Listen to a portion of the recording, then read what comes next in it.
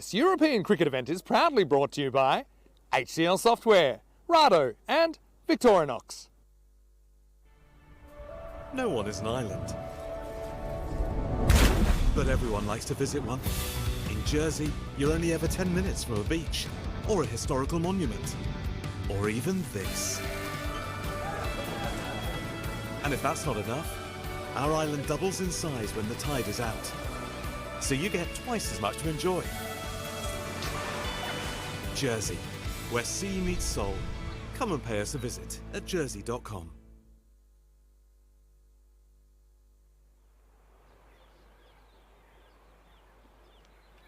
Good morning and welcome to everyone here in Jersey for the European Cricket Series.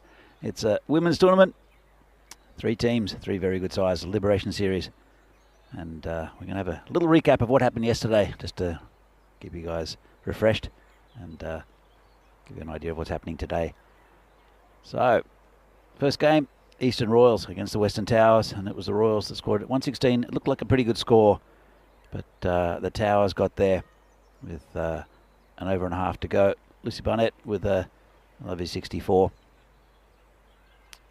That got them over the line. Contributions from Aikenhead and Maguire as well. So that was match 1. It's a 50 for Fenty Trussler as well for the Royals. MCC women, first time we saw them. And they had a win against the Eastern Royals. And by not many. It was a fantastic bowling performance in the end from Lara Maritz that got them over the line. Held her back a little bit, and she came on, took 4 for 4, including a hat-trick, which really turned the game for the MCC women. And the Royals, well, they were winless at that stage. Then, so the Western Towers against the MCC women, and the Towers put on a lot. It was 66 for Lucy Barnett, and Amy Aikenhead also with a 50.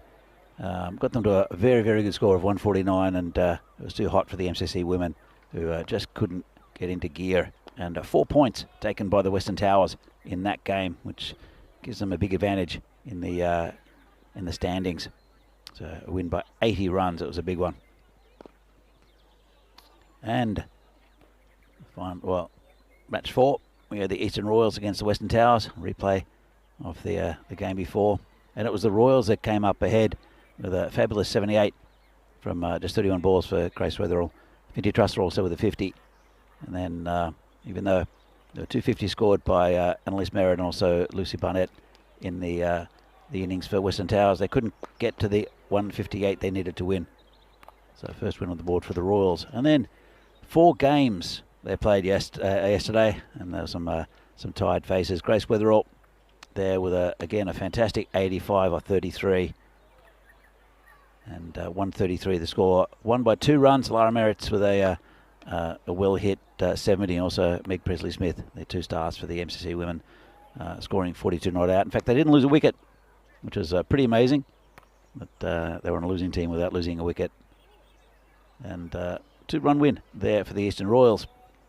So we're into Day 2, the last day of this tournament. Of course, it's only a 3-team tournament. Each team plays every team 3 times. And we've got a match here between the Western Towers and the MCC. So the toss was won by the MCC, and they decided to bowl. You have the 2 sides, and we have Georgia Mallett and also Emma Werry coming in to the side for the Western Towers, and Alice Robbins, who took a bit of a knock yesterday, is back in the side for the MCC. As the players come onto the field, just about ready for a start. I do have a special guest here in the commentary tent this morning. So, Grace Weatherall, welcome. Hi, thank you for having me. Hope you're looking forward to today's play and getting a few more runs. Yeah, look very excited for it, and hopefully I can do the same as what I did in the last 2 games yesterday. You look very tired after 85 yesterday, and then out in the field you were basically just hobbling to your mark. Yeah, very, very sore. Lots of blisters on my toes and legs. Got quite bad shin splints, so that usually puts me at a downfall sometimes. So. It looked like you lost a finger as well at one stage when you tried to take a catch, and it had to be reattached. Yeah, Annalise Merritt smacked one right into my hand. It wasn't really a catch attempt, it was more I've just purposely get my hand slammed into by the ball, but we move and hopefully it'll be alright. Just lots of free spray onto it. Vinny just kept on saying that she's too competitive to not bowl this last over, and I said, like, she can barely walk, Vinny, and you did, and you ended up winning the game by 2 runs, so well done. Yeah, it was a big over there, so on my mark trying to slowly breathe. Yeah, the first over of the day, and that's going to be cut off down on the boundary. The bowler is Ramya Imadi, the Norwegian international, and the 2 batters, Lucy Bunnett at the non-striker's end, and Amy Aikenhead. Yeah. You know these two. Can you tell us a little bit about them? Yeah, Amy's played for Jersey for us, I think 2 or 3 years now. Very well fielded on the boundary there. Just sneaker too. She has been absolutely amazing with the bat. I think the first time she ever played for us, we were down at FB. She scored 100 for our very first game. So it's definitely a massive part to our team. We wouldn't be anywhere without her. And Lucy Barnett, met her in Cyprus. Definitely took a good knock against us. She got over, I think it was a ridiculous amount of runs for ICC, new world record. Just been dabbed. That's the gully fielder, and has that gone all the way? That was just a little poke outside off stump. Yeah, looks like a quick outfield. Yeah, even with a little bit of rain. We had a bit of rain, I know, this morning and overnight, and just a couple of drops before the game. But this outfield's been lightning. So look, just a little dab, and I wouldn't say it's even downhill. No, just nicely placed and timed. Looks like they'll now put a fielder out on that area for Amy.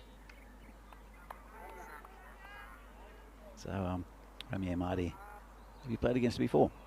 No, never. This has been the first time playing against her. She's a decent bowler. Just been hit for 4 though. Nicely guided there by Amy. Yeah, definitely not bad bowling. I think with Amy, my strategy to her is to bowl it as full as I can, like I did yesterday. Is literally keeping it full. If you give her any width to it, she will just put her hands to it. She's got very quick hands, so keeping that nice full straight line, you should be all right against her then. You didn't give any tips to the MCC bowlers by any chance? No. No, can't do that. Can't do that. Marty will continue. A couple of balls left in the first, 11 on the board. It's a nice shot over the top, and that's 6 runs, first 6 of the innings, and a powerful hit out to we're calling it the adrenaline zone, because it was just being slammed that area during the men's tournament. That's exactly what I'm talking about. Is not bowling short down to Amy, because she will just put her hands to it. Just coming around the wicket. I'm not a big fan of right arm bowlers coming around the wicket. I know it changes the angle sometimes, but it rarely works. Oh, that's going to be a no ball and a free hit.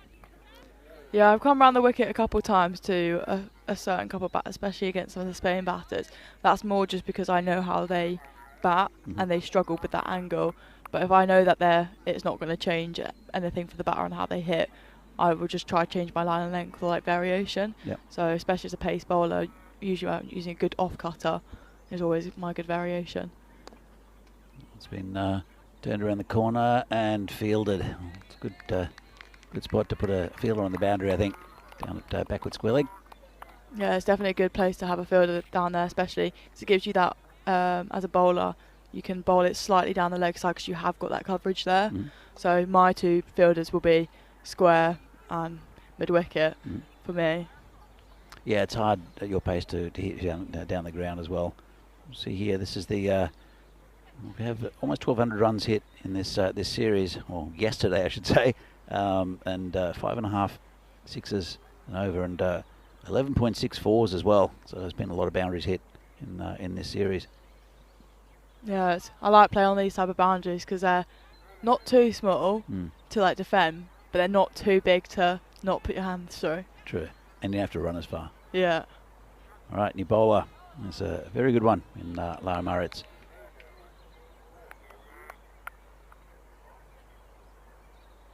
Comes in bowling to Amy. And down leg side. Have you played against Lara before? Yeah, I faced her yesterday, but never before the MCC. So I remember the first game I played against her. I think my game plan was just to try to swing at it. And then when I played against her yesterday, my game plan was more, if it was a good ball, I am just going to defend it because I knew she'd taken 4 for 4. Yeah. So just respect the bowler if it's a good ball. I think there's a couple of players, a couple of bowlers you need to see off. Just another one down leg side. Getting a bit of swing in this morning, this new ball. Yeah, like literally what I did yesterday to her is if she played a good ball, I would just tap it for a single. I just waited for that shorter ball that she did bowl to me in her second over, which I was able to club over the boundary. So, but like literally with T10, you've 1 or 2 boundaries and over is all you need. We pretty much started calling it Grace's Hill after a while because you just kept on aiming it at that hill. So it's just a single on the offside. Yeah, I'm definitely a very leg side player. I think one thing I am going to start working on over the next couple of years is my offside areas. Like I can hit quite a nice cover drive through the offside, but I can't hit up and over on the offside. That's where I do struggle. That's where I got out yesterday, trying to hit on the offside. Well, it's one thing with Amy yesterday. Come back to this. Just pushed into the covers and no run. She hit, I think, 4 different shots to 4 completely different parts of the ground. Not quite in a row, but for boundaries. And one was behind square, one was a cut, and then a beautiful shot through the covers, and then one straight. It was just, she's a very 3-dimensional player. 360 player, I should say. This one, well, there you go. That's Missy Barnett who gets one. Yeah, the thing with Amy is if you let her settle and get into a game, she has got boundary options absolutely everywhere. Yeah. So most batters, they'll have their like 2 or 3 good areas that they are comfortable hitting with her. Amy, she can seem to anywhere on the pitch. Yeah. She'll take on anywhere. That's one thing that she's very good with her batting, and bowlers will struggle against with her. So Maritz halfway through this first over. It's been okay. There's been that boundary. A couple of wides though. And it's going to go down leg side. Look at a leg by. Just again bowling pretty good pace. But there's for me there are quite a few good bowlers for the MCC. Definitely Lara's the pick of the bunch, but also Sophie Lawrence, the leg spinner, I think is a very good bowler. Yeah, I've got MCC. I've got a very good bowling side. That's what I've learned. Lara comes in again. I like to Amy this time, and just pushes that to the leg side, just for a single. Very respectful. But once you see off, especially Lara's bowling, I mean, I know there's that she came in late against the Royals, against your team earlier on in the tournament and took the hat trick. Yeah. And she's just a little bit too pacey for some of the batters you've got in the team. Yeah, a lot of our batters are still quite young, so them facing someone like the likes of Lara will be a struggle because they would have never faced anything like that before. And definitely if I was back when I was 14, 15, I would be shaking. Yeah. So it is very scary for them to be able to face that, but even for them just to be able to face it is good for their confidence. And even if she may have taken 4 for 4, it's still nice for them to have a chance to be out there. Absolutely. Comes in again, and it's been pulled away straight to the fielder. Takes the catch. First wicket down. It's Lucy Barnett. That's a big wicket. I can see someone next to me smiling. Why are you smiling, Grace? Oh no, just a good rivalry between me and Lucy there. So it'll be good shot. Just a good shot, but well placed by the MCC with the fielder there. Yeah, it's I know there's always rivalries in there. I think you were how many runs behind her in the in the run scoring? I was one in front of her. One in front. One in front. So. But I think the Towers have 3 games today, and the Royals have only got 2. Is that right? Yeah, only 2. So we're now even on it. So she'll be a couple runs ahead of me now. So. It's good to have these little rivalries as well. I mean, of course it's a friendly rivalry, right? Yeah, very friendly rivalry. Just, she might have stepped on the rope here. Oh, difficult to tell from that angle. For me, it looks like her heel is up in the air because you can see that it's not fully on the ground. But yeah, again, it's just, but the angle's deceptive. She could be quite a bit behind it. Yeah. Is she standing on it? Is she behind it? Oh, I don't know. Yeah. I mean, they're looking at it. The third umpire's looking at it. Not sure if the fielder's put a hand up. It's pretty friendly normally. I know it's competitive, but there's often a very friendly spirit between. Oh, it's been given 6. Oh, no.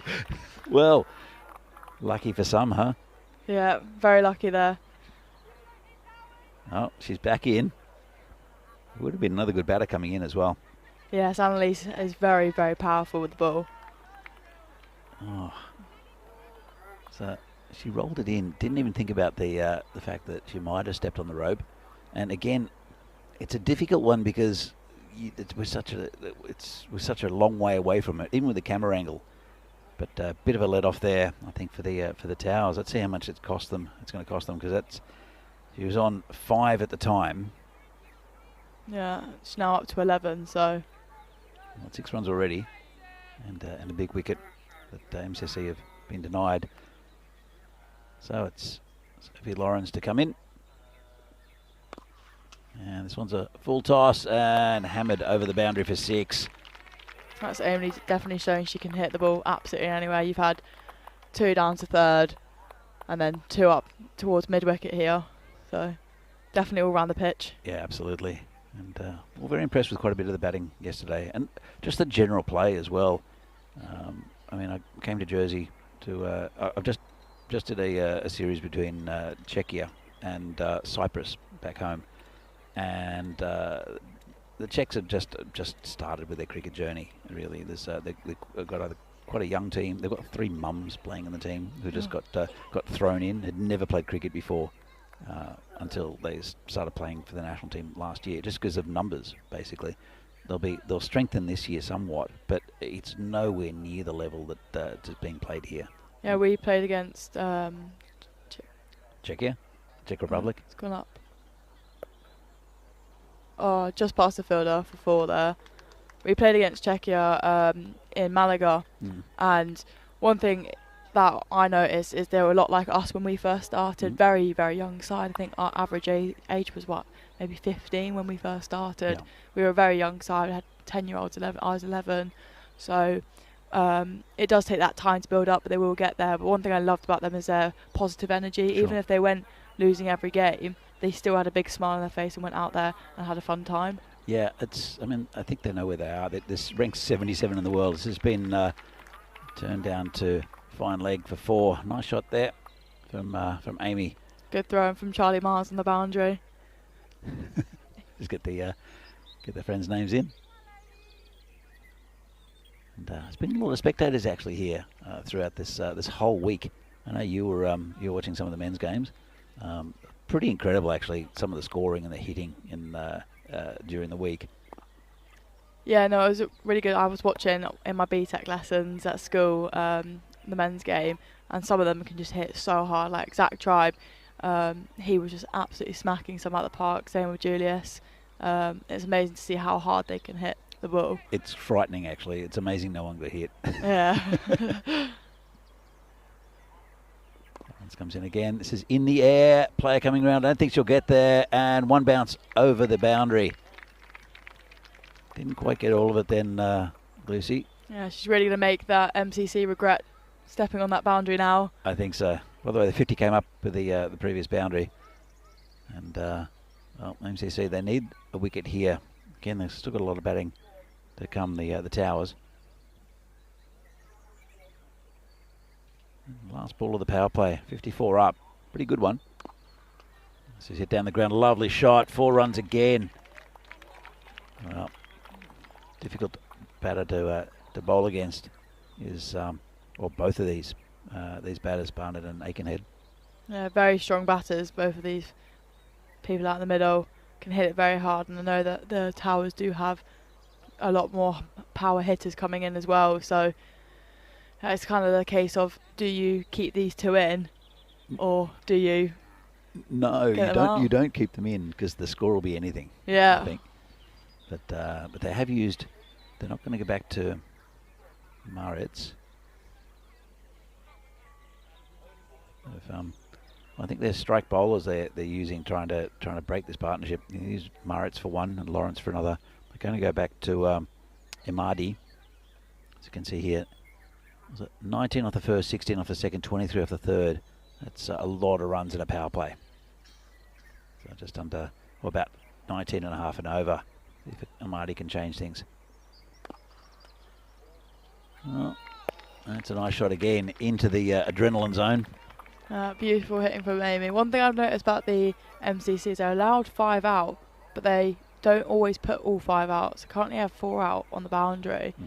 They did that with me. I think at one point out of the power play they only had 3 people out on the boundary. I don't know what the tactic would be, to be honest. Maybe just a lack of awareness, or it could be a tactic. Yeah. Personally for me in T10 is, if I know that a batter can hit hard on the leg side, I'm having all 5 of my fielders out on that leg side to have as much coverage as possible. You can have the single. I don't mind a single. Singles are great in this in T10. It's a win for the bowler. Yeah, if you hit me for 6 singles, I'll take that. Yeah, that can be one ball in other words. That's a nice shot. Fielder won't get. Does well. Knocks it down, but unfortunately still over the boundary. Nicely hit there from Amy. Yeah, very good effort to get a hand on there. So this is our first time here with ACN to Jersey, hoping to come back again. It's been a fabulous tournament. Well, both this one and also the men's tournaments. It's been made very welcome. And the quality of the cricket in both series has been absolutely phenomenal.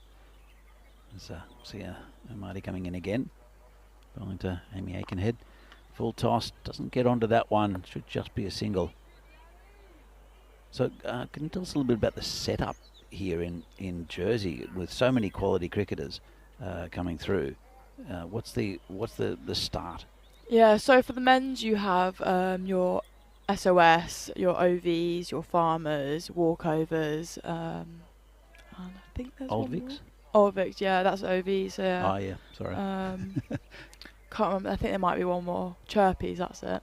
So they have all of that, and you have their tier 3, tier 2, and tier 1, like first, second, and third, that all play weekly matches. So I played for SOS men's 3s before.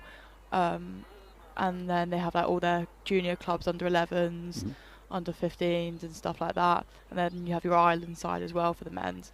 And then for the women's you have It's been hit very well. And good piece of fielding there on the boundary. That's Emma Marsh, who just got that one skidded pretty quickly, but did well. Back when I was younger, we literally only had the one Jersey team, nothing else for the girls. But now they've introduced something called Hera, which is the women's version of the men's side. So same teams and stuff, just women's. Well, girls, because they're not women's yet. But nicely fielded. Walk on. That is an absolute amazing throw. Don't know who that is yet, actually. I'll have to wait to see if she turns around, see the number. Not sure who it is, but great piece of fielding. Looks like number 2, which will be Fiona Ray. That is an absolute beauty of a throw. Yeah, good pick up and just in one action. That's the end of Amy Aikenhead. Let's have another look at this one. So good pick up, quick early throw, and just left stranded. Fantastic middle stump too. Yeah, gone by a mile there. See, that's a 50-50 run. Like, if she's not hitting that, you're in. It's worth, in this format, it's really worth it, especially when you've got a battle like Annalise Merritt coming in next. Yeah. Good knock from Amy, 43 off 16. That's really good start for the Western Towers. I don't think she'd be too upset at missing out on a 50. No, it's not. Very good start. So yeah, for the women, the girls, they have their HERA, which has just been introduced, so they have weekly trainings and stuff, I'm pretty sure. I'm a little bit unsure on it as I'm not actually on Ireland anymore, so a bit out of it now. But we have like coaches going into schools and stuff. I did that last year, went into most of all the primary schools, coaching all different years, just basic softball, cricket, trying to introduce it to more people. And then they also have your Lionesses under 11s, under 13s, 15s and 17s. And then your women's squad, so there's quite a lot of the junior girls that have now moved up into the women's squad, so hopefully in the next 2 years we can have a women's squad and a second women's squad as well. Yeah. So expanding our teams slowly. It definitely seems like there's a lot happening with cricket here, and no other bit of a chance for a run out again. Direct hit would have been interesting. Yeah. What Ted was saying, my coach, is kamikaze running. So that's one thing he always says to us, and when I'm batting, I always make sure I'm not doing any silly runs. But apart from the one I did to this bowler yesterday, actually, hit it straight back at her and decided to run. That was, she's not on my bowling team. She, nicely fielded there. Yeah, I don't really know. I think it was more in my head. I knew that there's one ball left, and I was being a little bit for strike hog yesterday. But Maria was okay with it because we had the conversation about it. But I was trying to hit it slightly more onto the green, but hit it straight back at her. So luckily, it was a miss. It was. We did talk about it a bit. This is hit over the top of the field. Another 6 runs there, and Lucy Barnett will move on to 26. Merritt's on 3. Score is 77 for 1. Definitely going to regret standing on the boundary on that catch there, because what a good term I say is catches win matches. They do. Well, in T10 it's a strange one because it depends on the strength of the batting side. Yeah, definitely. I mean, you can lose an early wicket or two. We saw the MCC losing 2-2 yesterday in Lara Marriott and also in Meg Presley-Smith. And it just put them under the gun. They were not competitive and they came after that. But really, if you lose a wicket or two, it doesn't really normally matter in this format, depending on how solid your batting team is. Yeah, if you could bat down your order, then you're fine. Then, but if you don't have a strong batting side, then that's when you can struggle if you lose the wickets. It's Lavender is bowling and put down that time. Well, nowhere near the boundary. It's Merritt who hits the catch. Probably should have been taken, but they're never easy. These catches hit pretty firmly. Yeah, it's like the Western Towers have 9 lives for hitting it up in the air at the minute. Yeah, you're right. No, you can't afford to drop these batters because they are both very, very good. This one's pitched up nicely. Must be hit down the ground for a single.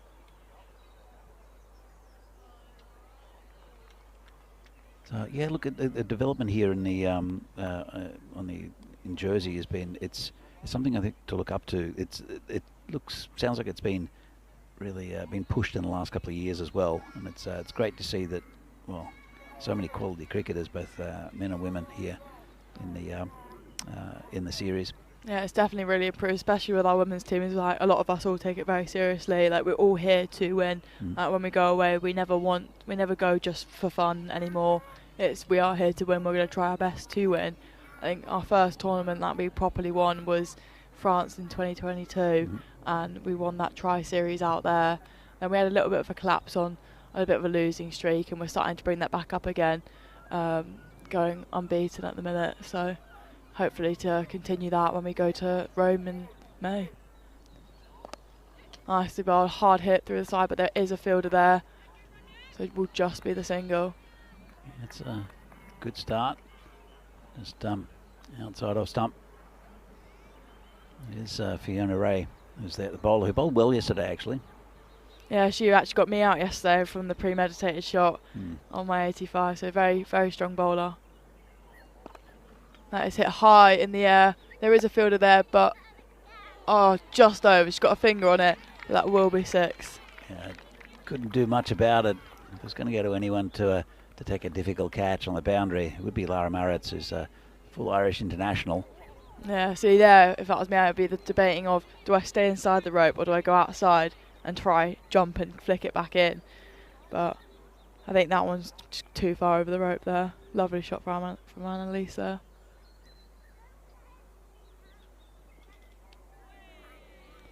Looks like she tried to do like an off-cutter of some sort there. Her action seems a bit different.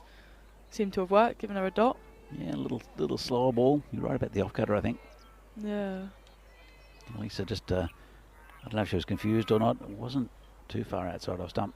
Yeah, I've always found them quite hard to pick sometimes.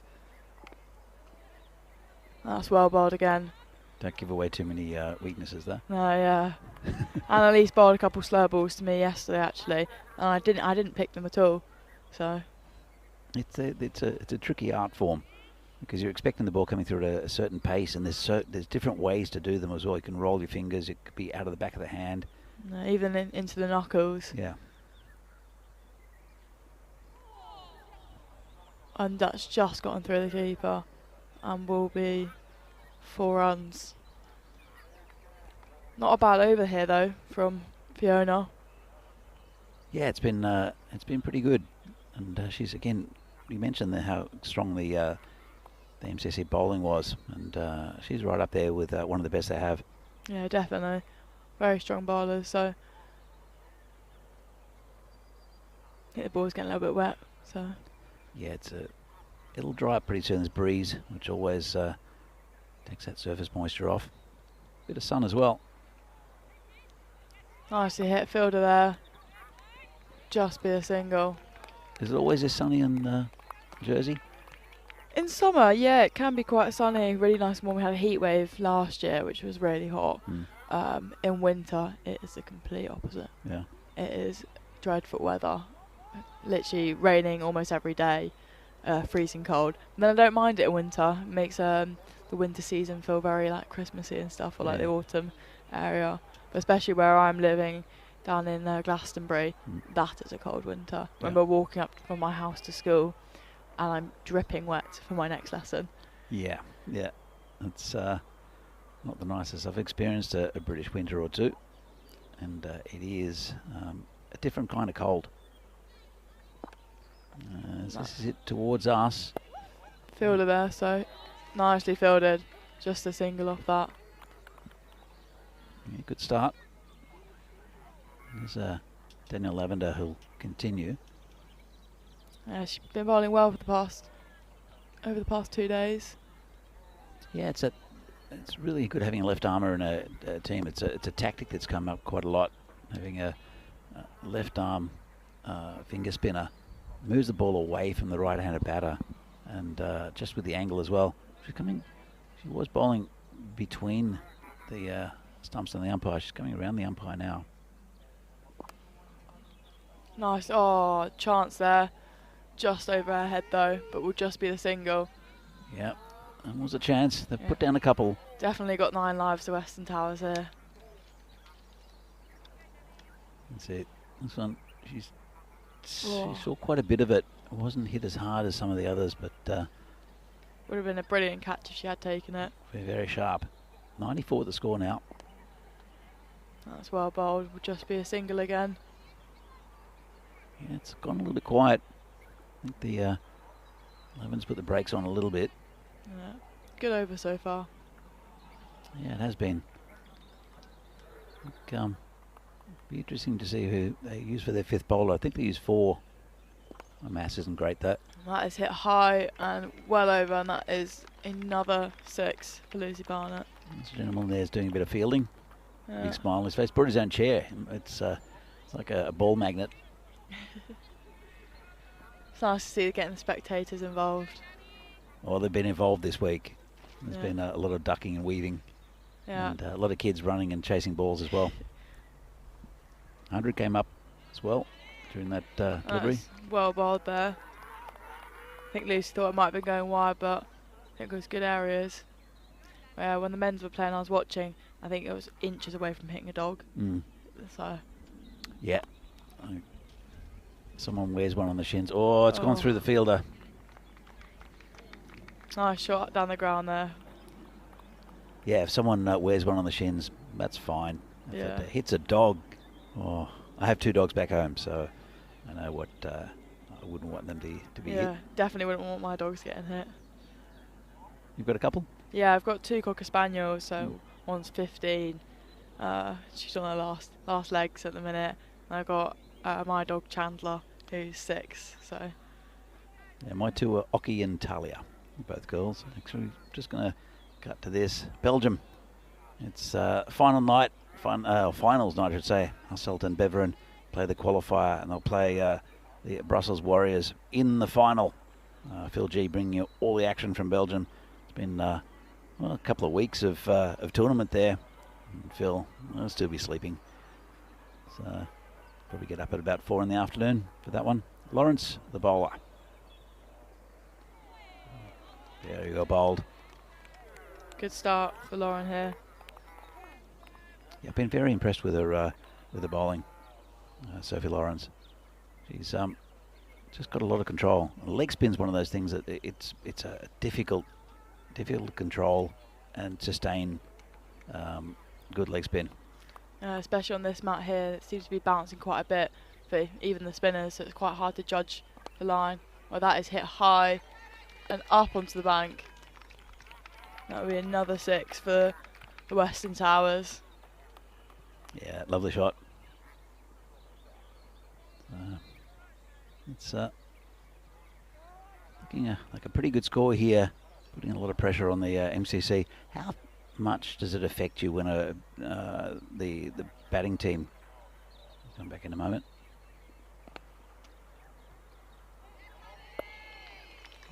That'll be 4 runs again, fielded by a random who you probably know. Yeah, that's Goffey. He's our groundsman Okay. here. So yeah. When you when the first innings of a T10 game like this, even a T20, is quite high, and how much scoreboard pressure is there? Actually, this is hit down the ground and 6, just got over the boundary. How much does scoreboard pressure affect the way that you bat if you're the second batting team? I think we're chasing. I never really think about the score on how high or low it is going to be, because I've realised even with a low score, like against the MCC of 77, it still can be difficult to chase, or like some of the higher scores can come our way. So I usually just go in with the same mindset as I always do. Yeah, that's a good way to be. This one's hit down the ground as well, and it's Amanda Polly, who took a brilliant grab yesterday, and a one-hander down the ground. Yeah, very good catch. So wasn't too upset to get out to that. So it's a very good grab. Yeah, I think she had a chat to Vinny about it yesterday. She was more surprised than anyone that it ended up in her hand. It's been pulled to the leg side. Good piece of fielding. So it's only a couple of overs left after this. It all happens in the 9th apparently. But 123 for 1. So it's a good start.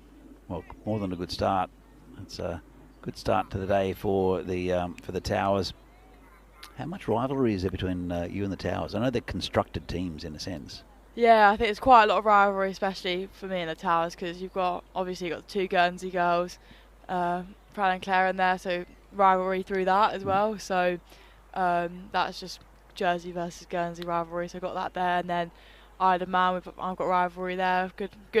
All good friendship rivalry, and then you've got girls that I played cricket with since I was 11. It's like Chloe, Georgia, Annalise, Mia, who I went to school with since I was year 3. She's a great keeper, by the way. Very good keeper. So I played against her on Monday in the 100 ball at school, King's Taunton versus Millfield, and luckily we won that. We've moved into the next round, but she had a brilliant bit of batting and keeping and that as well. So very, very good behind the stumps. She doesn't seem to be fazed by anything.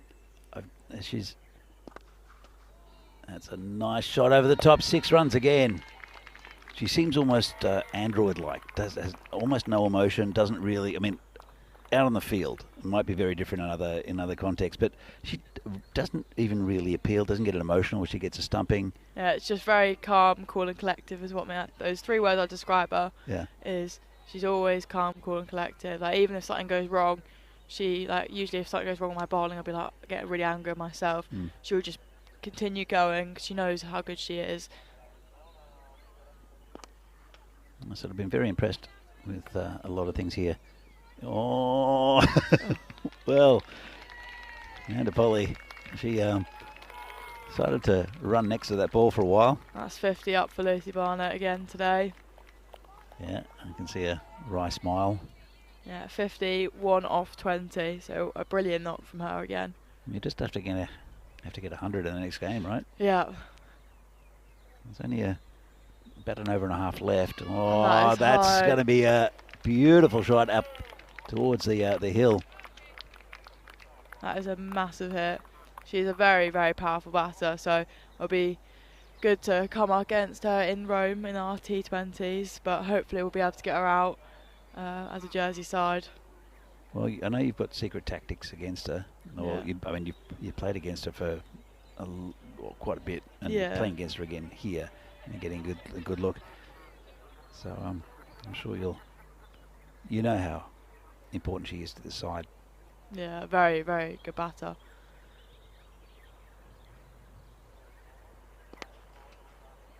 That's crunched down the ground. I think that will be 4. Yeah, signal 4 from the umpire. Yeah, it's difficult to see from this angle. I can never see it. There's ones that I've called 4 that have been 6 and 6 that have been 4. Yeah. But let's have a look at this one. And Yeah, 4 runs, I reckon. I think it's just to be pretty happy with that. 143 on the board. Couple of So, balls left of the ninth. high total to chase. Looks like Sophie Lawrence is going to come round.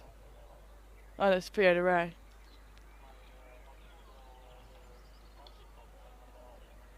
Well, same result. Same area. I think what she needs to start doing is bowling a little bit fuller. Yeah, again, just trying to change the angle by coming around. And, well, didn't quite get that right.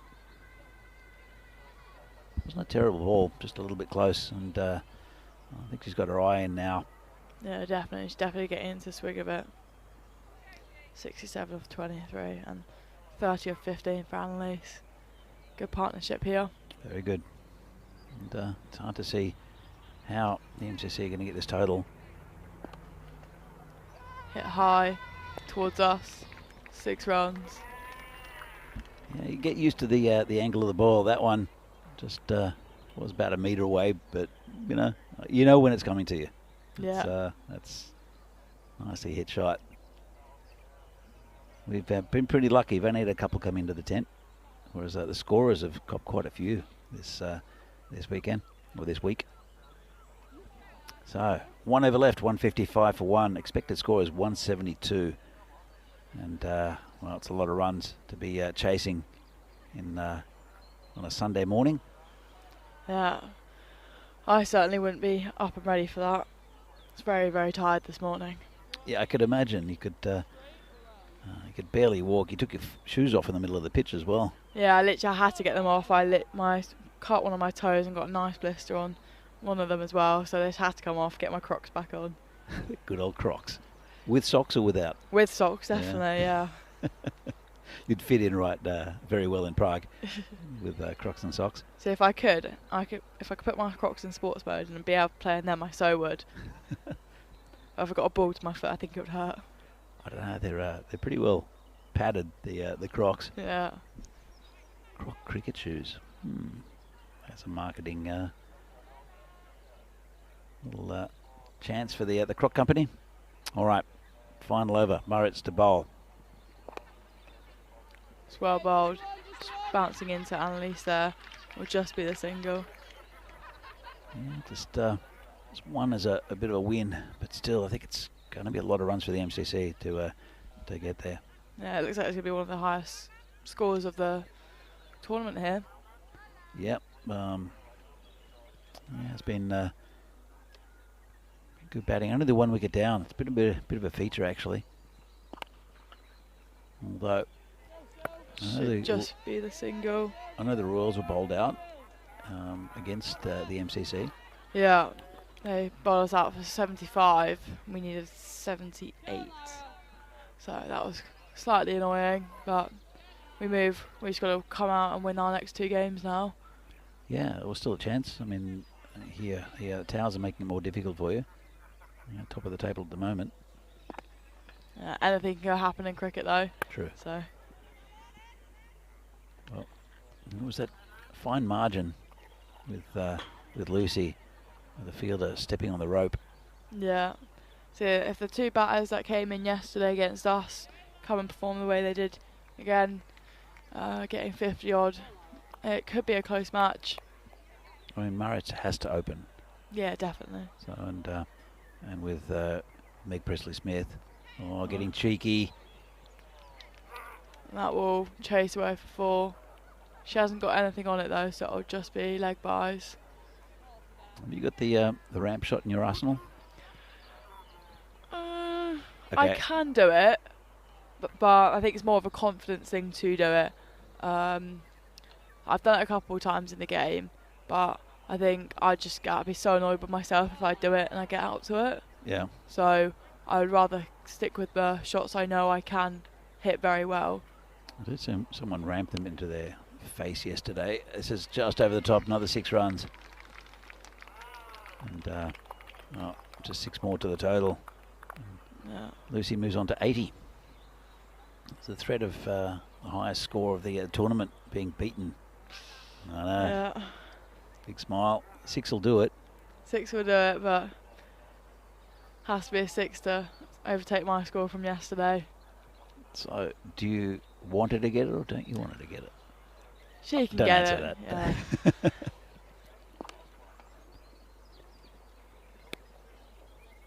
Let's hit down the ground. Just a single to end up, and it's a pretty good score. 169. Just lost the 1 wicket, and 2 good batters out there. Barnett ends on 81 not out. Merritt on 32 not out. Aikenhead 43, and MCC have got a chase on their hands on this Sunday morning. Yeah, brilliant knock from the 2 batters there, especially with Amy Aiken coming and getting 43 to start it off. So, very good start from their top 3, and let's see what the MCC can do. Well, hopefully they'll be competitive. It'll be Murrett and Mick Presley, no doubt, that'll open, and they need to get the bulk of the runs. They battered through the innings in the lost scores against you last night. It was a very close run game, though. Yeah, very, very close game that. I think in the last 2 balls they needed 10, so I knew that second last ball couldn't go for 4 or anything like that. So luckily it didn't. So I knew by that last ball they could hit anything, it was fine. So let her hit the 6. Yeah. It was a nice shot to end up, but just wasn't enough for the MCC. See some of the highlights. This was the catch, and that's where she stepped on the rope. It's unfortunate there. Again, probably didn't know about it, and because I think if she turned around and said, "Oh, I'll hit the rope," then wouldn't have been any issue. Especially as a boundary fielder, you've got to realise where the rope is. I always make sure that my foot is like not on it, but just I know that it's just behind me. So if I am going to step back, I know I'm going to be over. So I think it just comes down to experience on your boundary fielding.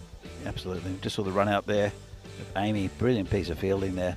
It was Fiona Ray. But the hitting was large from these 2. And it was really just got them a score which I think is almost unchaseable for the MCC. The openers really have to get going and early. Yeah, definitely. So if they get off to a good start, then it could be anyone's game here. Yeah, it's has to be a good start though, and that's part of it is that maybe they just haven't had the right start. The MCC, you can't afford in this format to play yourself in, because playing yourself in means not hitting the first one for 6. Basically, you have to go in hitting first up, not recklessly, but just hitting the ball as hard as not as hard as you can, hitting the ball to the boundary. Especially in that power play as well. You only got 2 fielders out, so that is your chance to go big. As I always say when I go out, go big or go home. Yeah, well that's part of this game. That's what makes it so exciting. I'll have a look at the scorecard in just a moment. You'll see the jersey banners. Did you do much for Liberation Day? No. So, because Liberation Day was yesterday, so we played a lot of cricket, and then on the Friday, was down at the cricket most of the day, and then went to the pub. So I started drinking it too. So probably didn't put myself in the best mindset game for the first 2 games, but Trying to work later in the afternoon. yeah, I learned to move on from that now. To know not to do that.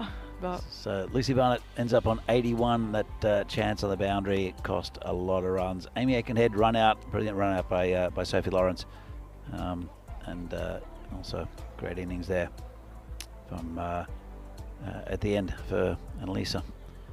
So the bowling pretty expensive all round. Sophie Lawrence, who has been a very consistent good bowler, going for 20 and over. Fiona Ray also likewise going for 20 and over.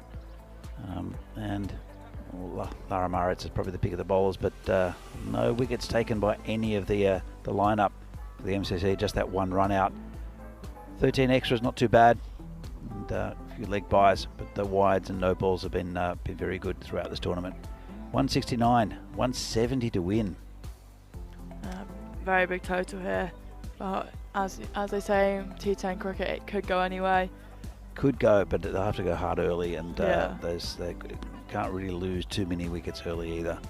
Well, we're back in a few minutes' time for the European Cricket Series for women from Jersey. It's the Liberation Series, match 6 in this tournament, and the second day of 2. 4 games today. This is the first one, and MCC need 170 to win in 60 balls, 17 and over. Let's see if they can do it.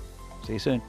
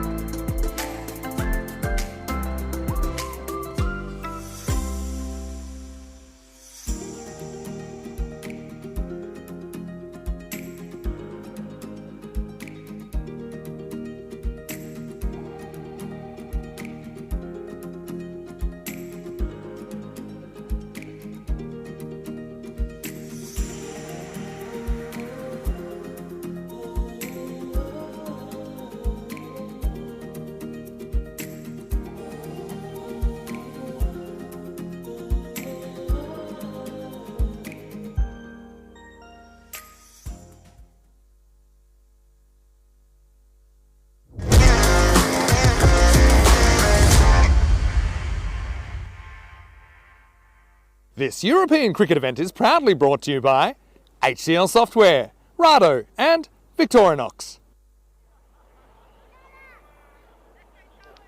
And welcome back to Jersey for this European Cricket Series for women. It's a 3-team tournament. And we're on day 2 of 2, first game of the day. And it's the Western Towers playing the MCC, and a very good total set by the Towers of 169, 170 to win. And well, that bonus point might come into the equation as well. 111 needed to avoid to get a bonus point for the MCC if they're bowled out for or restricted to under 118, then there'll be a point, an extra point given to the Towers. And with how close this tournament is between 3 very good sides, that might be very important in the context of the results. Of course, no finals, just first past the post, in a sense. So the Western Towers looking very good, very solid. Have good batting lineup, bit of depth as well.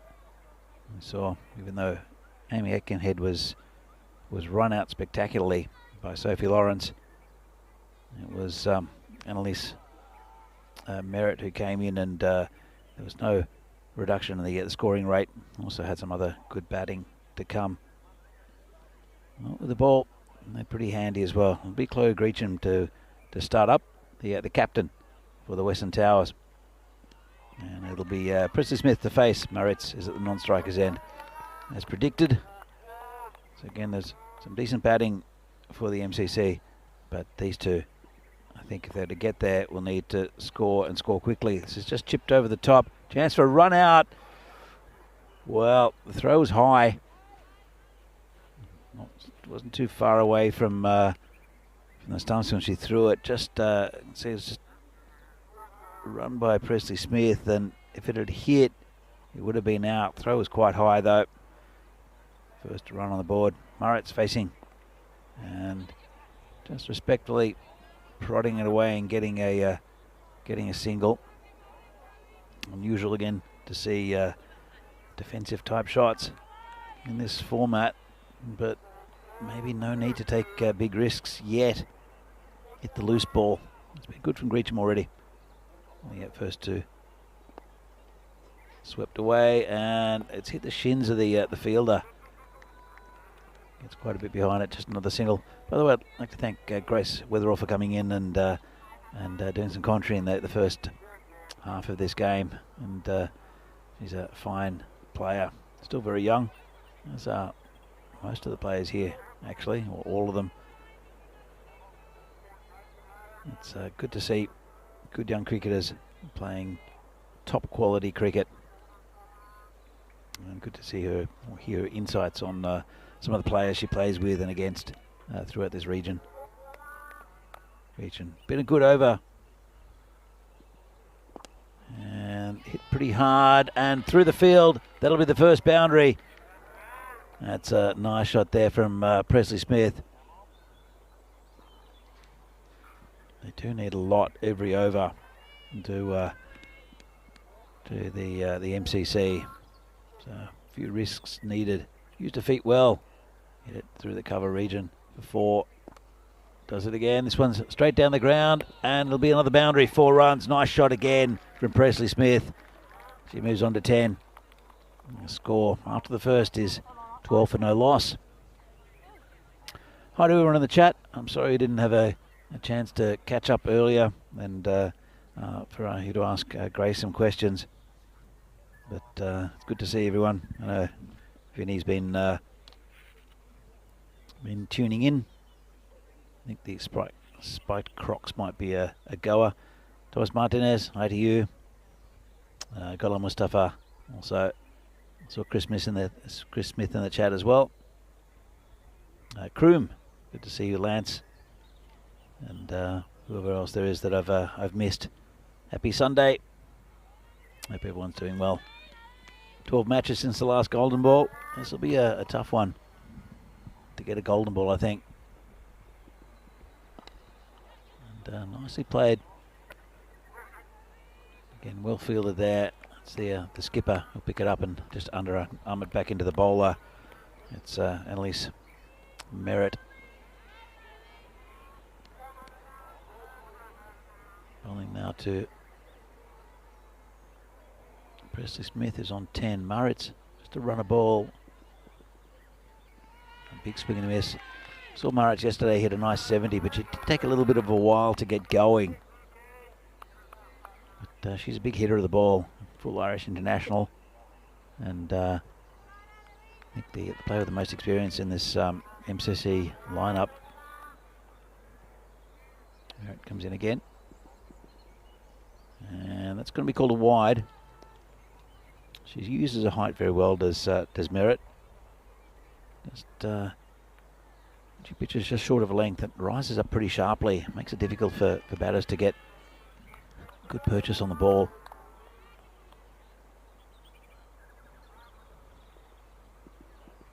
Then again, and on the pad, just be a leg by. Going down leg, no real appeal apart from someone at point.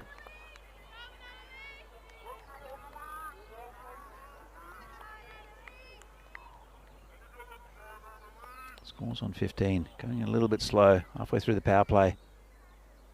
Remember, at the end of the power play, the Towers were on 58, and the umpire is waving wildly. Called a dead ball. Not quite sure why. I think it's got to do with the keeper having an issue with the gloves, maybe. Hope she's okay. I think don't quite know what it's about. Any problem getting her gloves on, maybe. It's Mia Maguire behind the sticks. Let's have a look. Well, there you go. That's why. She just wasn't watching it. They're in the pad as well. That'll make the highlights. Surprise. All right, we're back on. Hit down the ground nicely. Chance for a run out. Aikenhead just misses that time. Right towards the base of the stumps. Another good piece of bowling, keeping it very tight. Just the 3 off the bat. There's been a leg by in this over as well.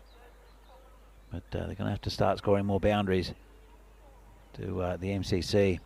That run rate already 18.5 and over. And it's a chance for a run out again. And Maguire does well just to pick up the ball and roll into the stumps, but Morris is pretty quick and very aware about getting back for that one. Have another look at this one. So picked up and just a little underarm. Picked up a couple of good stumpings, Maguire, yesterday. One of them she wrote off. Didn't really appeal, but it was out. Very calm influence on this team. There's Mia Maguire. A nice shot over the top. That'll be 6. And it's Murritz who gets the first 6 of this innings. They're going to need quite a few more. See, there's Grace Weather all there in her Crocs and socks, throwing the ball back in. We'll see her in the next game. So 23 for no loss after 2, going at 11.5 and over. It's not enough at the moment. I need to pick that up. It'll be Lucy Barnett to bowl. Need to take a few risks. Don't know if they're waiting for the soft underbelly of the bowling. See here, Western Towers up the top with 2 wins from 3. They're equal on points with the Royals, but they played 1 fewer game. It's a bit of an appeal. Not out, says the umpire, but dot ball, good result. Good start from Barnett. He's a very, very good young player. Comes in again. And this is in the air. Player coming in. Takes the catch. Well, big wicket. First down. That's Presley Smith. Goes for 11. And very nice catch there, running in. It's Catherine Perry, who I think we'll see with the ball a little bit later as well.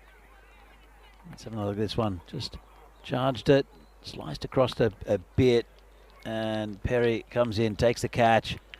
Always moving forward. They're not easy, those, but makes it look very, very comfortable. So first wicket down, and well, I'm not sure what's happening. This is going to be, there's going to be time penalties, I think, here.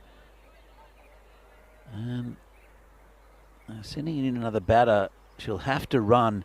Maric is the captain, and obviously has chosen someone else to come in at number 3. It'll be Emma Marsh.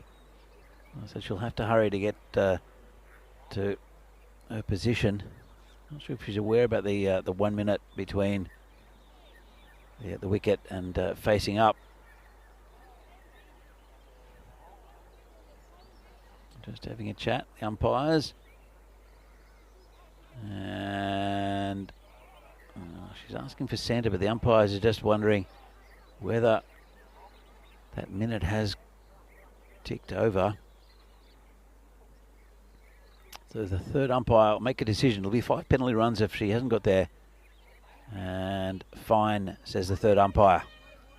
So Barnett, the first wicket, bowling to Emma Marsh. Nicely pitched up in the air, just in front of the fielder. Get a single and get Murray's back on strike. Yeah. Oh, Vinny in the chat saying he still stopped it. Very impressive. She has been fantastic behind the sticks, Mia Maguire.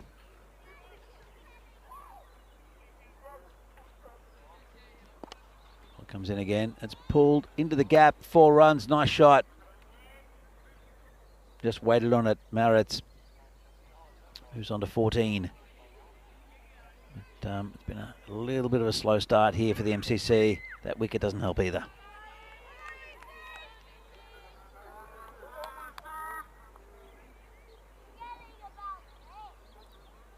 Good over from Barnett, despite that boundary, and well, it's pretty well bowled. Probably a little bit of a shout for an LBW, and well, maybe not. What did I see? I thought she was hit. I'm at a strange angle here on the leg side, and a good piece of fielding. Knocked down, they'll look for 2, have to hurry. The throw's in, and she's home. The throw was a little bit high. And 2 more to Maritz. Let's have a look at this. Throw was pretty high. Good work by the keeper. She knew that Maritz was home. Very quick between the wickets is Mara Maritz. So at the end of the power play, MCC are 30 for 1, going at 10 and over.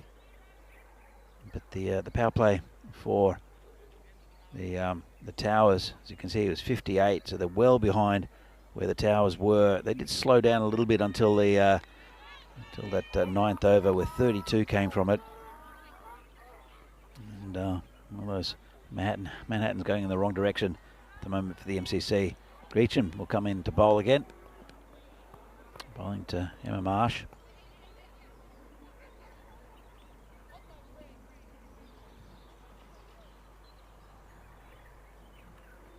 Comes in, and we'll just hit on the leg side, just for a single.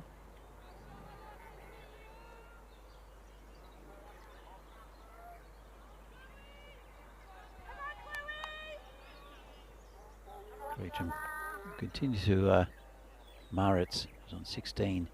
They need to start getting boundaries. And so turned around the corner, fielder will do well, and does.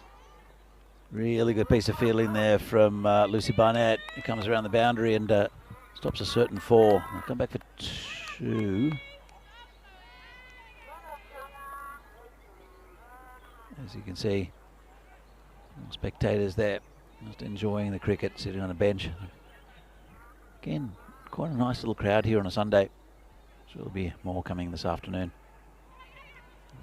It's going to be a single taken.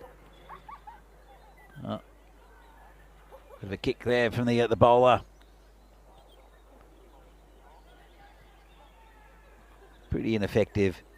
Not sure if he plays football for Jersey or not. Chloe Greecham. On Evans, probably not. Marsh to face. Uses the feet well. Gets something on it. It's past the keeper. It's going towards the boundary. They'll come back for another 2.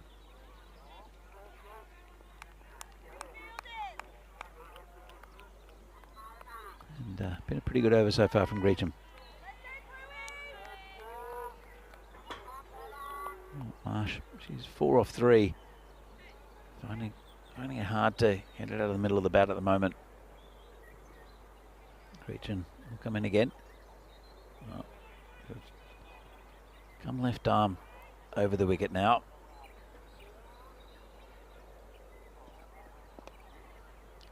It's been hit on the leg side by Marsh, but with no real power.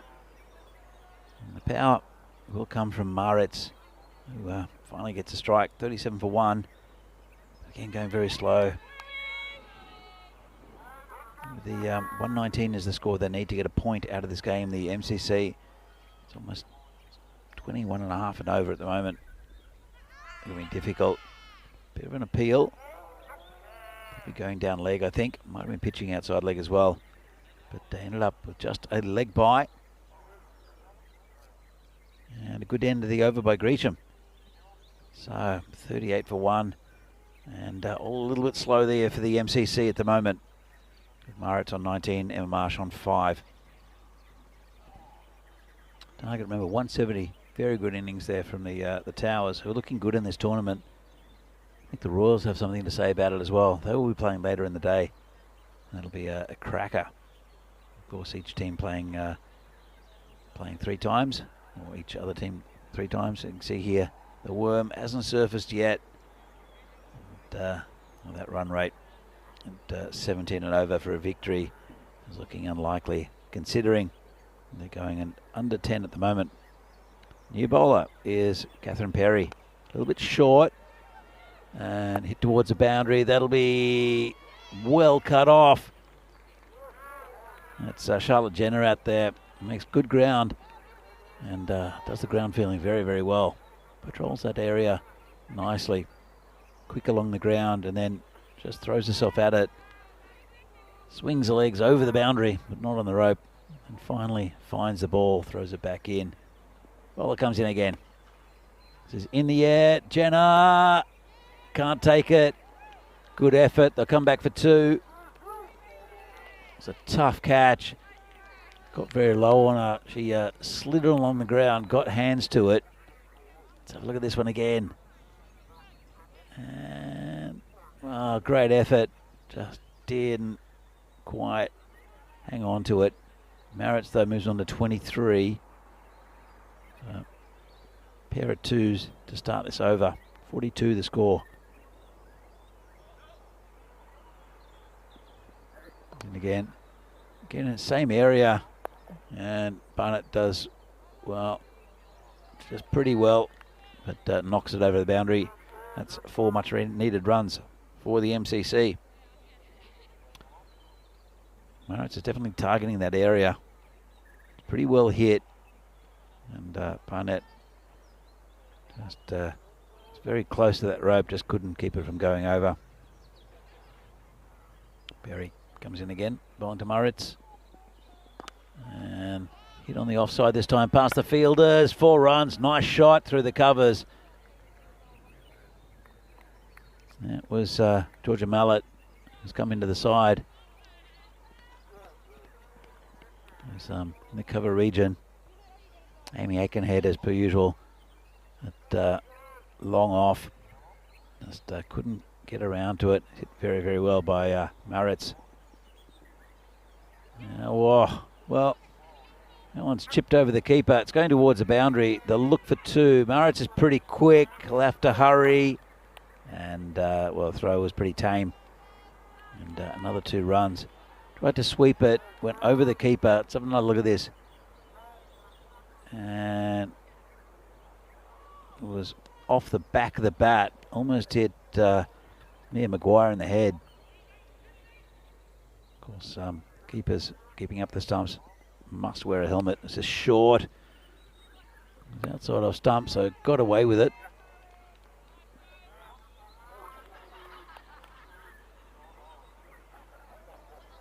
And well, 15 off the over. It's a pretty good one for the MCC, but still way below the required run rate.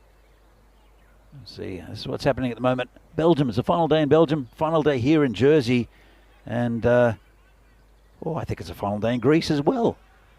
So it's been 3 good tournaments. Of course, Greece is Greece women against the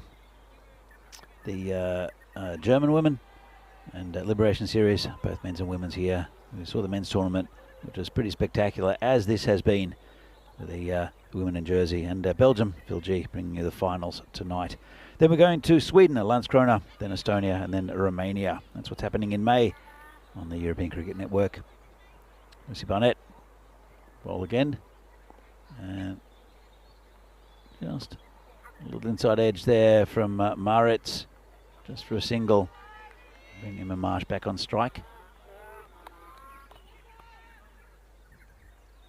Get a nice day for cricket. Quite as sunny as what it has been. We had a little bit of rain this morning, but not enough really to affect anything. The covers were on, and the ground staff here doing a fabulous job in keeping the pitch dry.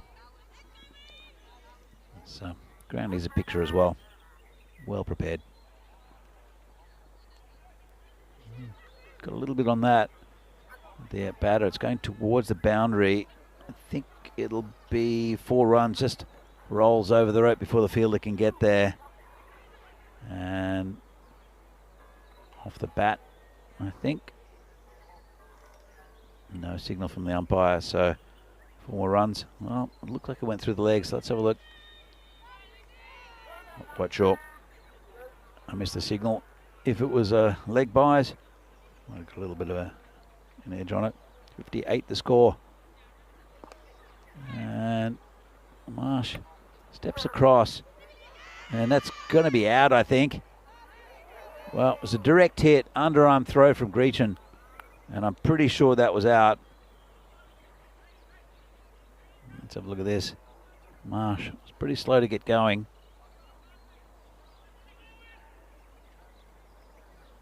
So just couldn't quite get her feet there, and that is going to be out. Fine piece of work there for Grechen. And Emma Marsh not being able to make her ground. Another wicket down, that of Emma Marsh. She goes for 9 off 5 and 58 for 2 now. Past the halfway mark.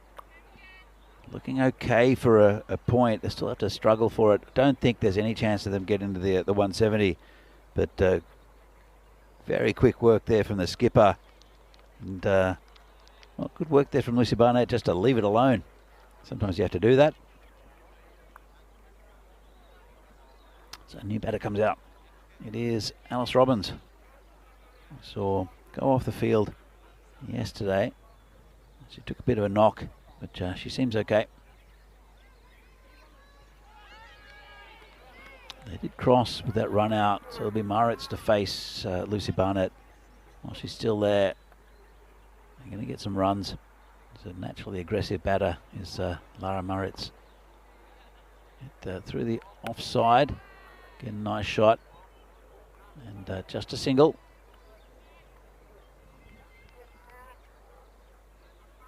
Robbins will face her first ball. Couple of balls left here from Barrett. Been a good spell. It's taken 1 for 13.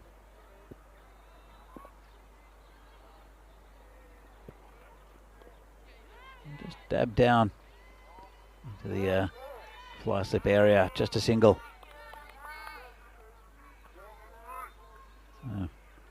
Barnett did take the vital wicket there of Meg Presley-Smith. And well, there's a lot of runs in both Maritz and Presley-Smith, so it's a good wicket. Been hit down the ground.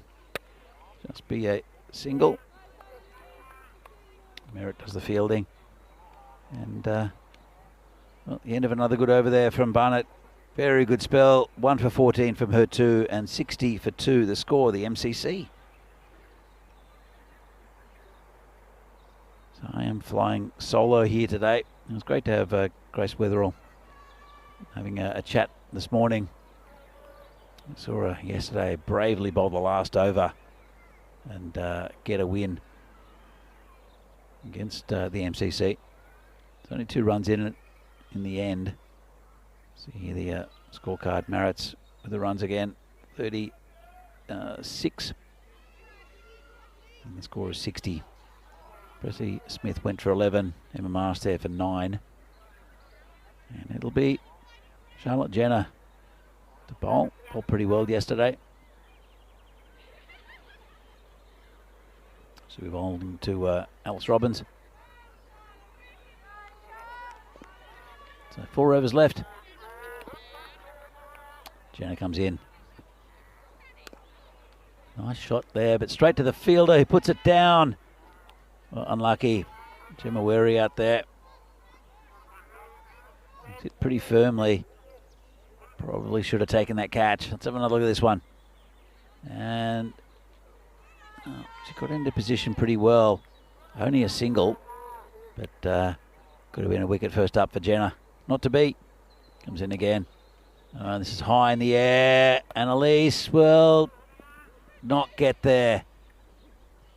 They'll come back for 2. Took her a while to judge it.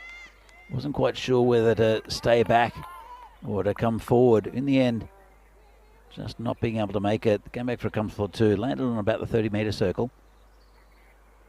And unlucky for Jenner again. Oh, a big swing and a miss. And good bowling from Charlotte Jenner. Been a good over so far. 3 from it, but drop catch and a near chance. So still need 16 and over, the MCC, to get the point. And this has been pulled away. Nice shot there. Just a little bit too full on leg side there from Jenner. And can't afford to do that in to Maritz, who's seeing it pretty well now. The spectator is going to go and fetch that one. Has it gone? Well, don't know if they want that ball back. Looking around. Anyone who wants a free Grizzly just have to pick up a Portaloo. So I think it's been stuck under there. Let's have another look. And nice sweep shot. And, well, don't know where that's gone. The spectators are looking. They can open the door. That would be comical. Comes in and nice pull shot. That'll be 4 runs again. Hit it too hard for the fielder. Who couldn't get around there. That's Catherine Perry. And a couple of 4s there to Maret. Very difficult batter to bowl to. She strong on the leg side on the pull, but then can also hit through the offside. Saw a beautiful cover drive yesterday. This one's hit over the top into the takes it. Great catch there in the adrenaline zone by the man in the grey shirt. He's a star. Juggled it. Claims the catch. Let's have a look at this again. And didn't flinch. And, well, fell on his leg. He found it and took a neat catch. That brings up the 50 for Maritz as well. She's 52 off 24. And the score is 77 for 2. Well, that'll make the highlight reels. So, going at 11 and over. That's a pretty decent over there for the MCC after a good start by Jenner. She went for a couple of boundaries and a big 6.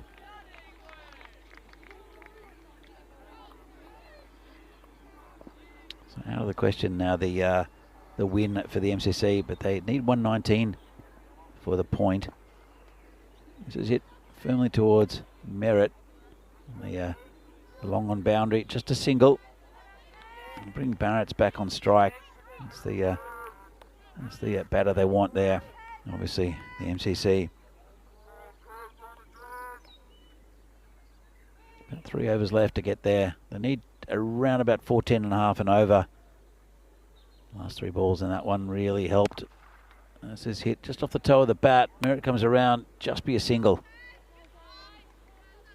Didn't quite get all of it then, Murrett's. Robbins back on strike. So Perry went for 15 off her first, which is exactly what they need, the MCC, to get that point. Just hit over the top of the bowler. Nice shot there by Robbins, and 4 runs. Very nice. Wasn't too far over the bowler's head. Let's have another look at this one. Just hit it nicely. Couldn't quite reach it. Never a chance. And, well, those shots down the ground are very hard to defend. Same again. Oh, good effort. Good teamwork. Aikenhead gets a hand on it. And Merritt picks it up and throws it back in. Just a single. Very good piece of fielding there from Aikenhead. Just knocks it down to a mate. Perry comes in again. Short and gone up the top of the hill there. Again, fielded by a spectator. He's brought his own seat. It's dedication. He knows what he's doing today. He's sitting on that spot all day. Got an esky as well. And he sits back down. Thank you, sir.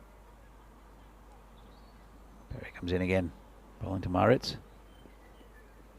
Slow ball. And pretty well bowled there. No run. That's the end of the over from Perry. Pretty good one in context. And well, worth a shout. Umpire not convinced. But definitely worth a shout. Interesting. 90 the score. 2 wickets down. Merritt, the bowler. As you can see, the Worm not really putting its head up. That red line is where they need to be to win the game. That's out of the question. Going at just over 11 and over. So no chance for a victory for the MCC, but 119 required for the point. Will be a difficult one. Good bowler is Annalise Merritt.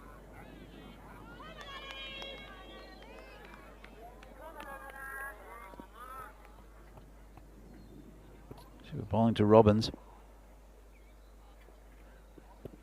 There we go. And this is going to be caught, is it? Nice catch there.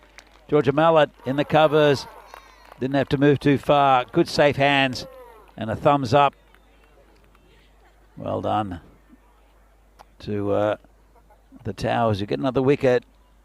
And Merritt gets one. And it is 90 for 3 now. New batter will be the skipper, Amanda Polly. Will join Lara Murritz out in the centre. Pretty comfortable catch there for Georgia Mallet, who's coming to the side.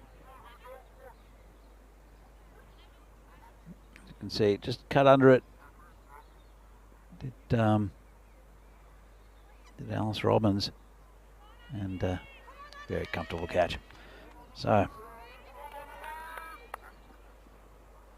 Annalise coming in again, bowling to the new batter, and Amanda Polly just dabbed down past the field of 4 runs. Lovely shot there from Polly.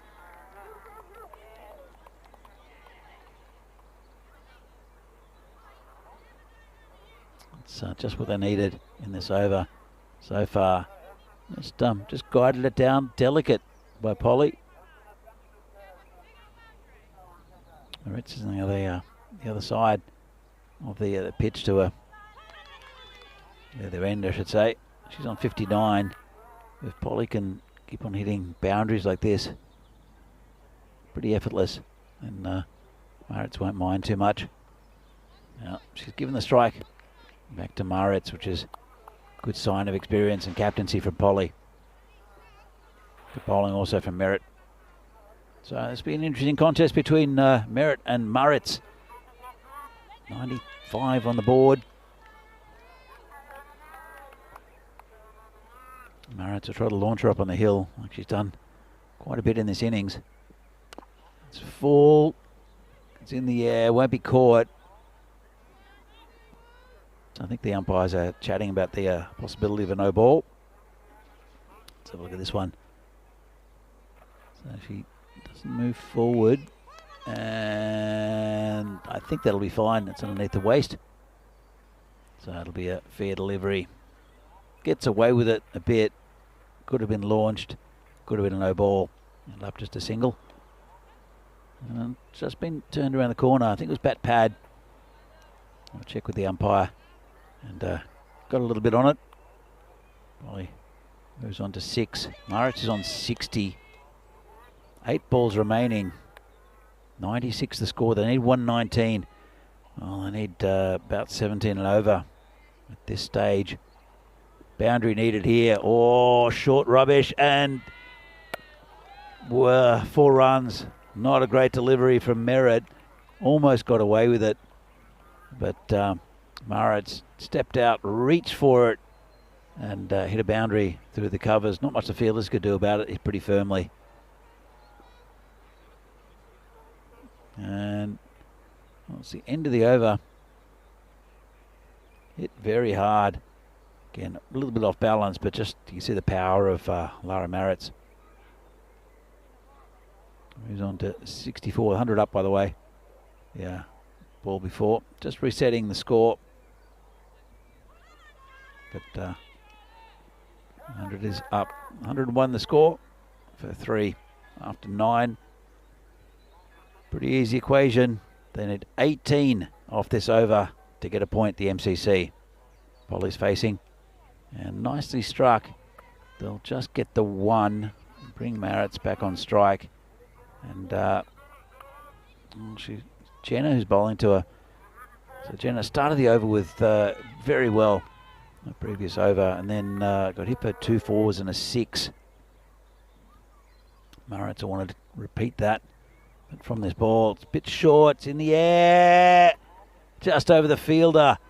And good little bit of fancy footwork there by the fielder out there in the blue cap. And there's Claire Jennings, who just knocks it back in. Only 2 to the score, 17 off. Well, is it 15? Let's have a look at that. Just checking whether it went over the boundary or not, and I'm not sure if that's touched. Obviously not. 4 runs, by the way. Nice shot from Maritz on the offside, which moves on to 72.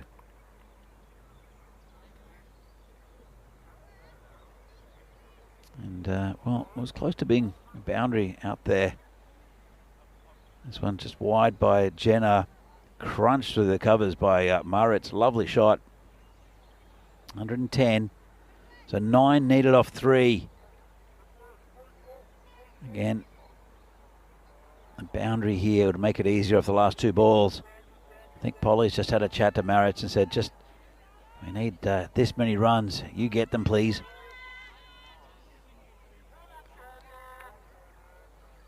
Jenna bowling to Maritz. Short, left, wide. Very well left by Maritz. Jenna's looking for that line. Just to try to get a dot ball from Maritz. 111 the score. And, oh, it's a dodgy outside edge. It's going to go to the boundary. But Maritz won't mind. Another 4 to a total. Moves on to 76. And they're creeping closer to that point. It's going to be a good win for the Western Towers. They've been very impressive in this tournament. Got some excellent players in this side. Good solid bowling unit. Very strong with the batting up top. And a very good keeper. Jenner comes in again. Bowling to Maritz. And, well, another 4. Didn't intend it to go there. And I don't know if it's hit the back of the bat, but we'll have a look at the no ball as well. From side on, I think. It's pretty high. That will be a no ball. Hit off the back of the bat and almost swung around and hit Mia Maguire in the helmet. So it will be a no ball and a free hit, and they have got the point with that delivery. Bit loose from Jenna. You can see she's trying to go, trying for the Yorker. The MCC will get a point out of this, and again, nice take by Mia Maguire behind the stumps. Big swing and a miss there from Maritz. Good ball there from Jenna. Let's see if she can end up with a dot. 36 off her bowling, 120 the score. And hit firmly. Good piece of fielding out there. And that's Catherine Perry, just limited to 1. And that's the end of the game. 121 the score. Lost 3 wickets. Maritz ends up on 81 of 35.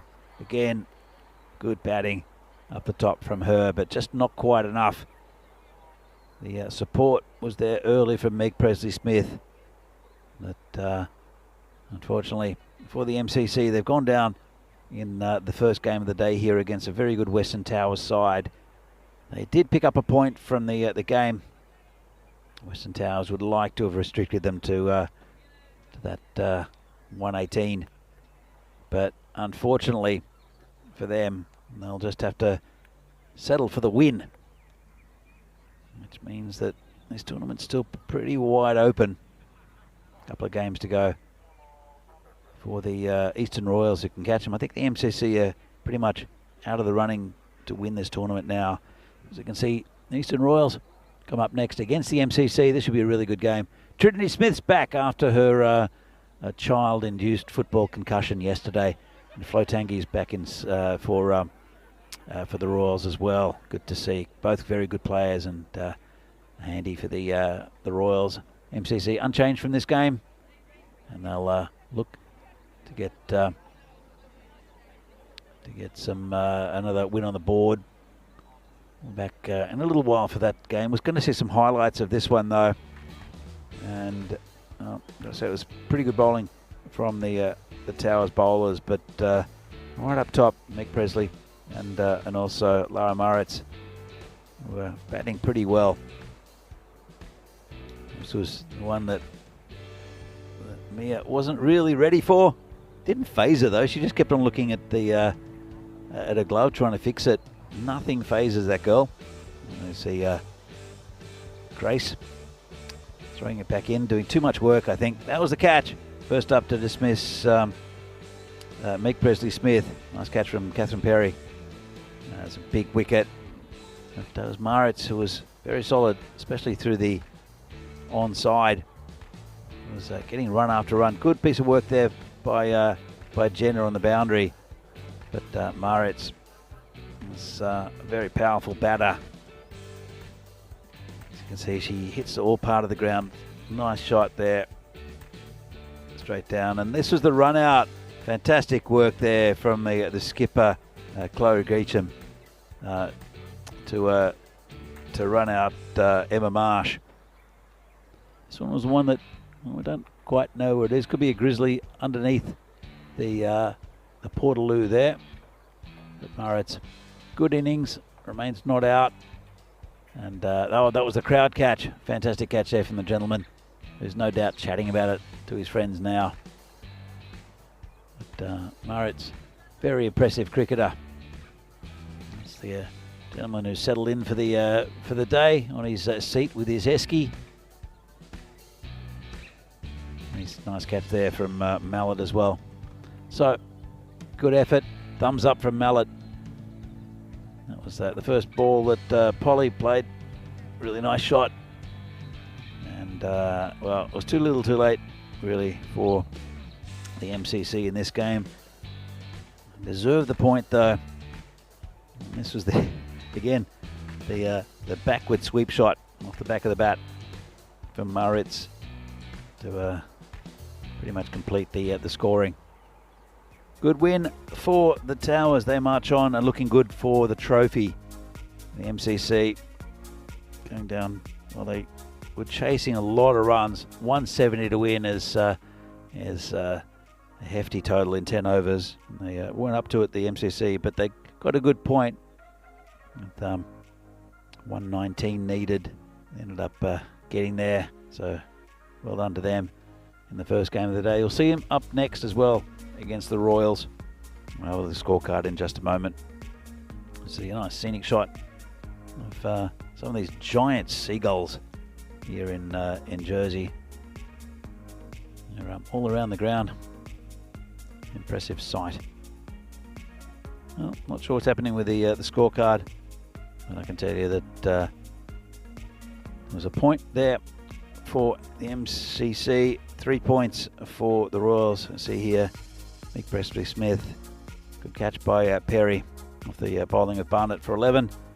Maritz not out, 81. Good run out by Chloe Greecham. Nice pick up and throw to get to Emma Marsh, and then you saw Annalise Merritt pick up a wicket out of Alice Robbins. Good catch by Georgia Mallet in the covers. And very disciplined bowling, just 5 extras, 121 for 3, the final total for the MCC. Bowling, pretty good all round. Jenna went for a few in the end, but that's when Maritz was really trying to get as many runs as she could. Greecham up top, bowled well. Wickets for Merritt and Barnett, who bowled very well for her wicket. Only 14 runs coming from her 2 overs. So, good win here. European Cricket Series for women from Jersey. It is the Liberation Series. And first match of the day. 3 more games to go in this tournament. And good win by 48 runs for the Western Towers against the MCC. So we're back again shortly for our next game between the MCC again. We'll definitely want a victory under their belt in the second game, but they're going to be playing good side in the Royals. That's coming up shortly. Come back very soon and see you then.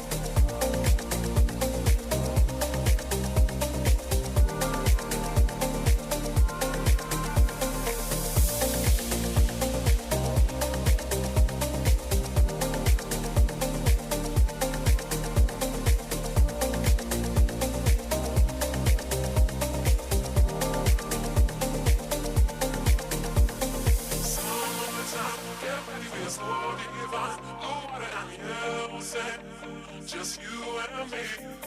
Summertime, get ready, we'll slow divine. Blue water and yellow sand.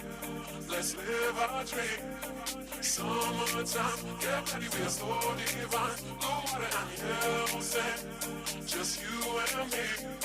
Summertime, get ready, we'll slow divine. Blue water and yellow sand. Let's live our dream. Summertime. Summertime.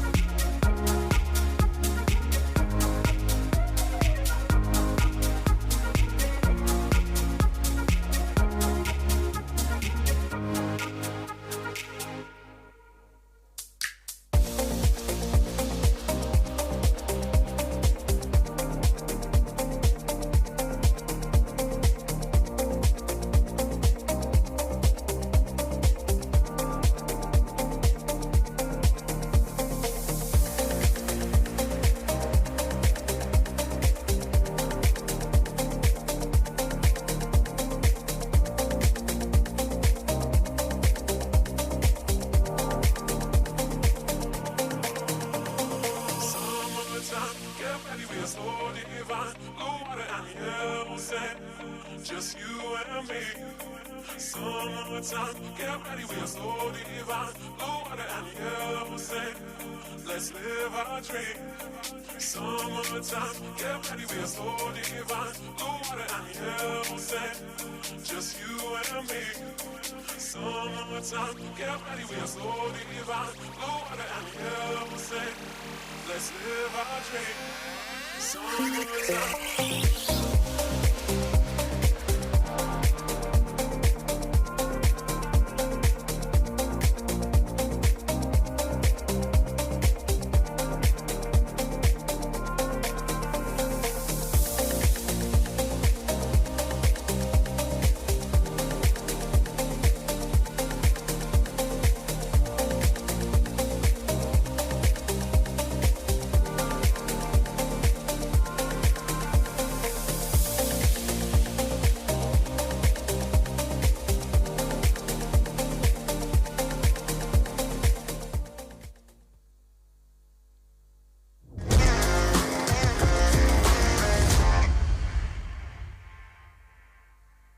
This European cricket event is proudly brought to you by HCL Software, Rado and Victorinox.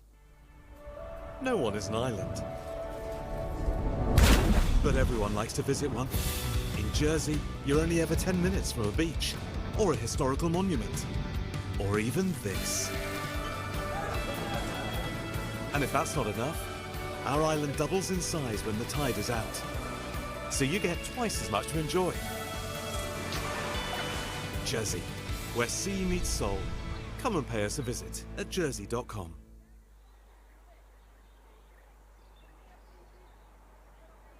And welcome back here to Jersey for this European Cricket Series for women. And it's another beautiful day here on the island. Bright sunshine, nice little breeze, and we're going to have another good game. Coming up, it'll be first time we see the Eastern Royals today. They'll be playing against the MCC. Let's go out to the centre with the two captains and tournament referee Charles Croucher for the toss. Good morning, welcome to the toss for match 7. Eastern Royals with MCC to call. Heads, please. Heads is the call, and it is a head. It is a head. We will bat, please. MCC have won the toss, they'd like to bat. I think a good toss they win here for the MCC. They won the toss, elected to bat, and well, they had a big chase on in the last game. They were chasing 170 for the victory, and were never quite at it. They did get a point out of the game, the MCC, but I think batting might put a little bit of scoreboard pressure on the Eastern Royals. Let's have a look. Unchanged lineup from the last game for the MCC, and the Eastern Royals. Trinity Smith comes in after missing a couple of games yesterday with when she got hit in the back of the head with a football kicked by a small child. One of the strangest injuries we've seen here on the network, but she's back and playing. And also another good addition is Flo Tanguy, who will come in. So the Royals, they are a 67% chance of winning this game according to the supercomputer. MCC 33%. I've got to say that the Royals have got a good bowling lineup and got some good batting as well. Same as the MCC, to be fair. Both teams, though, probably a little fragile after the top order with the batting. Bit of a change up top for the MCC, though. It will be it's Alice Robbins will be opening. Holly Beatty will be opening the bowling for the Royals. She's been really good in this tournament. Up top, she normally takes the first over. Very good bowler, and well, got a strong lineup with the ball to the Royals. Just about ready for a start. Just waiting on the start time and the umpires to give the go ahead. There's the ball to the bowler. Krista Delamere, the wicket keeper for the MCC, will open with Robbins.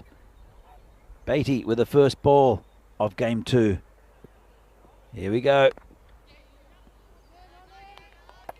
And just pushed out to point for a single. Of course, it's game 2 for today. And game 7 overall in this tournament. Each team plays each other team 3 times during this tournament, and the top of the table wins the trophy. Beatty comes in again, and good delivery outside off stump. And they tried to guide it, didn't quite get hold of it. There is a very fine slip there, right on the circle. Very fine fly slip. This one. Good ball by Beatty, a sort of length. Going again. And hit the pad. Good start here from Beatty. Just 1 run from the first 3 balls. But 2 fielders back, as per usual, in the power play. We have Flo Tanguy right here on the long on boundary, and also we have Grace Weatherall at deep square leg. She could barely walk after the game yesterday. Was in and this is in the air, just short of the fielders. Just be a single. Just cut under it there. The batter, Delamere. Bring Robbins back on strike. Bit of a slow start here for the MCC. Interesting they put these two up top. Of course, Maritz is a very big player for them with a bat. Just giving others an opportunity maybe. Just pushed onto the leg side for a single. It's Olivia Baston. Well, no doubt we'll see with the ball a little bit later on for the Royals, who picks that up. And a good start here. Just 3 for 1 ball left of the first.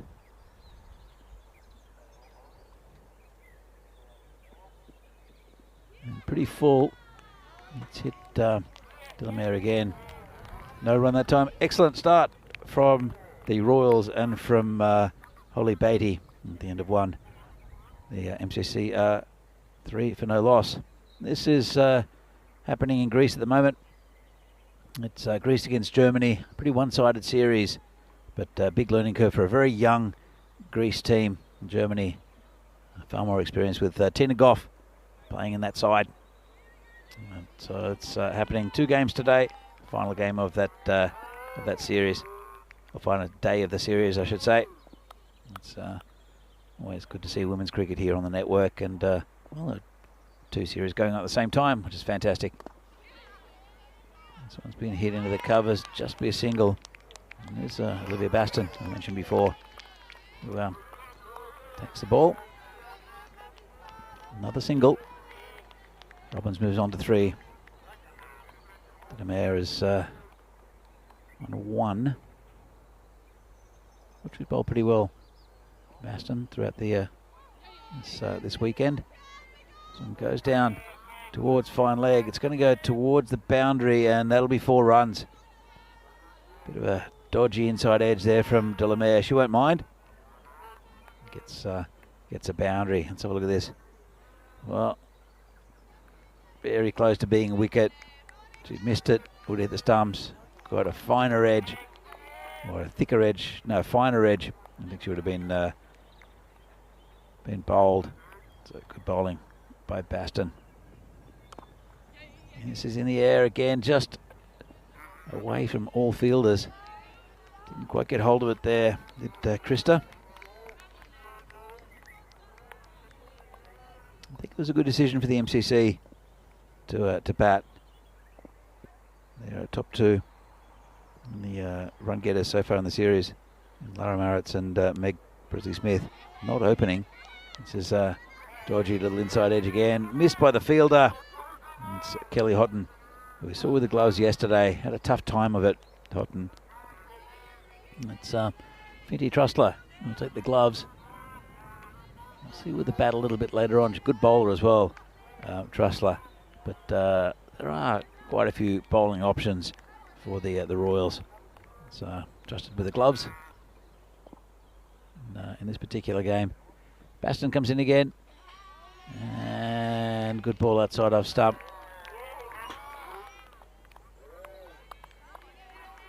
Let's have another look at this one. It's gone near that wide line. It went over it, maybe just inside.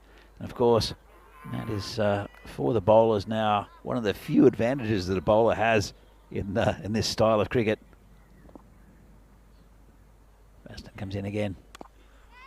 Hit well, and good effort by the fielder, knocks it down. And good teamwork as well. They come back for 2.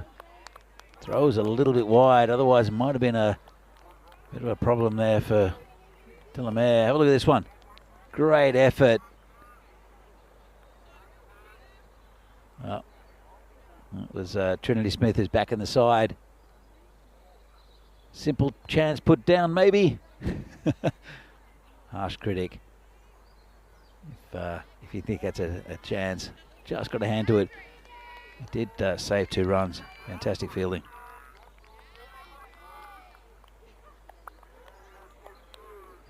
So as you see here, the table 11 points for the Towers. Good net run rate as well. The Eastern Royals, they've played just as many games. They're 3 points behind. And the MCC, well, they're languishing in third place. So it's a bit of a shootout between the Eastern Royals and the Towers. Looking good, the Towers, though. Good, strong team. Here comes Grace Weatherall. The first ball of her spell. So she could barely walk yesterday. She's got a banged up finger on her right hand as well. Doesn't look like she's got the strapping today. I'll check it in just a minute. But she has ligament issues on the ring finger of her right hand. She does best seagull impersonation. And she got hit when trying to stop a boundary. Well hit. So going towards the boundary and will be cut off well. Wow. They'll come back, I think, for 3. Chance for a run out. Gone. Well, Delamere couldn't get back. Good throw from the boundary. Bit of comical fielding. And both of them went down. Going to congratulate the fielder who, well, big hugs. Really well done. We'll have another look at it. So happy that. Anything there at the wicket of Delamere. So it was hit out there. Dragged back by the fielder who takes out a skipper. Throws it back. There's, well, it was an optimistic 3. But it was a good throw. Nice take by Grace. And Delamere loses a bat. That's first wicket down. And it's Grace Weatherall who'll run out to her teammate. It was fantastic work out there. That was Holly Beatty. He dragged it back in. And Trinity Smith will have words with her. Shouldn't take out your captain like that. But I don't think she'll mind. So, 1 down. 15 on the board. Weatherall comes in again. Hit in the air and stopped by Baskin. There's it back to the bowler. And it's Alice Robbins who struck that one. It's Garima Singh, the new batter. So rotating the batting order a little bit. Good to see from the MCC. Getting everyone involved. Robbins is on 8. Garima faces her first from Weatherall. Plays it nicely, actually. Through the gap, just be a single. Just through the gully area. Gets off the mark. Again, it's been a good over here from Grace. Very good player, both with the bat and the ball. Has high aspirations too. Wants to get into the professional game eventually. And why not? Some good talent on display here in Jersey. Of course, there are different countries represented here. Not just Jersey. This is in the air, just over the top of the fielder. That should go for 4. Nice shot. And 4 runs. There are players from Guernsey, the Isle of Man, Norway, England, of course, with the MCC. Ireland, the Irish International here, Lara Maritz, which I think we'll see pretty soon with the bat. So it's good quality cricketers from all around.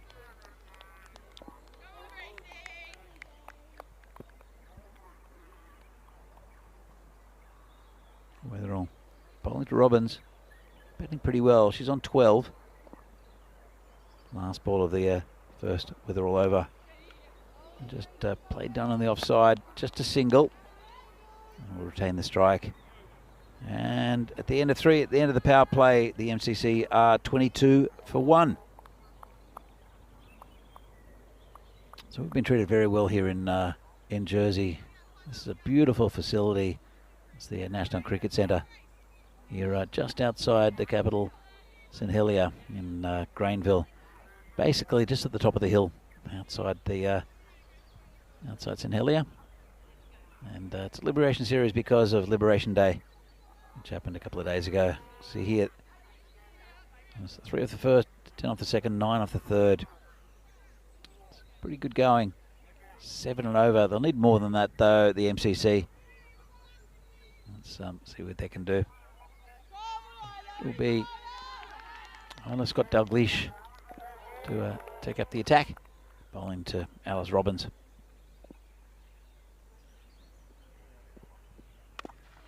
Full toss, low full toss, just punch down the ground. Just a single. Flo picks it up and throws it back in.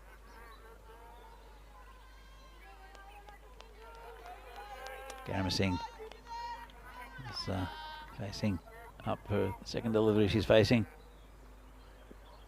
Comes in and just tucked her in the corner. Just another single. Singles in this format are like tick the runs over, but really just not enough. Boundaries are where you need it. As you can see that in the previous game, 170 was put on by the Towers. Ball comes in again. So it's just poked onto the offside just for a single. But it was a very low scoring game between these two sides yesterday. The first one at least. And 77 I think was the score that the MCC put on. And after the top order went, it was a bit of a collapse. Oh, straight through, a great delivery. That's the end of Garima Singh. And a really good delivery there from Scott Dalglish. It was an in-swinging Yorker. And very difficult to play for any batter. Another wicket down. Looks like it'll be Ramya Himadi to come in. So look at this one. Fantastic delivery. Takes a middle and off stump.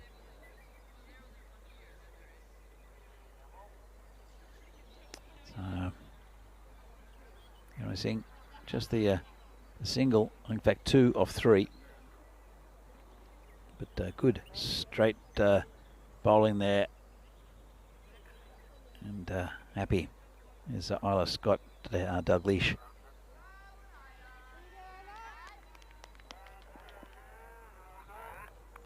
Comes in again. And it's going to be called a wide. Ramya Mardi is a Norwegian international. Good to see her getting a spot for the MCC. And of course, the MCC is a touring side, both in the men's and the women's, that travel around and play games. MCC, probably the most famous cricket club in the world. It's a badge of honour to play for them. Tucked around the corner. Just be a single.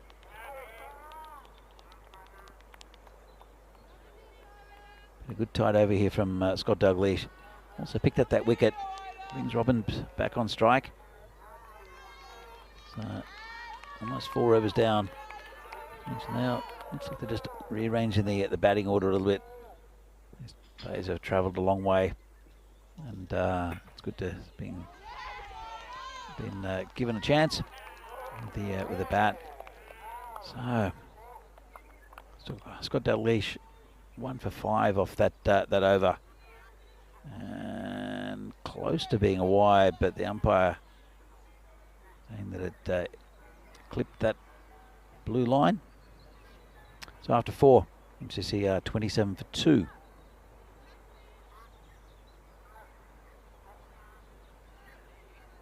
All right, new bowler coming on.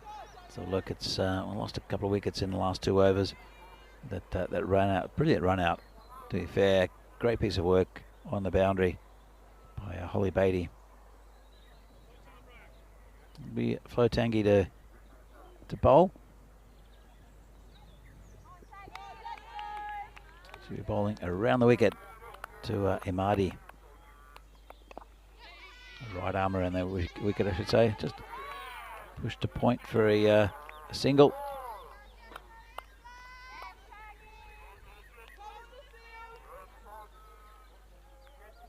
Robbins is going okay, 15 off 12. Needs a boundary or two just to jumpstart this score, which is stalling a little bit. A bit short. Oh, gets away with it. Everyone's not being able to hit that through the offside. And just looking around, 4 fielders in the circle. Of course, the power play ended over and a bit to go. Hit over the top. Nice shot. Grace Weatheralls. Oh, well, that's gone straight through her. She won't be happy. And head down a little bit there for Grace. Not happy. Flings the ball back into Tangi, who doesn't appreciate it. But got down well and then just let it through. Maybe still a little bit stiff from yesterday. She did a lot of work. Let's just hit down the ground. Could be a wry applause from around the ground, maybe. Or maybe not. So 33 on the board now. The Marty facing Tangi. Got a couple of balls left in this over. Again, been a good one. And beaten outside off stump. Nice ball there from Tangi. And as I said, all a little bit slow here for the MCC. And the big guns haven't been seen yet. But obviously, players who haven't had much of a bat been given an opportunity. Nice shot there from Marty. Got a pretty easy full toss on the leg side. I think it's one bounce and over the rope. They're just checking it. Let's have a look at the no ball for height. I think it's probably okay, but it's a touch and go. Well, a dodgy end of the over for Tangi, but Marty picks up a boundary. So it's been a good start here for the Royals. Pretty tight bowling, but the MCC shuffling the deck a little bit and giving an opportunity to some of the batters who haven't really had much of a chance to bat, especially with the fine form of Lara Maritz, who's batted through innings consistently throughout this tournament. Just giving some of the batters who normally bat in the middle order, just to give them an opportunity to show what they've got. And they're looking okay, especially Robbins is 20 off 15. Well, comes in and dodgy edge, 4 runs. Robbins won't mind that either. It's 4 more to the total. It moves on to 24. Score now 41. So we'll look at this from the reverse. And not much anyone could do about that. Genuine edge. There was a very fine fly slip. Might have had a chance if they were back there. Probably pushed across to about a 4th slip now. 4th fly slip, if that exists. Does now. It's got Dalglish as the bowler. Down leg side that time. All in all, the bowling's been pretty disciplined from all the sides in this tournament, and it's good to see that the level of cricket being played.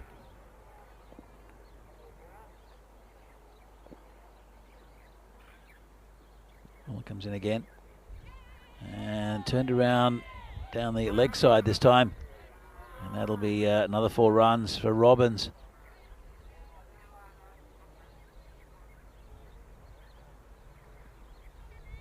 Oh, just got a little bit wrong. Nice shot, just flicked around the corner. Bit of a gift there for the batter. 46 on the board.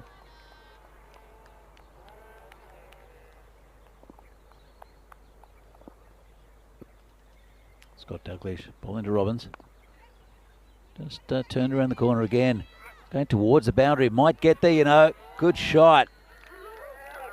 Recognise the gap in the field behind square. A lot of work for the fielder, and that's another boundary. 50 up also for the MCC. It's been a good over here for the MCC. And also Robbins. Not taking any risks either. She moves on to 32. The Marty's on 6. I said 50 up.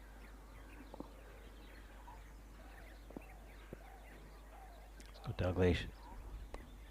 Again, gets that wrong. And that's, I think, has gone all the way. It has.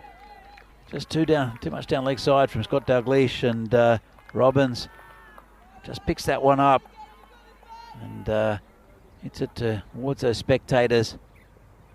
We've probably got, just looking around, probably about 30 or 40 people around watching.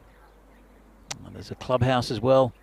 I know that there's a very nice bar with a nice cool beverages and coffee in there. Also meals available. It's a really nice facility here in Jersey, the National Cricket Centre. So it's on the leg side, bit straighter there by the bowler. Just a single.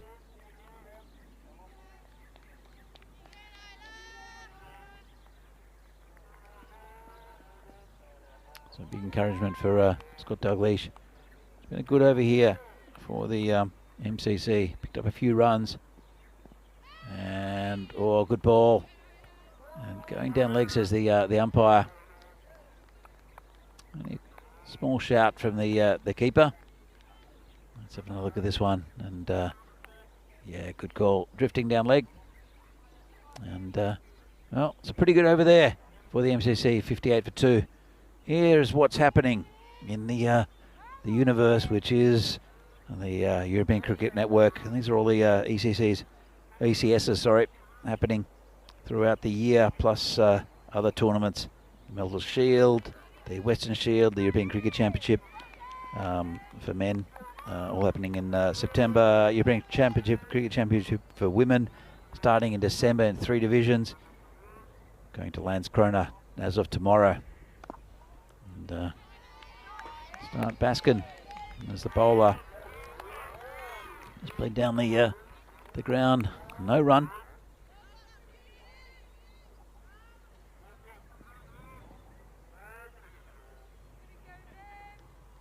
So again, Baston will come in. Bowling to Marty. Pokes it down past the fielder, going to the boundary. Put a hand out. Did the fielder down there. Couldn't quite stop it. It's Marty with another 4.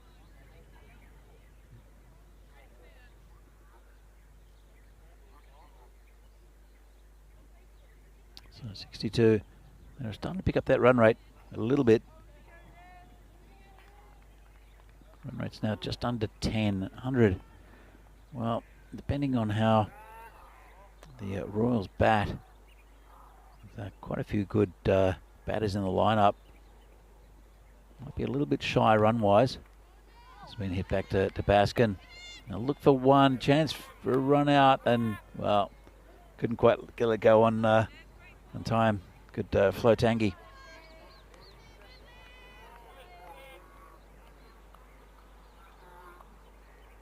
So Baskin continue. You can see just couldn't quite get a grip of it.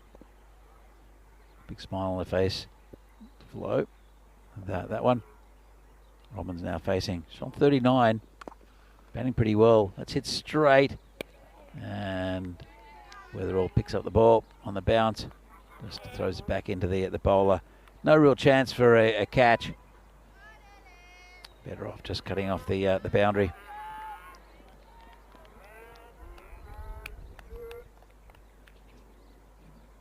Marty now facing. And just been clipped away on the leg side. Just a single there to Amadi brings Robbins back on strike. Good little partnership between these two. And again, 2 very, very good cricketers.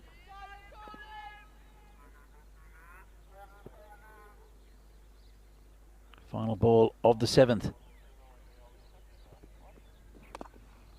And down the ground, fielder is the bowler. Another good over there from Baston. Finishes with the figures of none for 17, off for 2. And the score now after 7, MCC is 65 for 2. So still no sign of either Presley Smith or Lara Maritz. Have done a lot of work they're very competitive, both of them. So it's, in a sense, it's a bit of a surprise we haven't seen them, but also it does give that opportunity for some of the batters who haven't really had their chance this weekend to shine.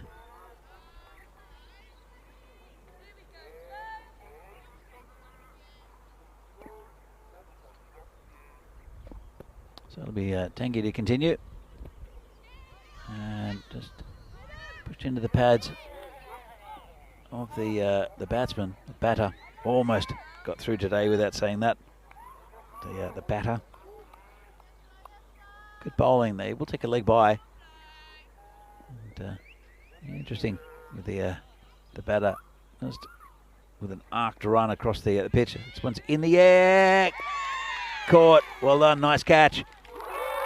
Under that fly slip area. Looks like Gracie Scott who took that one. I know that quite a few of these players are very young, 14 and 15, have come into this side. And Gracie looks like one of those. He's got a big smile on her face. It's a neat catch taken. It's the end of Amadi. Just slices across that one. And really nice catch taken. So, it'll bring out new batter. It'll be Meg Presley-Smith.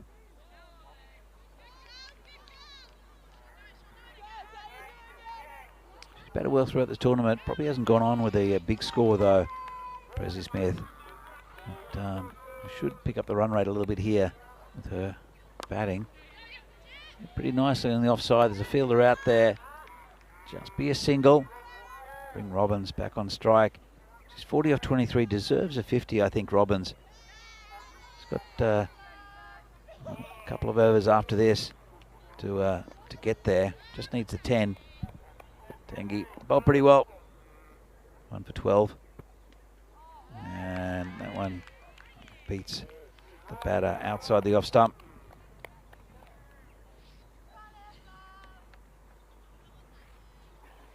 One ball left of this Tanguy spell. Robbins will be facing again. And hit nicely down the ground. 6 runs, lovely shot. Used the feet well and smashed it straight for 6. Alice Robbins.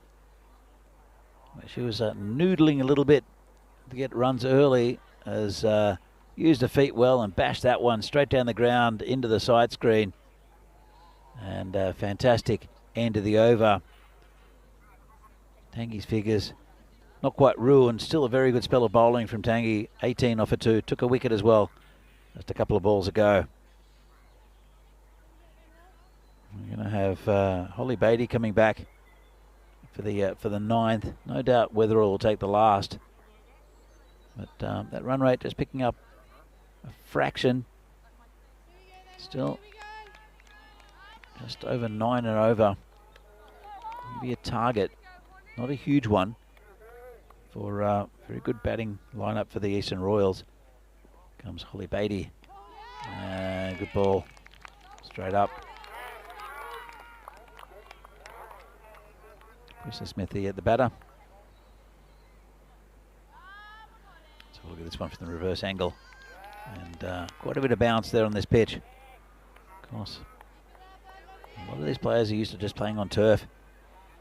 Would have experience on the synthetic as well. Just a different experience, different type of feel.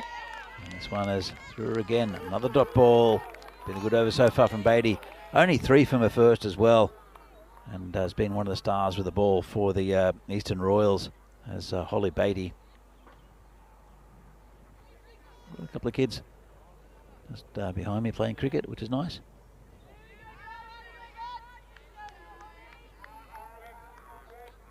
There've been quite a few kids around this ground. I've been helping retrieve balls.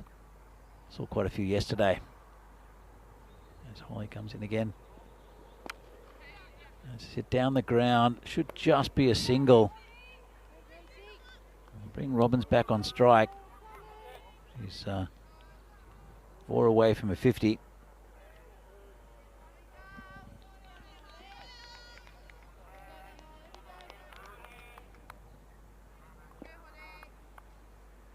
Beatty, brilliant spell of bowling. Bowling to Robbins. And just poked down to point for a single. He's on to 47. Presley Smith's on 2. And again, really good bowling from Holly Beatty.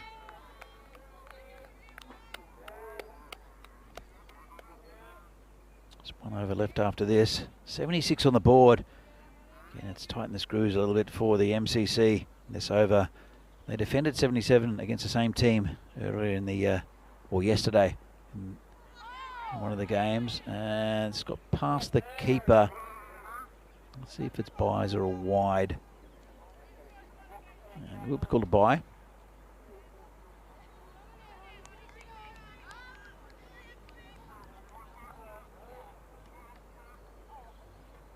So Beatty, 1 ball left of the spell. She's only gone for 5 off her bowling so far. Been really good.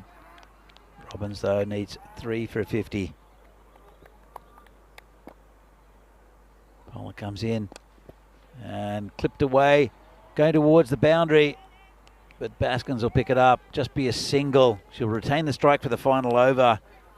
And a fantastic spell of bowling from Holly Beatty. Only 6 from her 2 overs. And at the end of 9, the MCC are 78 for 3. Win predictor firmly in the Royals camp. So the Eastern Royals these sides are somewhat invented. They work for the men's series as well, because there are 2 really strong clubs in Jersey, in Old Vixen Farmers and a few other clubs who are here. 3 divisions on the island, but I thought it might be fairer just to split everything up, and it was a fantastic men's competition, very, very even, and it has been very even between these 3 sides as well. Grace Weatherall will take the final over. We're bowling to Alice Robbins, who's on 48. Pressy's on 2.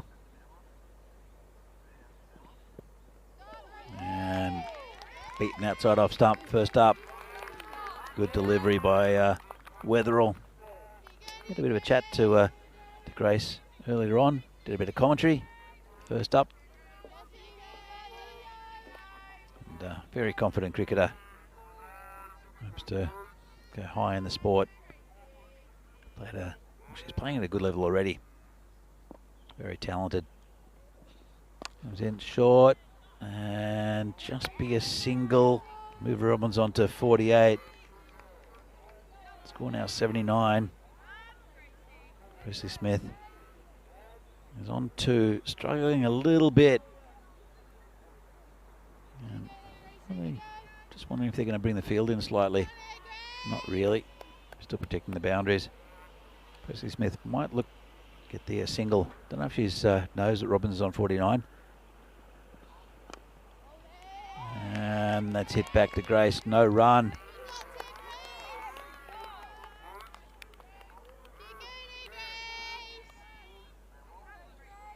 So, not quite the intensity with the batting we've seen in previous innings. Robbins has batted well though. Interesting, we haven't seen Lara Maritz. But we'll see with the ball, definitely, coming up in the second innings. Comes Grace again. And gone. Well, straight through Presley Smith, who really couldn't get going in this innings. And another wicket goes down. So Grace is happy. Picks up another victim. So a few balls left. Looks like it. See, just a big swing and a miss there from Presley. Nothing to lose in the last over, really.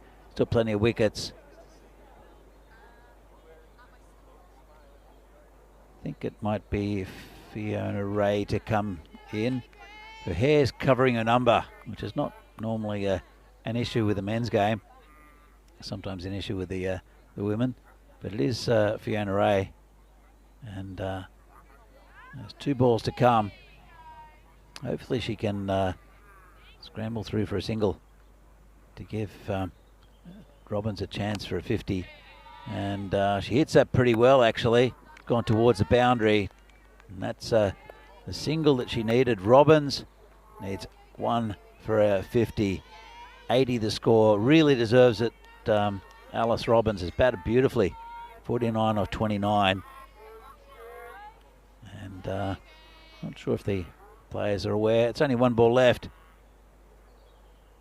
Grace Weatherall, she's a competitor. She won't want to give anything away. Comes in. And nice shot. Into the covers. It's going towards the boundary. Brings up a 50 with a 4.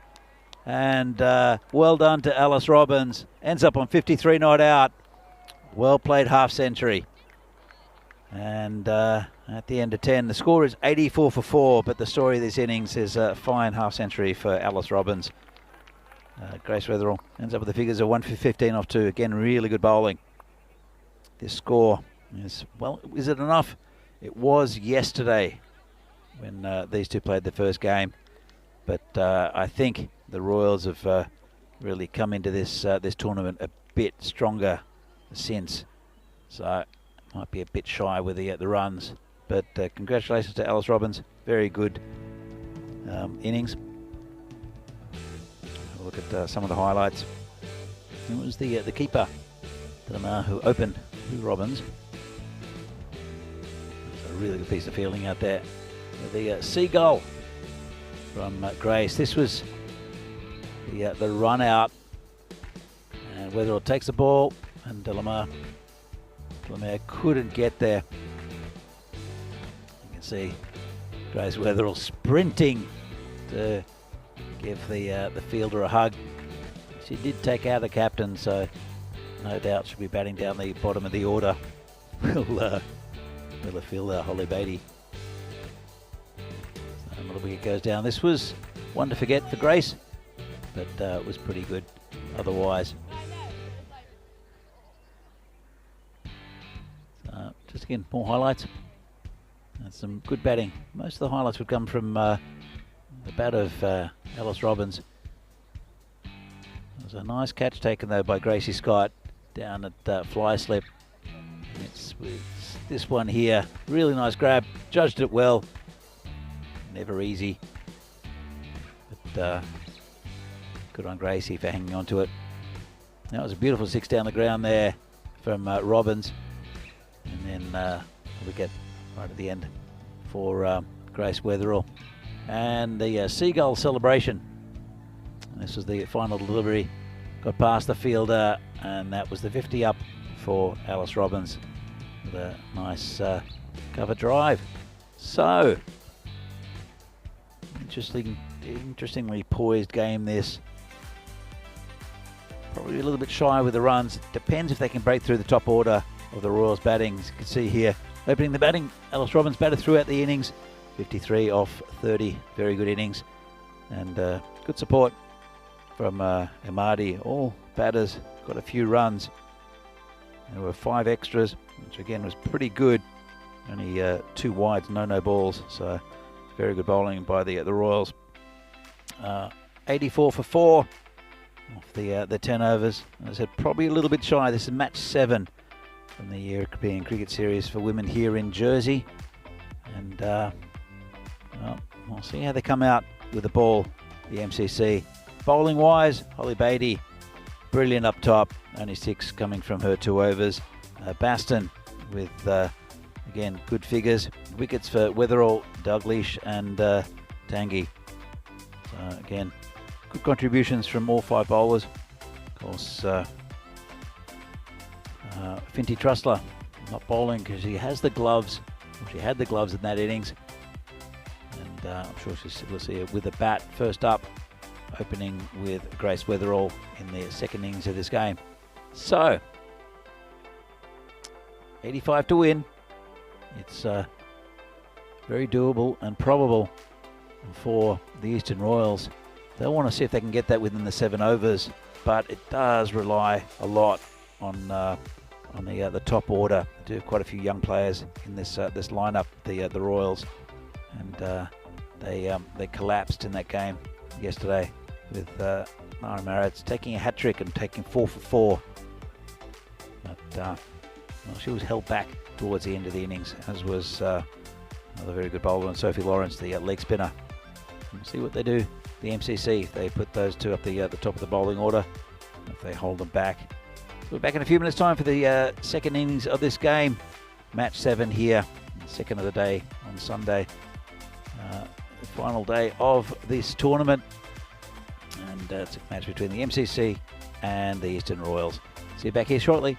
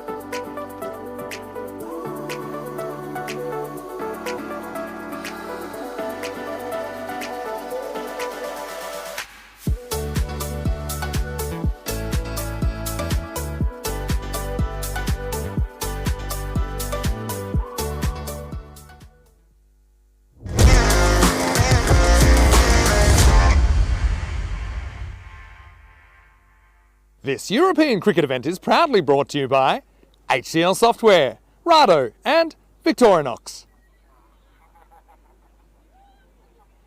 Welcome back to everyone who's watching around the world for this European Cricket Series women's match between the Eastern Royals and the MCC, live here from Jersey.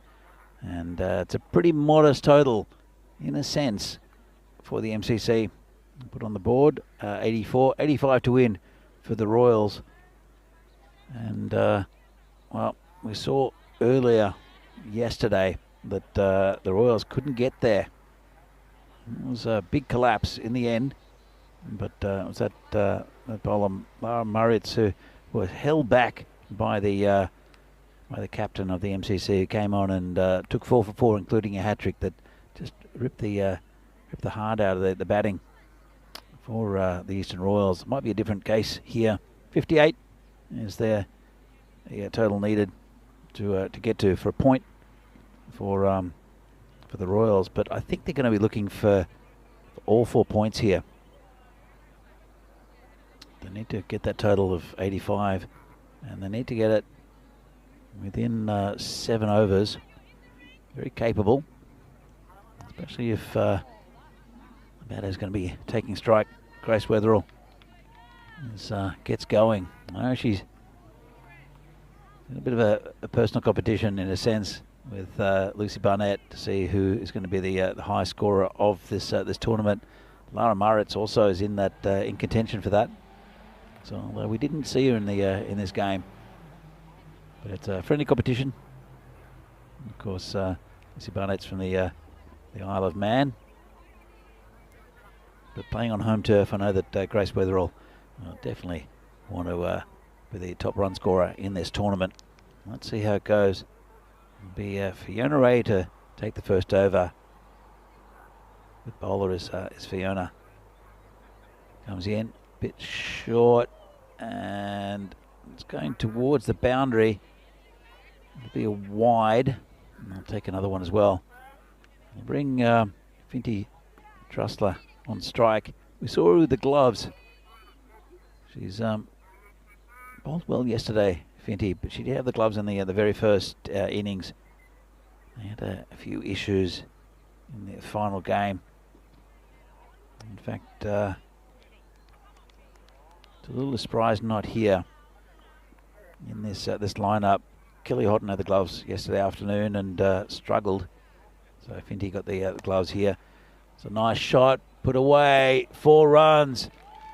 Good shot from Trussler first up. It was a generous full toss from Ray, and just whipped it away to square leg for the first boundary of this innings.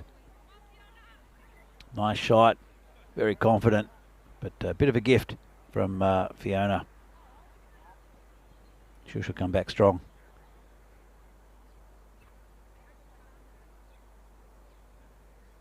Comes in again. Oh, hit down the ground, lovely shot. 4 runs just inside the boundary rope. And, well, Finty Trussler looks like she's right up for this today. Another generous, well, it wasn't a full toss, it was more a half volley. Outside of stump, a little bit of movement, but just played through the line and did Trussler. 10 on the board. And it's going to be wide. So target's 85. If they can get that within that 7 overs, which is definitely possible, especially if these two continue how they've started, then they'll pick up 4 points. Comes in again, and better delivery, played respectfully, just down the pitch by Trussler.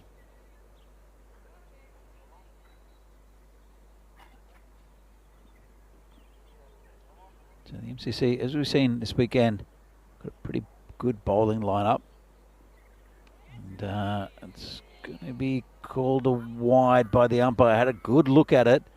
Of course, that line is for the bowler now. We'll see he went outside of it. Let's have another look. And, well, difficult for the umpire. Where did it, where was it over the line? Was it before or after?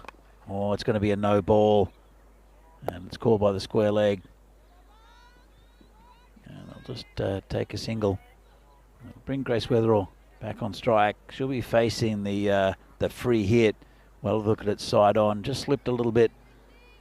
And came down the pitch, but that was high, just high. So, expensive over so far. This one might get even pricier. Free hit. And swing and a miss from Grace. Good result for Fiona. Trustar hasn't scored yet. And, no doubt chatting to herself. Wondering why she didn't hit that out of the park. She wants to work on her shots through the offside. Very strong on her legs is Weatherall. Right, that one, a bit of a slower ball maybe. Didn't get up. Another good piece of bowling here. Good comeback from Ray after bowling a few wides and a no ball. Also was hit a bit around by Trussler. Look at this one. Just died a little bit. Maybe just took the pace off. Last ball of this over. And Grace misses out again. So, good end of the over from Fiona Ray. Ends up 14 from it at the end of one. The Eastern Royals are 14 for no loss. 13 matches since the Golden Ball. That was last Wednesday, and that was pretty spectacular. It was it Wednesday or Thursday? I don't know. All the days kept on blurring into each other. But, yeah, it was the closest of closest Golden Balls. With the Spitfires just getting over the line in that one. Just. Here comes Maritz. Just push forward. No run there for Trussler. Well, they don't need to take any risks over with Maritz, who has taken a hat-trick against the same team yesterday. And Maritz pulling to Trussler. Been good with the ball, Maritz. It's just pushed on the offside just for a single. Marty will pick it up.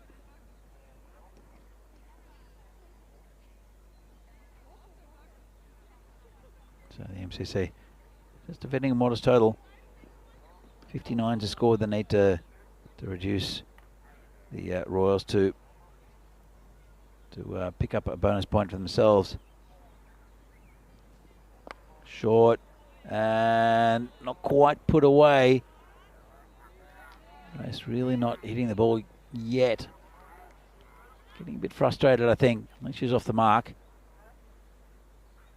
Very strong through that onside. I tend to think that all she'll need is one straight out of the middle and it'll get her going. But at the moment, a little bit frustrated is Grace Weatherall. Vinty Trussler though. Charges, hits it over the top. Lovely shot. The infield in for the power play still, and 4 runs. See a charge. Ball was on the rise and just lifted it over the cover point area. A very, very good shot. Let's have a look at this one. Charges, and again just lifts it over that area. One bounce over the rope. Not much wrong with the ball. Just very good cricket from Trussler.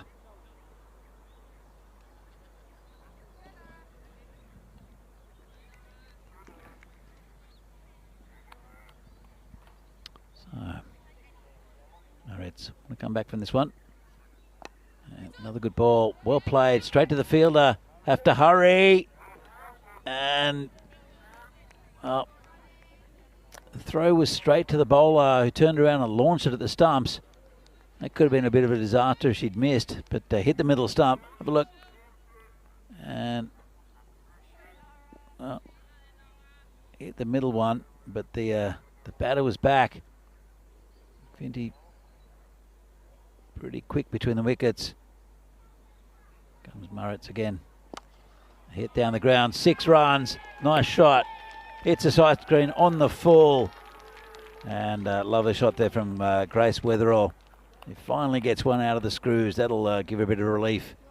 And especially of a bowler of the quality of Murrets. So, ended up as a pretty good over for the Royals. 27 on the board after 2. Have a look who's going to take on the attack for the MCC. We see the standings here. Western Towers up the top on 11. The Royals, this is their 5th game. If they win this, they'll go equal on points unless they can get a bonus point. The MCC have won 1 against this team yesterday. This is hit nicely straight, and that's 4 runs. Beautiful shot. Shot of the day so far there. And it's Trussler. Again, uses the feet very well. So here's the table. Very briefly. It's Sophie Lawrence, the bowler, coming again, just prodded down on the offside just for a single. Bring Weatherall back on strike. Trussell's on 20 now, of just 10 deliveries. Weatherall taking a bit of time to get going. She has hit a 6, but she's only on 7 off 5 deliveries. Lawrence, good leg spinner. Well, put the mockers on. Grace goes down.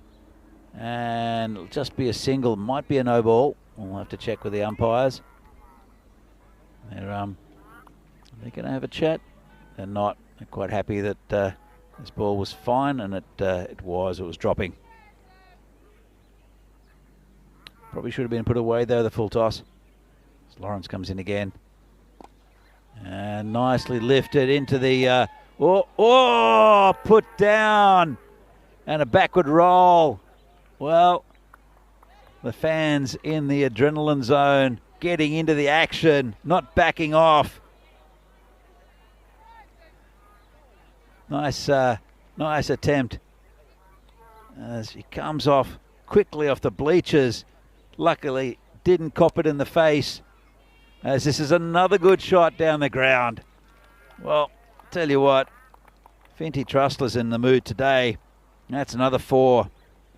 And they're now halfway to the total, and we're still in the power play. So, looking out to try to get the all 4 points here after that win the MCC had out of nowhere with the hat trick. And this is another one down the ground. 6 more. Good batting by Trussler. And Lawrence, who's been so good throughout this tournament, has gone for 22 off that over. Just good batting.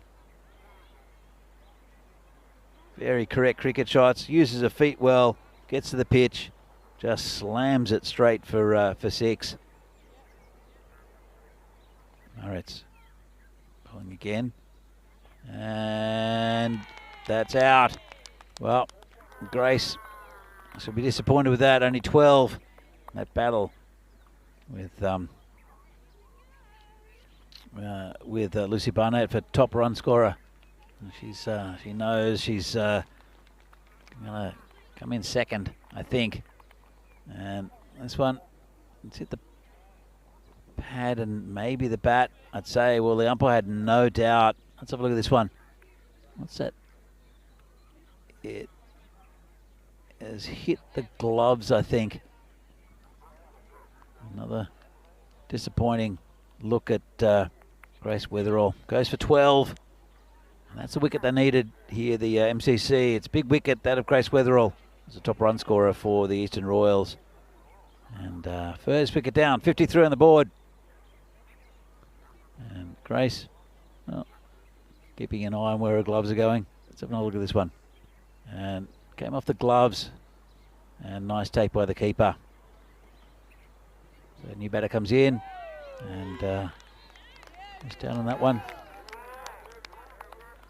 But Trinity Smith, the skipper for the Eastern Royals, said missed out yesterday in the last couple of games due to a bizarre little incident.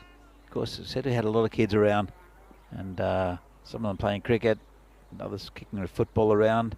Well, Trinity copped one to the back of the head by one of the kids with a football, and wasn't feeling the best, just a bit shaken up.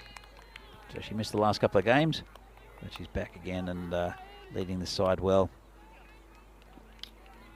Moritz, it's been a good over so far. Loose one first up, then gets the wicket. A big one as well, that of Weatherall. Now has bowled two very good deliveries to Trinity Smith. Got a couple of balls left in this spell. In and just defended. And again, good bowling, no run. MCC do still have a Trussler problem though. It was 36 off 13 and batting beautifully.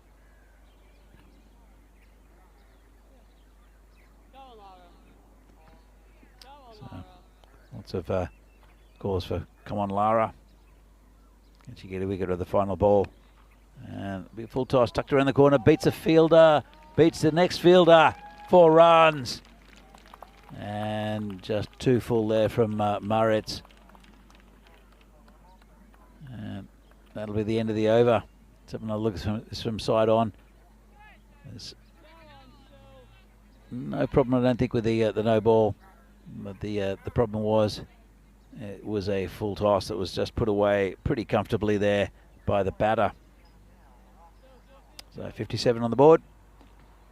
And well, bookended by 4s there and full tosses by Moritz. The rest is pretty good. You can see here the worm is soaring after 4.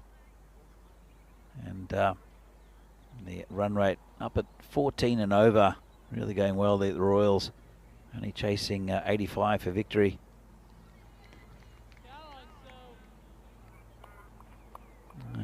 It'll be Finty Trussler to face the next delivery.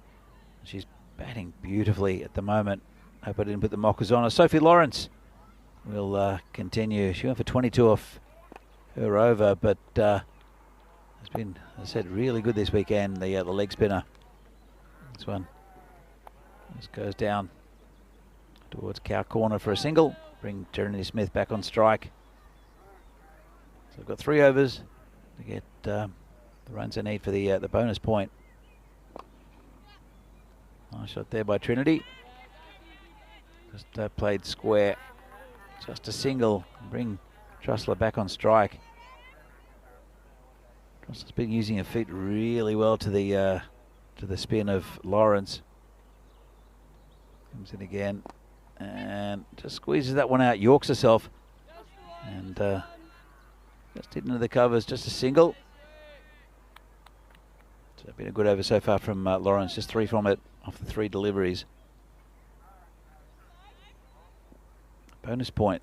So they need 10 and over at this stage. The way they're going, they probably should get there. Really depends on the bowling, if they can get wickets.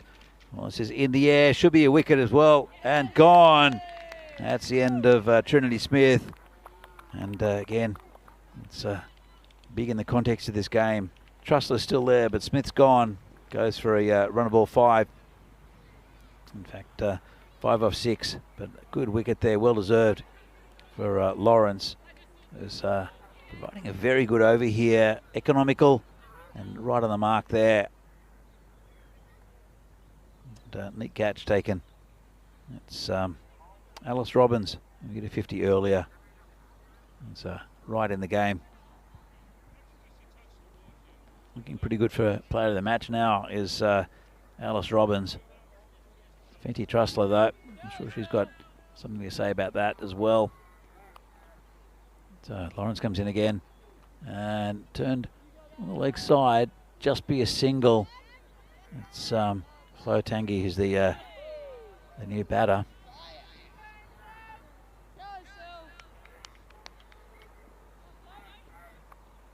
Trussler. There's one more ball to navigate from Lawrence. And it's it down the ground, just be a single. We'll retain the strike. I think good result here for Trussler. And at the halfway mark in this innings, the Royals are 62 for 2. This is coming up here in Belgium on the network. It is the end of the night series from Belgium. Phil G will bring you that. It's just about time for him to get up. Might have a couple of hours more sleep, I think. So it'll be Hasselt against Beveren. First up in the qualifier, the winner plays against Brussels Warriors in the final. That's happening tonight from 5 o'clock Central Eastern European Time, 3 o'clock GMT, and 8:30 East Indian Standard Time. Looking forward to seeing that one as well. So, Danielle Lavender will be the new bowler, bowling to Trussler. Bowls left arm around the wicket. Again, good bowler is Lavender, quite tall. Puts it in the right areas normally. Good start from her, just prodded down by Trussler. And they thought about the two, but never on. And Tangi back on strike.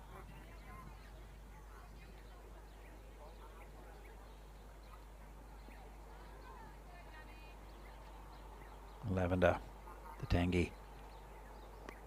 And just pushed down to the gully region just for a single. Slowing down in the final last few deliveries.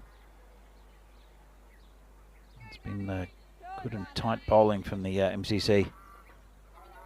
Trussler though, she's on 40. I hope she doesn't get frustrated and try to lash out. Well, doesn't lash out, just hits a 6. Lovely shot over cow corner. So, used her feet well, hit it nicely. And a couple of the kids getting into the action and doing the fielding out there. We have a dog in play as well. Lady with an umbrella. Lovely dog sitting under the umbrella. Just enjoying the cricket. Good place to watch cricket here in Jersey. This has been tossed up. Tucked around the corner. Should just be one. Bit of foot fielding. Just got right behind it there with the fielder. Bring Tangi back on strike. 71 the score. 85 the target. And again hit down the ground, just away from the bowler. Got excited for a moment, but couldn't reach it. Bring Trussler back on strike. She's on 47 again. Deserves a 50. Does Finty Trussler, and get a bit of a gift from the bowler, and that's a 50 for Finty. Moves on to 51 off 20, and that's 4 more to the total. 76 for 2 after 6. So they just need 9 more off this over to get the bonus point. How vital would that be in the context of this tournament? They'll move ahead of the Towers on the scoreboard, but the Towers have played 1 more game. The next game will be a match between the Eastern Royals and the Western Towers. Look at the scoreboard. Weatherall went for 12. Finty Trussler's batted beautifully, 51 off 20.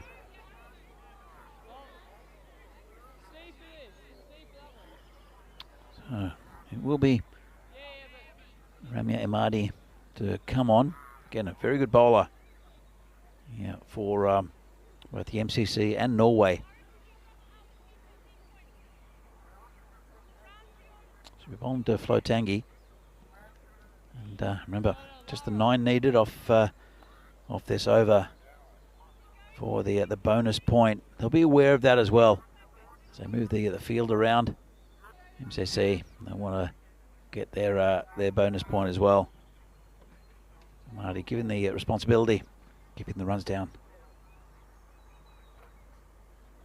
Well, they'll definitely win the game unless there's a dramatic collapse. And hit straight, just in front of the fielder. Be a single. I'll look for another one maybe. to be honest. The right batter's on strike now. Well played by Tangi. Does her job well and gives Trussler the strike. So can Amadi keep it, get these runs down? Can Amadi get the wicket of Trussler? That'd be huge as well. Comes in bowling to Finty Trussler. Leaves it alone, called a wide. Well left by the batter. I'll look at this one and swung a bit. Tough call. It's inside the line for me, but it was moving away. Bowler comes in again and short. Going to be called wide again. So 7 off 5 needed.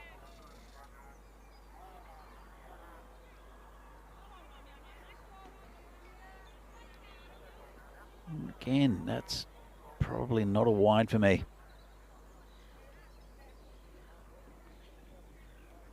And that one's going to be hat-trick of wides there by Amadi. Just can't get it right in this over. Trussler, you know, she wants to launch one. 5 needed now. Get the win. 1 shot, and well, she misses the other side this time. There's Amadi. The wides and no balls have been excellent so far this weekend. Amadi just can't quite get this going. There's been a lot of cricket played by all of these players. You saw yesterday Grace Weatherall could barely stand after the game. They did play 4 games, the Royals, yesterday. She had blisters and cuts and things on her feet. And this will be it, I think. I think it's gone for 6. It has. That's the end of the game. And all 4 points go to the Royals. Fantastic victory. And really good innings here from Finty Trussler. She kept well. Didn't see with the ball, though, because well, she's a bit of a stopgap keeper in a sense. But with the bat, even though Grace Weatherall fell pretty early, Finty Trussler went on with it. He had a beautiful 50 and got the Royals over the line within that 7 overs and got them 4 points. They head to the top of the table. They have played 1 extra game to the Western Towers, but the next game is going to be an absolute beauty between the Eastern Royals and the Western Towers coming up next.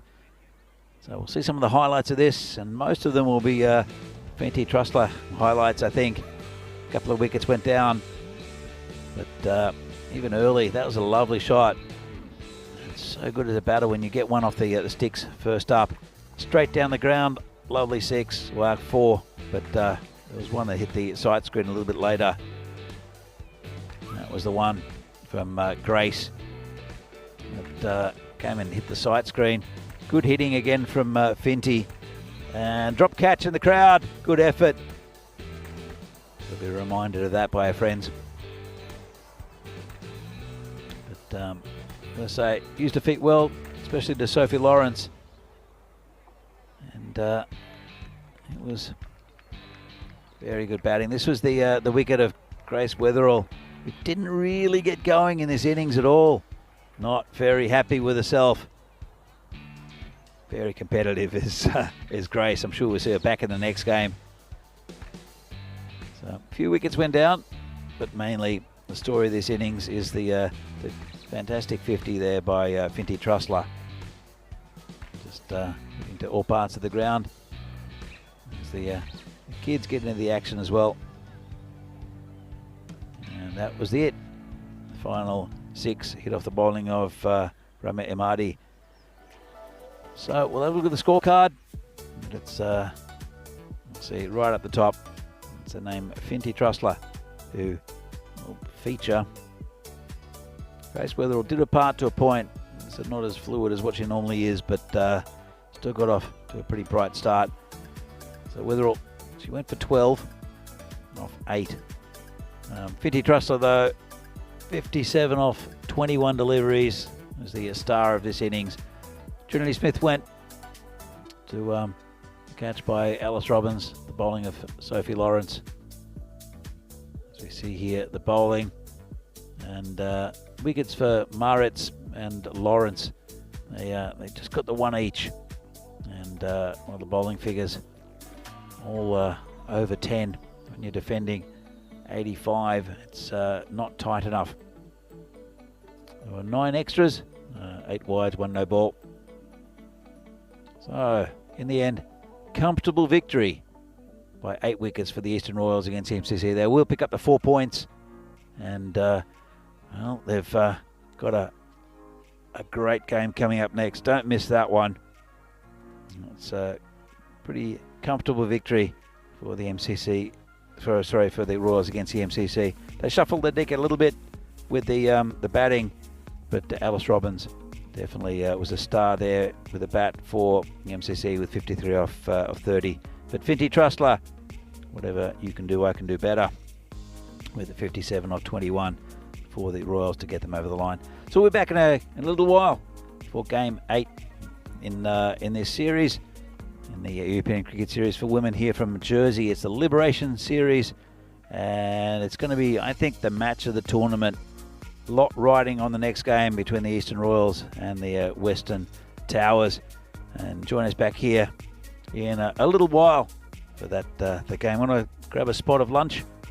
Maybe, if we've got time. See you back here shortly.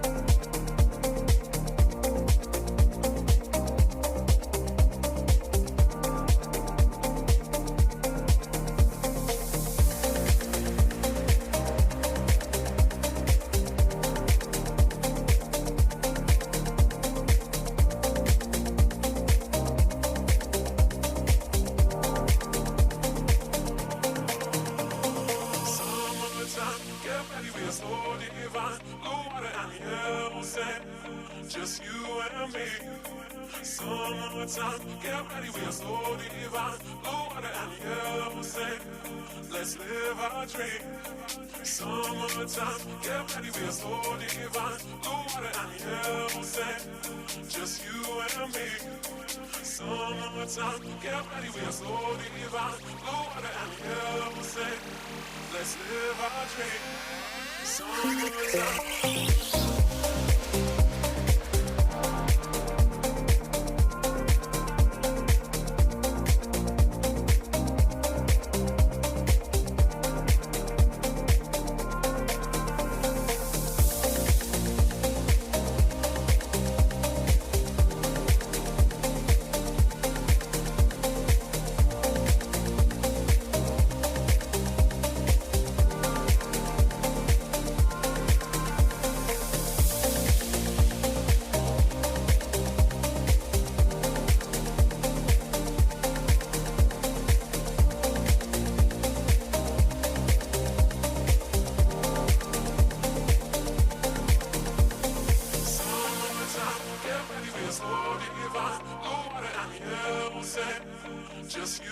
and me. Summertime, get ready, we are so divine. Blue water and yellow sand. Let's live our dream. Summertime, get ready, we are so divine. Blue water and yellow sand. Just you and me. Summertime, get ready, we are so divine. Blue water and yellow sand. Let's live our dream. Summertime.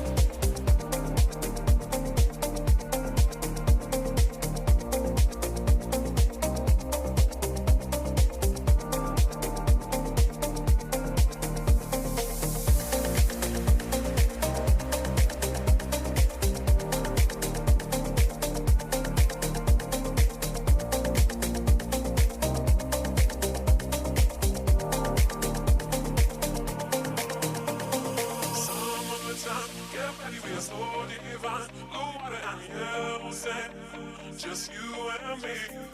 Summertime, get ready, we are so divine. Blue water and yellow sand, let's live our dream. Summertime, get ready, we are so divine. Blue water and yellow sand, just you and me.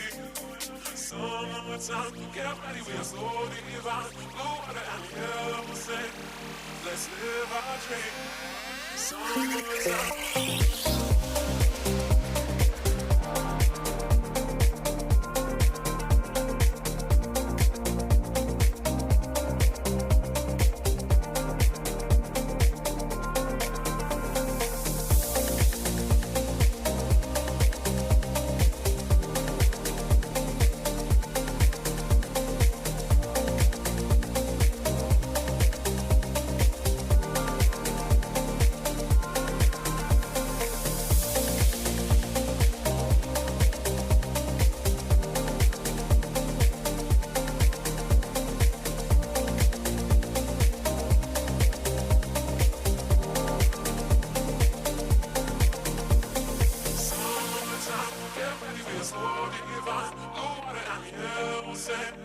Just you and me. Summertime, get ready, we are so divine. Blue water and yellow sand, let's live our dream. Summertime, get ready, we are so divine. Blue water and yellow sand, just you and me. Summertime, get ready, we are so divine. Blue water and yellow sand, let's live our dream. Summertime.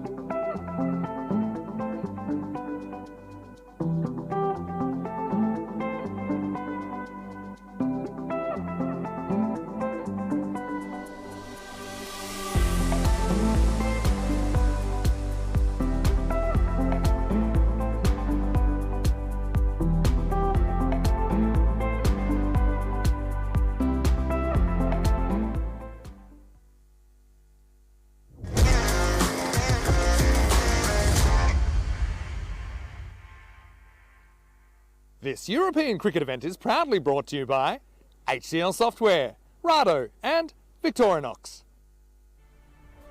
No one is an island. But everyone likes to visit one. In Jersey, you're only ever 10 minutes from a beach, or a historical monument, or even this.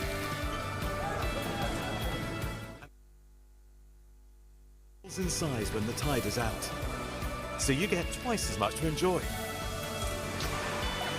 Jersey, where sea meets soul. Come and pay us a visit at jersey.com.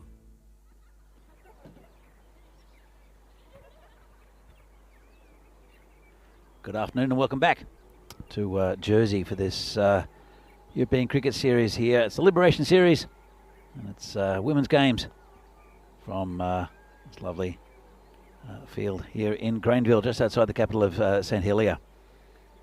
So this is going to be the match of the tournament, I think. The Western Towers against the Eastern Royals, and well, there's only 1 point in them, in between them with this in the rankings. The Royals have played one more game, but they took all 4 points in the last game against the MCC, which sets up a brilliant, almost like a final here between these two sides. So looking forward to seeing this. Let's go out to the toss to see what happened with the two captains and the tournament referee, Charles Croucher. Good afternoon and welcome to the toss for match 8. We have Western Towers with the Eastern Royals to call. Heads. Heads is the call. Yep. And it's a tail. I want to have a bowl first, please. Western Towers won the toss. They're going to have a bowl.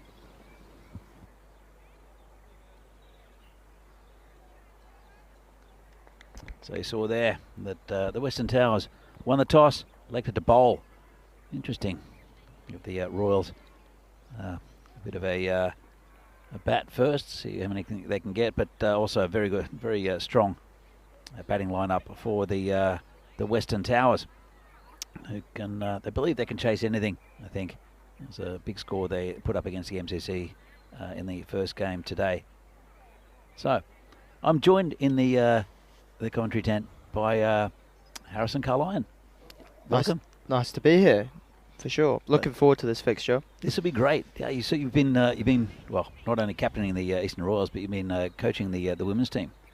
Yeah, it's been a really busy week, but a great week, obviously, brilliantly put on by European Cricket Network and Jersey Cricket, sort of in conjunction, and yeah, really enjoyed it. It's been fantastic. The level of cricket's been unbelievable, and with that final as well was just unbelievable.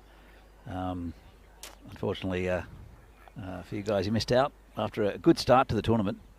Yeah, for sure. We were really strong through the group stages and just didn't quite come together on finals day, but that's part of T10 cricket. It is. And that golden ball, I think you'll remember for a while. Oh yeah, that was another amazing fixture. I think it's probably, I'd imagine, one of the closest golden balls they've ever had. It was absolutely the closest golden ball. So just about ready for a start here. It'll be Lucy Barnett, the star for the Western Towers, to open up. Looks like it's Grace Weatherall. Will punch that. Just a point for a run. Yeah, Grace, really strong cricketer, hits the ball very hard. Obviously we've seen that throughout the week, so hopefully that continues through today. Yeah, she was in the doing commentary earlier on when Lucy was out, then not out, and or good ball.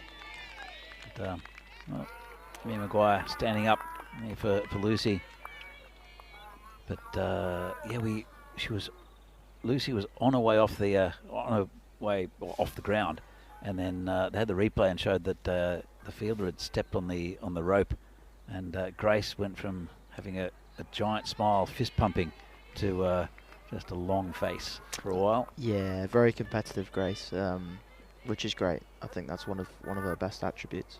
Yeah, absolutely. Fine cricketer. With well, we saw her yesterday. I mean, she's pretty tough. Copped one on the fingers.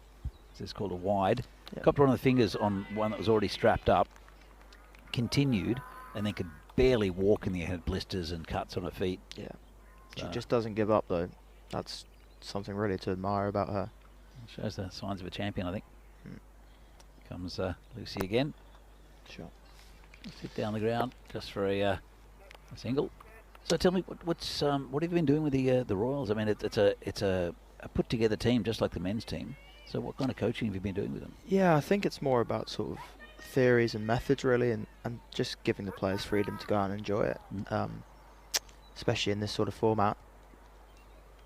This is a big swing and a miss there, but got past the keeper. I think looks like the Towers have got a very clear sort of plan here, sort of hide the ball out on the wide line, and fairly effective so far. Well, Grace mentioned that she wanted to improve her shots through the offside. She's very strong through the legs. I saw it yesterday when she was just hitting the hill constantly. So Lucy comes in again. Get down the ground, nice shot, 4 runs. And Finty Trussler, she batted well in the last game, Finty. Oh yeah, Finty, another phenomenal cricketer. She looks at her best here, playing shots like this, taking a step down the ground, hitting the ball straight. That is a lovely cricket shot. Yeah, I've been very impressed just of the standard in general with the men's game, and then I thought, I'm going to have a bit of a breather with the women's game, but I think one of the first balls was hit for 6, and I thought, okay, we're on. Yeah. Lovely little clip on the leg side. Another 4 runs. Good shot there from Trussler, who's in very good form today. So what can you tell us about Finty Trussler? Yeah, so Finty's at Middlesex. Obviously you can see that with her talent and the way she shapes up with the bat. You can see she's always in very strong positions, and she's technically very good as well. So that's going to stand her in good stead, and I'm sure she's going to have a very successful career. She's looking very strong. As we see here, this is the European Cricket Championship for women. Jersey in a very tough group with England, Scotland, Ireland, Netherlands 11s. But a bit of an honour, I think, for Jersey to be there. I think it's a strong team Jersey has, but it's going to be a very tough group to get out of. Yeah, for sure. It will be great. I think first of all, it's a learning experience for the girls to be able to go and play against players of that standard and sort of see where they are and where they want to be and where they are, and sort of comparison to that will be great for them, and they'll learn so much, and I'm sure they'll have success out there as well. I agree with you. I think the standard here has been fabulous. So new bowler, this is hit over the top, and it'll be 1 bounce and over the boundary. Nice shot there, and well, new bowler is Annalise Merritt. Again, a good young cricketer. Both with the bat and the ball. Yeah, very strong cricketer, very sort of good athletic skills, and they're obviously very tall as well, and extracts a lot of bounce on this surface. Yeah, just sort of length is very tough for batters. This one's been dug out by Grace, and should just be a single. But yeah, Grace mentioned that she, talking about Grace's batting, she knows she can hit over the top in the power play because the field's up. And she's very conscious, like her game awareness is very, very good. But, with Annalise also, she hit I think she hit a 50 yesterday. Also been very strong with the ball. She has, that's a good length there. Top of the stumps, not a very easy length to hit. I think that will be our plan here. How do we counteract it? That's something we talked about before, and can we move around on our crease? So let's see if the girls do that. So this has been hit over the top again, and another 4. The kids go to field it, handed off by the big sister to the little sister. High fives. It's great to see the kids out here as well. Yeah, it's great. It's great to have them sort of down here and watching this cricket, and hopefully it inspires more people to come and take up the game, which would be great. And that has been growing over the years, and hopefully that continues, you know. It's a real family atmosphere, and it's fantastic. The facilities are great as well. I mean, you know, when I've been in Prague for quite a while, and its facilities are getting better, but it's nowhere near what we have here in what you guys have here in Jersey. It's I mean, there's obviously a long history of cricket here, but there's a lot of work and a lot of commitment done by many people.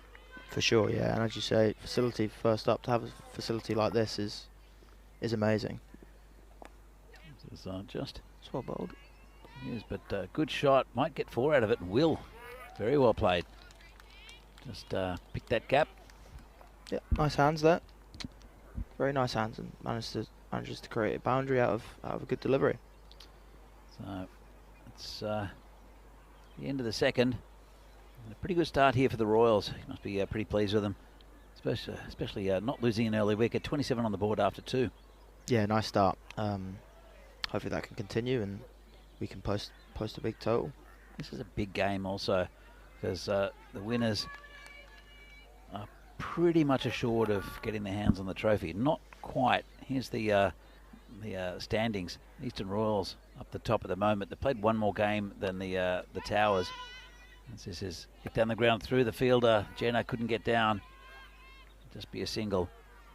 But there's 1 point in it with the Royals getting all 3 points in the 4 points in the last game. But this game will still be in touching distance for the Towers. Even if they go down, there's still a chance for them to, if they beat the MCC. But it's been a really good competition, mainly between the two Jersey sides. Well, Jersey sides, there's quite a few players from other countries as well. But this is hooked for 6. Nice shot. Leg side by Grace Weatherall. Lovely shot there by Grace. She picks up length very, very well. That was not very short at all, and she's managed to rock back and put it over deep sky leg for 6. Yeah, got into position early. She's just so strong through the leg side. And I'm sure she'll...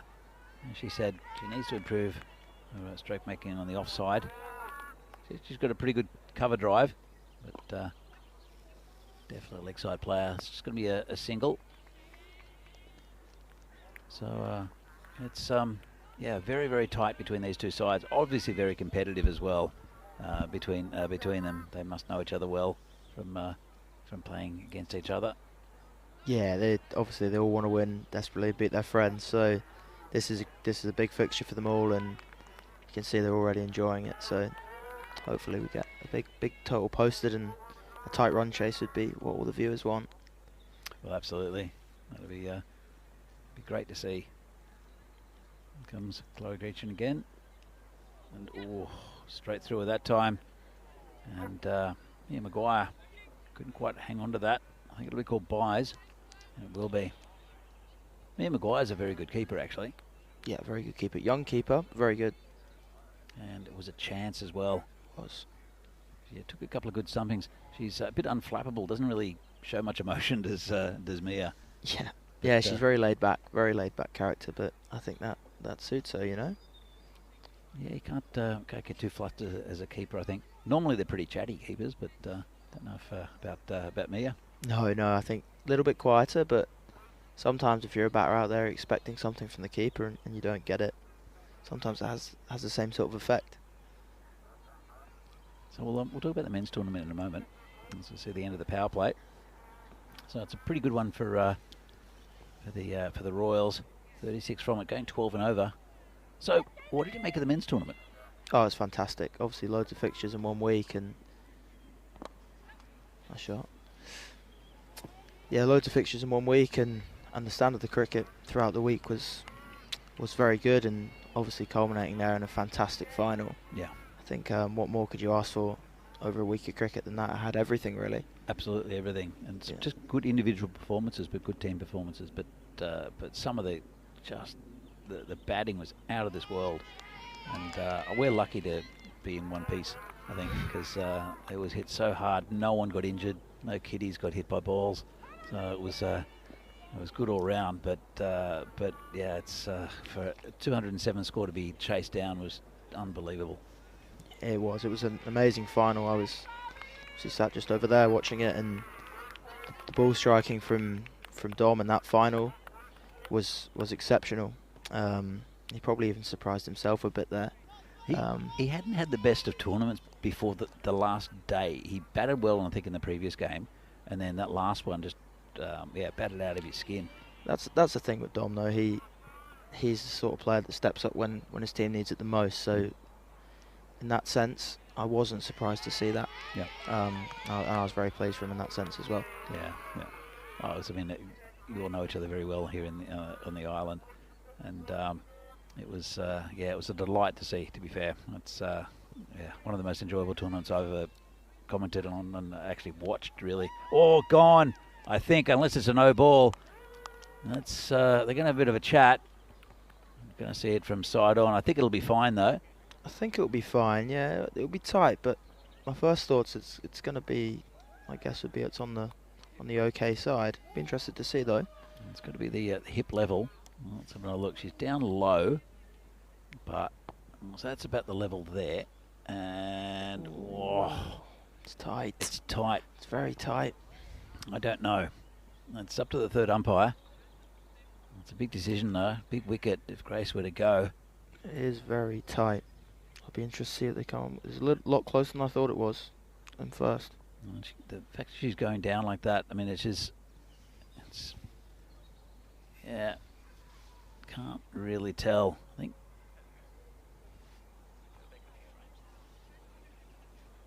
let's have a look. So if we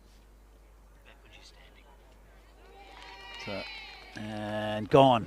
Well, that's a big wicket. Bit of an unusual way to get out. Normally would hit that in the trees, but missed out on that occasion, and that's one down. Yeah, bit of a strange one.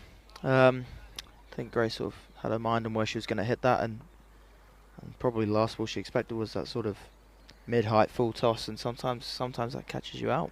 Yeah, I've seen a few full tossers getting wickets, just either hitting down the ground, and we've seen a couple of these ones being bowled as well throughout the week.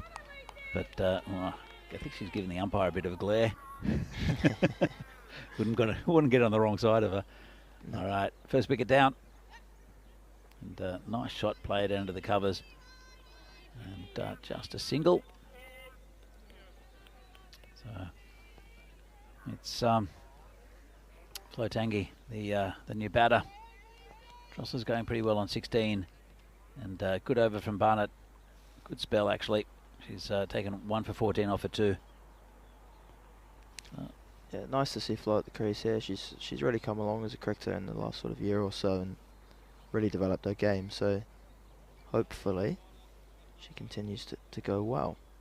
Yeah, look, just there's a lot of talent being on display. A lot of really young players as well that I've noticed. I know that the Royals have got a couple of 14 and 15-year-olds. Yep. Gracie took a nice catch in the previous game.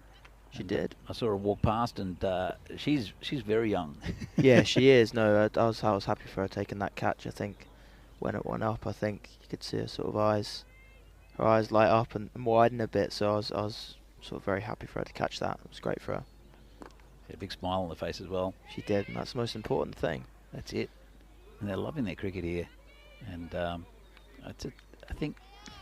I mean, it's not to do with the camera. It's not to do with everything like this. It's a bit of a special event, if anything, but it's got to do with good competitive cricket, and they're playing against each other, against friends and things. So, it's always a bit of fun. Yeah, for sure.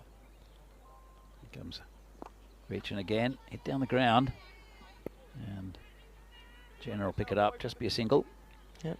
Noticeably taking a bit of pace off the ball here, Chloe. Potentially a plan to Flo. Yeah, I've liked the way that Gretchen's bowled, and especially she has bowled the first over quite often. So this is going towards a boundary, did enough to stop it, and just a single there for Finty. Good bit of work out there in the end by Amy Aikenhead. Very good player as well, Amy. Yeah. Been impressed with not just her batting. Her fielding's been really good. She's very sharp. She's just hit down the ground, but noticed one of the early innings, she's just hitting shots to all parts of the ground. Yeah. Very 360-degree player. Yeah, I think with a background in hockey, I think that obviously helps. She's got very fast hands, can manoeuvre the ball all around the ground, and strikes it exceptionally cleanly. So, yeah, a very strong cricketer for Jersey, and has obviously been great this week as well. So, how many of the players we've seen here in the full Jersey team? Yeah, I'm trying to look out who's out on the field right now. I can see at least 4 or 5. Mm-hmm. Yeah, so they're a very young group, and obviously you've got Chloe out there, the captain. Annalise just in front of us here at long on. Very strong cricketer. Mia, the wicketkeeper. Amy out there at deep mid wicket, and flow out in the middle. Mhm. So Georgia Mallet at cover 2. So yeah, there's plenty out there, and they really have come on as cricketers in the last year or so, and they've progressed really, really well, and it's a pleasure to see, really. Look, I mean, they're very competitive, very good cricketers. It's a big swing and miss here. And, Jenna is the bowler. But it seems like a lot of places around Europe you'll find a few older heads in the side. These are all very young players. Is it just that this generation coming through, or is it that there wasn't really much women's cricket before this generation?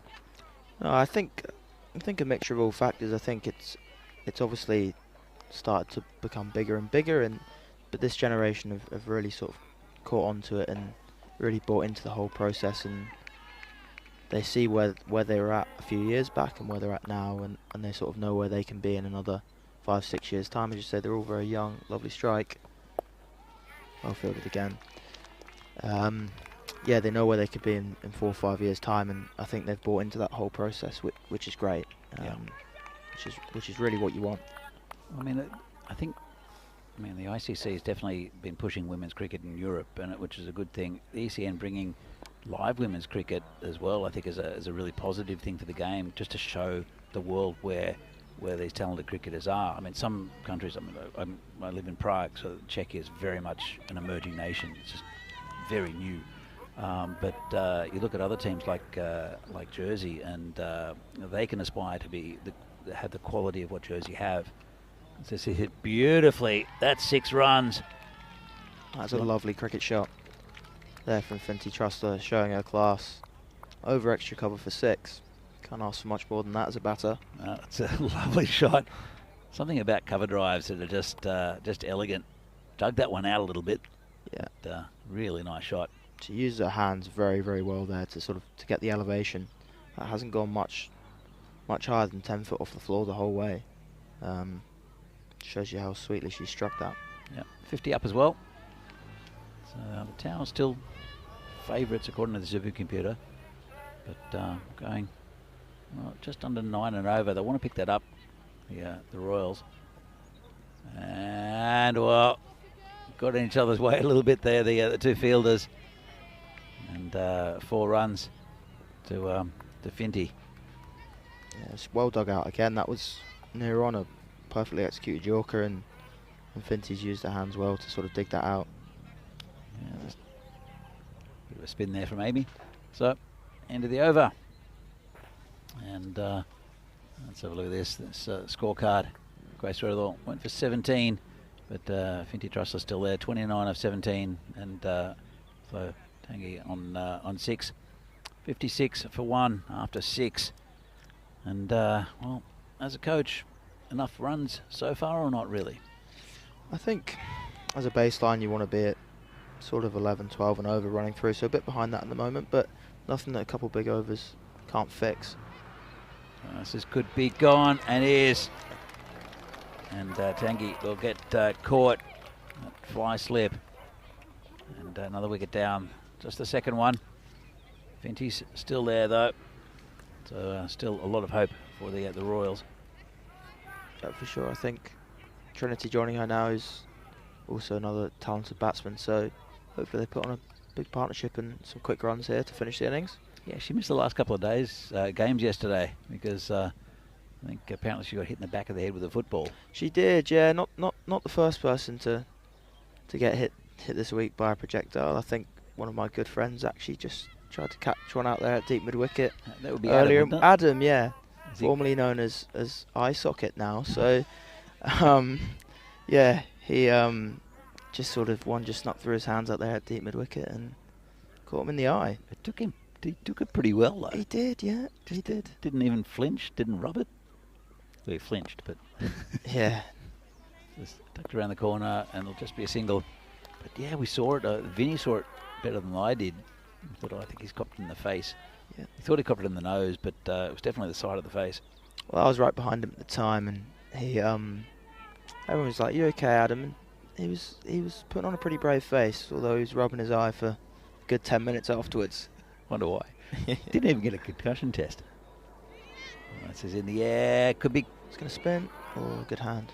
just in front of the fielder. Well, they need to get a few boundaries here, and it's a good bowler in Catherine Perry who's bowling to them. Making 1 for 2 so far. Yeah, good start to her over so far. They need a couple boundaries. Trinity. So she was chosen as the captain for this side. What was the main reason behind that? She's a very experienced cricketer, been around the women's setup for a long time, and has all the sort of qualities that you'd want from a captain. So, in that sense, yeah, she was a great choice for it. That's a very undervalued role, I think, in a cricket team. I think people who know about cricket know how important a captain is, but I don't think a lot of viewers realise how much a captain affects a team in multiple ways. And it's really important to have a captain. You captained the Royals very well this week. Thank you. Yeah, I think it's a very important aspect to have a captain who's tactically switched on and mentally sort of at the right levels throughout the game is really, really important. I think Owen Morgan was someone who'd done it fantastically for England for a period of time.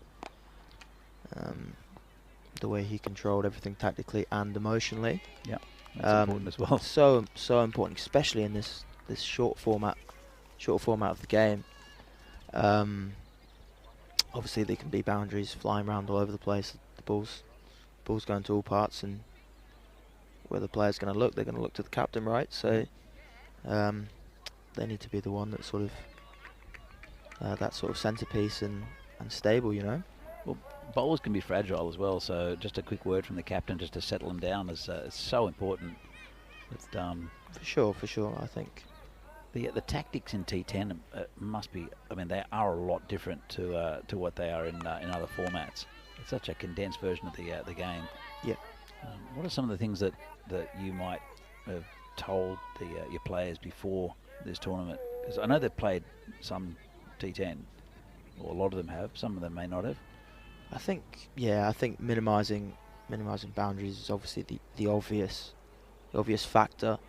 That's a lovely cricket shot. And that's going up towards the kiddies area.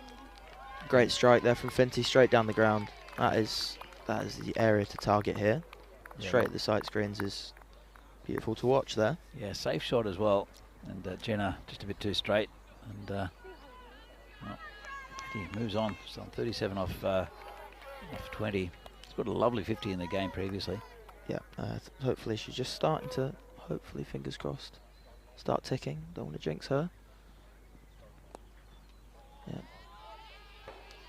Well put away there again. That's important as well. Obviously overlooked sometimes. You've got to put away the balls that are sort of gifted to you sometimes. So she's done that well as well throughout this innings. Yeah, lovely shot. And yeah, it was a gift. Jenna having a bit of a chat with Annalise Merritt there. Just getting a bit of advice. Good start to the over for the Royals. 70 for 2 now, going at just under 10 and over. But it just takes one over, doesn't it, in this format, just to switch it either way. The balance is so fine. I mean, we've seen big overs of 30 odd that have just changed the game completely, or a couple of wickets and just to stop the flow of runs. Correct. One big over puts the fielding team back under pressure. So obviously a good start to this over so far, sort of 11 off 2 legal deliveries. So hopefully we can make it a big one. So, really nice. Personally, do you enjoy playing the T10 format? Yeah, this was the first time I'd ever played it. Okay. Yeah, but absolutely loved it. I think as a batter, especially, a very, very exciting form of the game, and it's just nice to stand there and try and clear the ropes. Especially when you get going, there's nothing better really. That's another beautiful shot from Finty. Yeah, showing she had one straight down the ground, one past tucked around the corner. That one square on the offside, so looking very good touch. Yeah, no, she's starting to score all around the ground here as well, which is, fingers crossed, a good sign for us. Jenna comes in again. Gets away with it slightly. I think it might have got a bottom edge. In fact, it's going to be a bye. Yeah, I wonder if she rolled her fingers down the side of that potentially. Seemed to just dip off the wicket. Maybe not, but maybe I'm giving her more credit. She's get another good young bowler as Jenna. And maybe. Can't really tell. So, yeah, look, I mean, I know that Jersey's played in, and Farmers have both played in tournaments in Kardama, but there couldn't have been too much T10 cricket played on the island. No, this is the first T10 stuff I think that we've played. Obviously, apart from the boys who've been down to Kardama, personally haven't been down there yet, but hopefully make it down there back end of this year. Fingers crossed. All working out in this tournament, I think you should. But it is pretty batting heavy, the Jersey side.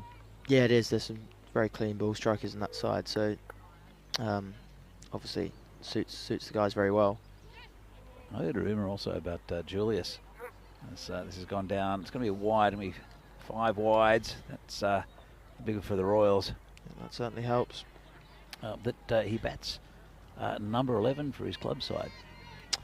I'm trying to think. He potentially, I haven't actually caught much of his club cricket in recent times, but yeah, no, yeah, that's a new one for me. But as I say, I haven't seen much of his club cricket. But if he does, they've certainly got a very strong batting lineup. I think so.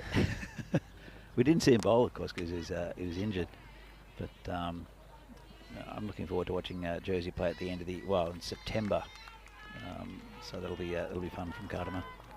Yeah, for sure. I think everyone's sort of looking forward to that, and obviously got a busy summer beforehand. But looks like a nice way to sort of round things off. So, which do you play on the island for a club, or you on the big island? Yeah, no, there's a period where I played in the UK, but I'm sort of back here, playing club cricket here full time now. Not many of the boys actually over here full time, but yeah, I'm one of a few. I play for St Wands, okay. Whose ground is out sort of near the airport. So yeah, great fun, and a few Jersey players there, and the likes of Dom Blomp, who we saw the other day, and some ex-Jersey players like Elliot Miles play there as well. So strong little club, and a sort of close-knit group of mates too. So it makes it a real fun place to play. That's the best thing about cricket. I mean, it's what's on field, but then off field as well. Yeah, the beer after the game's always good fun.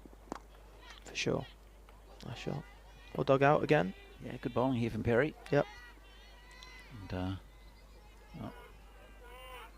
And Finty is looking. I don't want to put the jinx on her, but she's looking at another 50. Well, it's one more shot. Trinity's holding up her end though, and giving Finty the strike. Still not quite enough runs, I don't think, at this stage. It's a pretty good looking shot. Should just be one. Well hit, but finds the fielder out in the deep. Well bowled though. Again, they've stuck to this. The Western Towers have stuck to this this ploy to stick around the wide line, and it's paid off for them so far. They've kept the ball out of the batter's arc, and well disciplined from them so far. Yeah, it has been tactics evolving really. There's a big swing and a miss there from Trinity. So it's called a wide actually. So bowled again. Yeah, I think that they're willing to risk a few wides to sneak a few extra balls inside that line, and certainly like that idea. Yeah, it's a good tactic used, but well, they don't have any fielders back on the boundary on the offside though.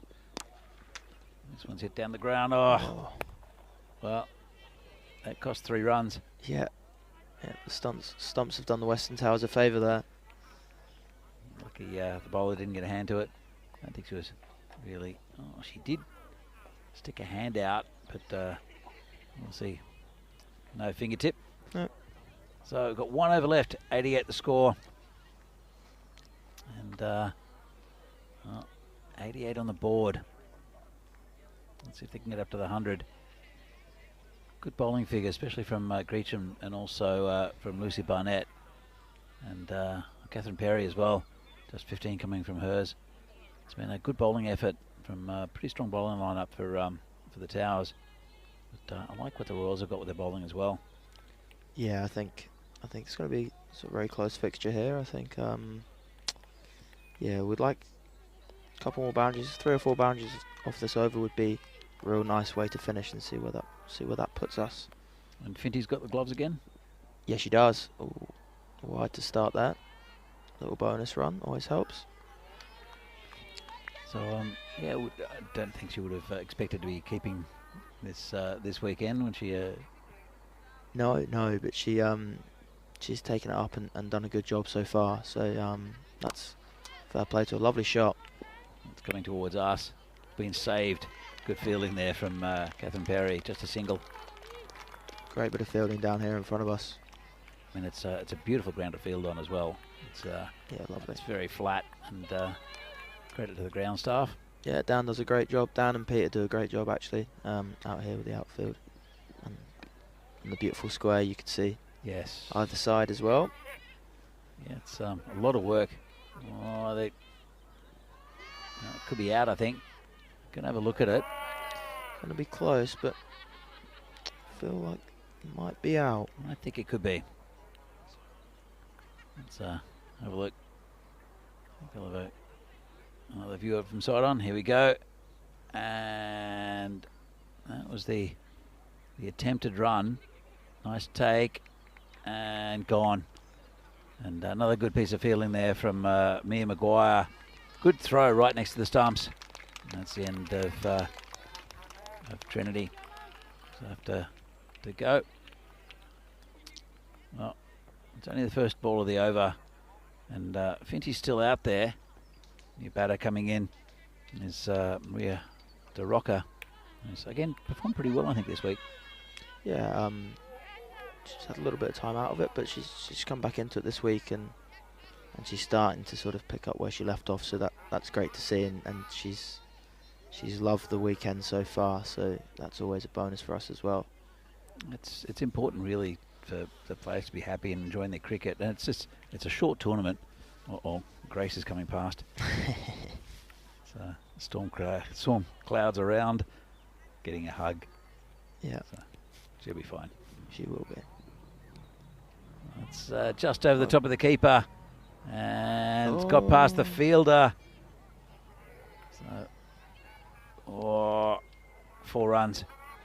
Well called by the fielder down there. 4 runs, yeah. I think she called it. Didn't quite catch that. Be interested to see. I think the umpire's having a chat, but just have a look. Here's the replay. I think it's hit the rope there. Yeah. And then she stood up, and I think she called it. Let's have a look. Yeah. So, just smiling, and no. I think she's touching the rope there when she picks the ball up. Maybe. It'll be interesting to see. I think the ball might have hit the rope. Just, but if you keep, I think if you keep it going a little bit longer, well, it hasn't. It's been given 4. Yeah, it's been given 4. It has been given 4, and I think the fielder signalled. So yeah, another 4 to the total. De Rocca gets off the mark. There it comes in. This one's straight back to the bowler. Good piece of bowling there. 95 the score. Should end up around about the 100 mark. But well, there's only a couple of balls left in this final over.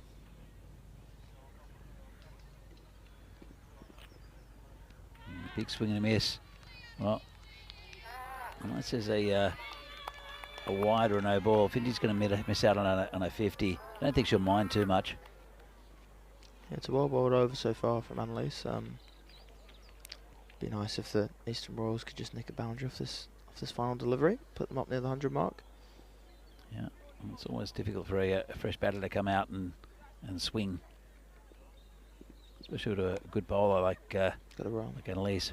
Yeah, they look for 2. They should push it. Is she going to get back? No. Once again, no emotion from Mia. Yeah, she takes the stumps. She says, that's what I do. Yeah, it's good to see. So, just getting a single off the final ball. 96 the score. Happy with it as a coach?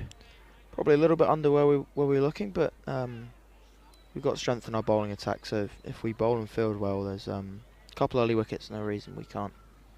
No reason we can't defend that. Yep. You're right about the early wickets. Lucy Barnett's a big one.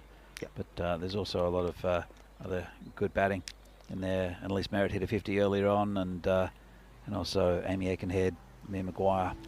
Yeah, correct. I think if you can pick up that sort of trio of Amy, Annalise, and Lucy, that puts you off to a pretty good start there, and that's sort of where the bulk of their runs have come so far this week. So if we can do that, puts us in a good position. Yeah, absolutely.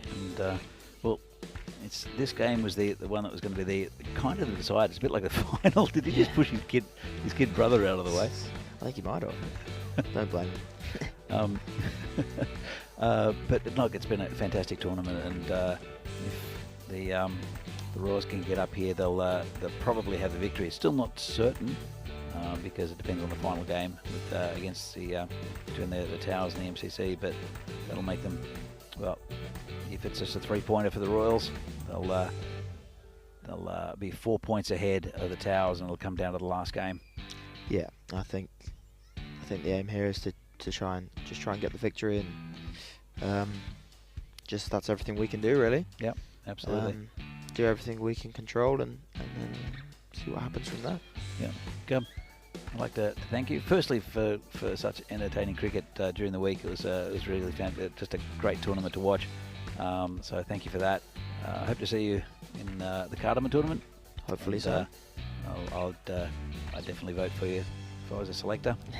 And look, thanks Harrison for coming in and chatting about women's cricket here, and also the team you're coaching, the Royals, and giving us a little bit of insight about the players.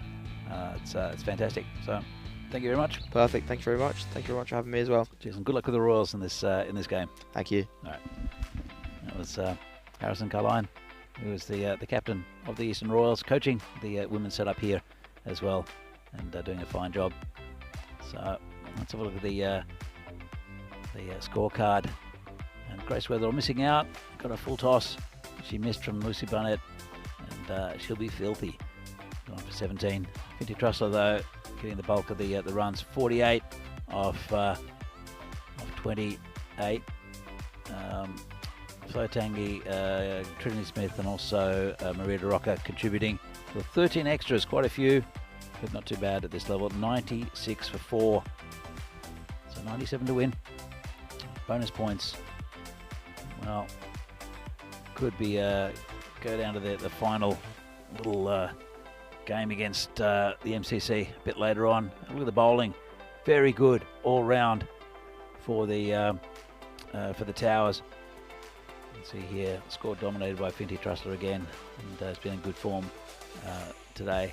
But very, very good bowling figures from Barnett Perry and also Greecham, keeping the runs down, and maybe a little bit subpar with that total, with 96. But the Royals have got a very good bowling lineup in the Western Towers. And they've got a bit of depth in the batting, as I mentioned before. And we're back with the second half of this game, the match 8 of 9 in the European Cricket Series for women here from Jersey. It's a Liberation Series, and it's been a fantastic one on the final day's play. And we're back in just a few minutes' time.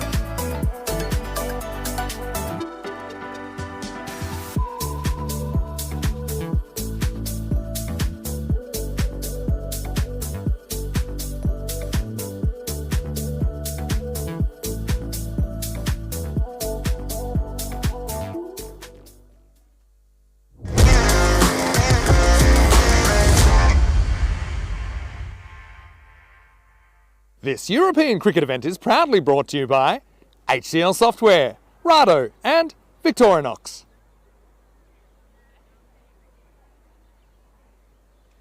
We're back here in Jersey for the second innings of this game in the European Cricket Series in lovely part of the world. Match between the Western Towers and the Eastern Royals. Eastern Royals 96 on the board.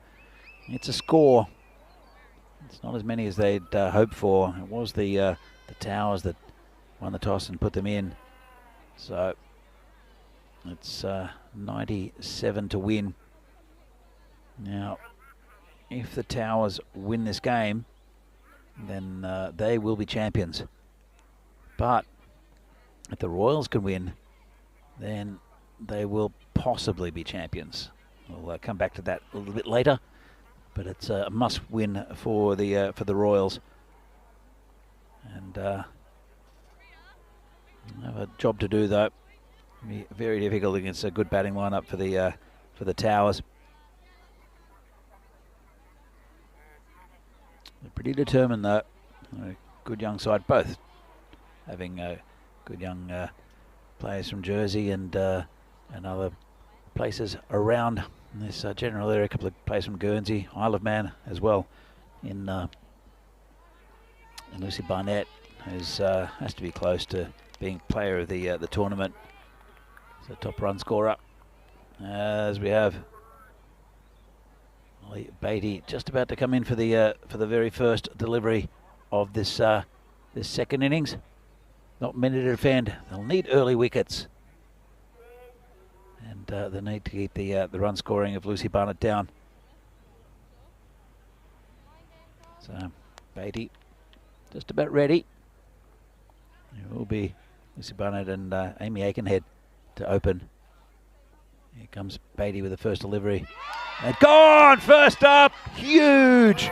Absolutely huge from Beatty. Lucy Barnett can't quite believe what she's just done. Played across the line. It kept down. And that's a big, big wicket. Hugs all round. And there's Grace Weatherall, who's got a huge smile on her face, as do all the Royals. What a start for them. And that's a big blow, first ball. Let's have another look at this one.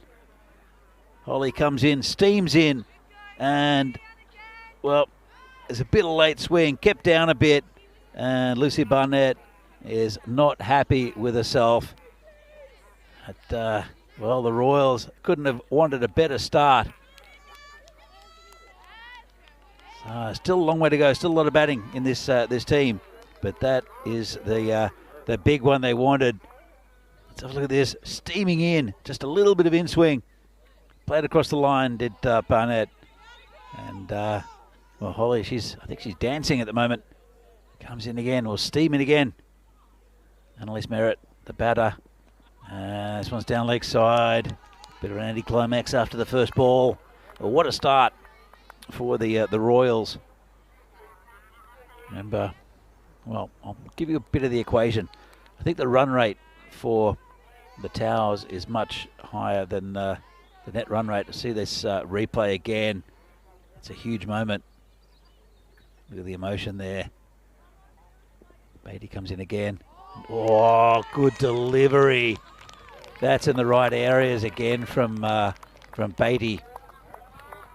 So how it's going to work, if, and my maths isn't great, oh, that swung in and cut away. Really good delivery. Too good for Merritt on that occasion. The Royals win, but only get 3 points. Then there's still a chance for the Towers to lift the trophy. This is going to be, oh, well, I thought I might have got a glove.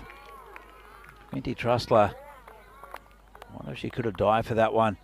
Let's have another look at this one. And it did get the gloves. Trustler was moving forward, only bounced just in front of her. And maybe it was a little bit of an opportunity, not the regular keeper. Trustler doing a good job though behind the stumps. Beatty comes in again and he's hit down the ground again. No run. Picked up there by the skipper, Trinity Smith. He'll be delighted with Holly Beatty.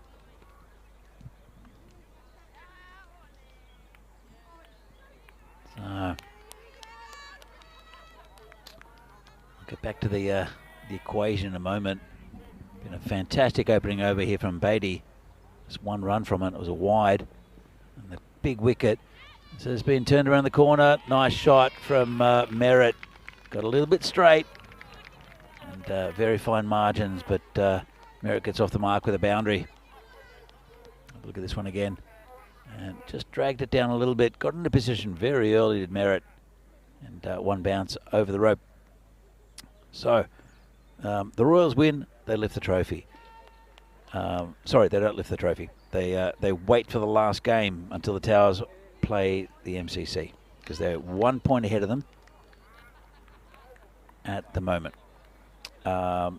If they take all 4 points, the Royals will win.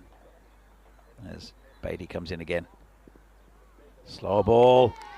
Oh, deceives Merritt. And a fine over there from Holly Beatty at the end of one. The Western Towers are 5 for 1. All right, let's go back to it. If the MCC mathematically are out of the tournament, they still have a game to play, and they've still got a lot of pride, and they're a good side, the MCC. But it's a 2-horse race at the moment. If the Towers win, that'll be it, because this is the last game for the Royals. But the Royals win, and the Towers just get 3 points against the MCC, then the Royals win. So lots of different permeations there. All right, got that settled. New bowler will be Isla Scott Dalglish. Was again bowled very well throughout this tournament. It's just been put out to the to point for a single. They're looking sharp in the field, the Royals as well, buoyed by that wicket. So Aikenhead gets off the mark. Merritt now to face Scott Dalglish.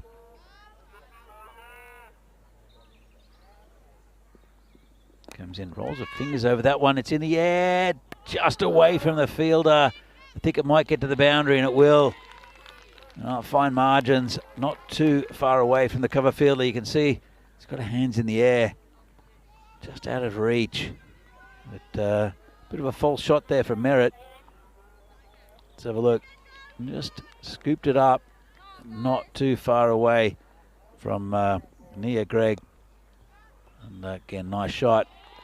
There'll be another 4 there for Merritt. So 2 boundaries in a row will relieve the pressure a little bit. Still a long way to go in this game. Let's have a look at this one. Just flicks it around the corner. Nice shot. Very casual looking man on the bench there.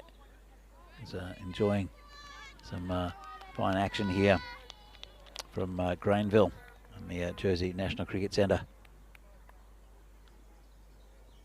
Bowler comes in again. A little short and just knocks it down. That was Holly Beatty, who just be a single. Aikenhead hasn't gotten going yet. She went pretty early in the previous game, did Aikenhead. And again, Holly Beatty, good piece of fielding, a nice throw back into Finty. Right over the stumps. 1 ball left to the second. And a pretty good one for the Towers. Remember, they need, well, let's say they need 10 and over, just about. They've got 11 off this one so far with 1 ball to come. So I'd say it's a win for the Towers. And good ball to finish up from Scott Dalglish. So very even contest at the moment.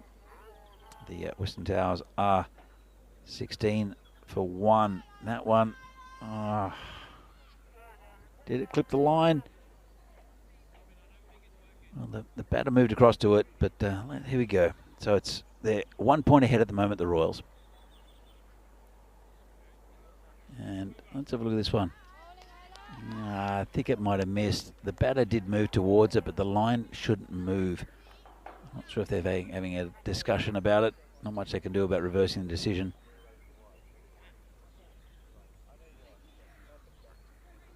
So it'll be Holly Beatty. In fact, it won't be. It'll be, let's see who's bowling. Ooh, bringing a big gun in Grace Weatherall. I thought they would have kept on going with Holly Beatty, but obviously holding it back a little bit. Grace Weatherall. She's a very determined young cricketer, and is not happy with herself with her dismissal in the first innings. She'll definitely be up for this. Going to be steaming in, bowling to Amy Aikenhead, her national teammate. Comes in, and good ball first up from Weatherall. Aikenhead hasn't gotten going so far in this innings. Let's have a look at this one. And again, that's just straight over the line. Good decision from the umpire.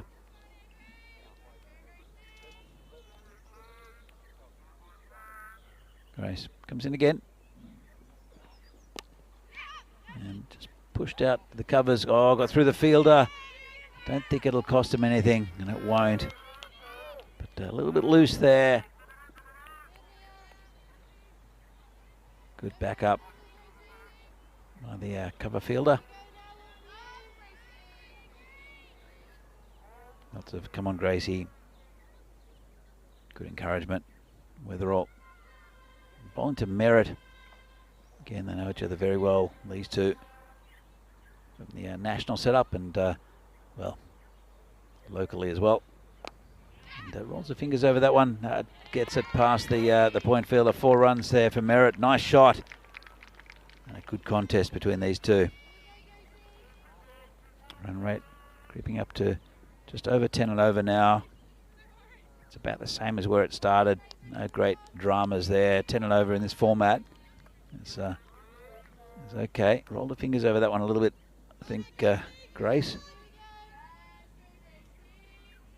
But Merritt played it very well.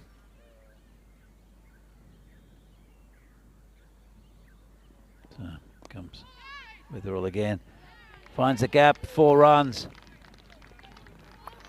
Just pushes it out to that area, that backward point. If, it's still the power play. They have put a fielder out there. Let's have a look who comes in. And well, they do have one on the deep square leg boundary, one back there, the backward point boundary. Weatherall comes in, bowling to Merritt, and hits it firmly. That'll be 4 more. Well, it's Annalise Merritt who's winning this contest at the moment, and this over's gone for 13. Grace will be filthy, but she'll have to just admire the batting of Merritt. This one, again, aiming for that tram line. Would have found it, but just Merritt came across and dragged it from outside off stump. Good thinking and good batting by Merritt. Final ball of the power play and final ball of the first Grace Weatherall over. 29 on the board, bang on target.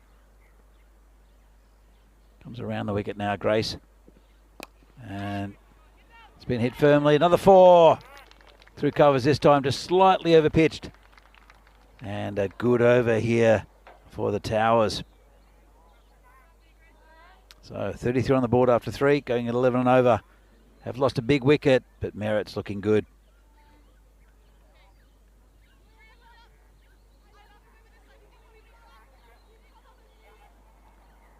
So here we go. The same time, slightly ahead were the Royals, 36 for no loss after the with the power play. It's a big over there, just mounting up every over. 5 off the first, 11 off the second, 17 off the third, and well, they need a wicket now. Do the Royals. It's the one of Merritt. They did get the big wicket of Lucy Barnett with their very first delivery. There are 2 good batters out there Aikenhead hasn't got going yet, but she is quality, as is Annalise Merritt. It's Flo Tangai. Will be at bowling, and just bringing on the spin. Tangi, again a good bowler, has been very consistent throughout the weekend. Bowling to Aikenhead. A good first up delivery. So a wicket or just a couple of runs off this over would be ideal, but won't be just a couple because there's 6 of them. And that's a lovely shot there from Aikenhead. He smashes that one over cow corner for 6. Tangi must have to have a think how she can get this wicket. Of course, the power play is now no longer in effect. Oh, straight through her that time. And that's 2 wins for Tangi and 1 win for Aikenhead. That's a good ball. And just turning away from the bat.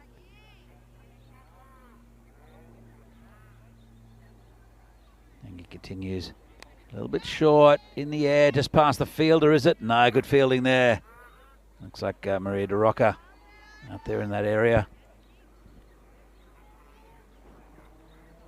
Of course, they're 45-metre boundaries here, but there's still a lot of gaps. It's straight down the ground. There's a big gap between long on and long off, who are both very wide. And that's exactly where Annalise Merritt aims it. Straight down the ground, 6 this time. That was a good piece of thinking. She spotted that both those fielders are quite wide. Grace Wetherall's just walking past us with a bandaged finger and holding her back. So I hope she's okay. This one is a full toss. Goes through the fielder and another 4. That's Isla Scott Dalglish out there. And she went pretty hard towards her. We'll get a good view of this. She got down, but not quite down far enough. Hit a leg, but went to the boundary. So another good over for the Towers. 50's up, 17 from that over. They need a wicket soon. As you can see, the Worm was a wicket first up, but it was a slow climb. And now they've gone past the run rate. So something needs to change. Will it be Olivia Baston? We'll get this wicket. They need. Making heads on 10. Merritt's 39 or 15.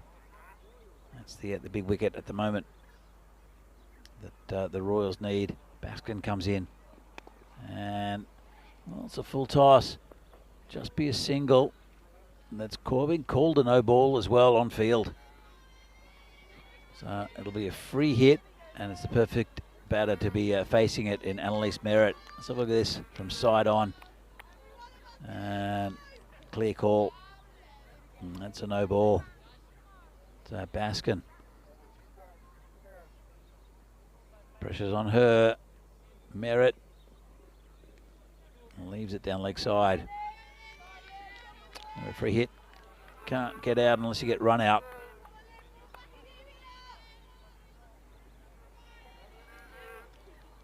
And I would, the skipper Trinity Smith, be looking at bringing either Holly Beatty or Grace Wetherall back into the attack to try to get a wicket. And missed that time, but it's going to go towards the boundary. It's also missed by Finty, and good work back there, just to drag that one back in.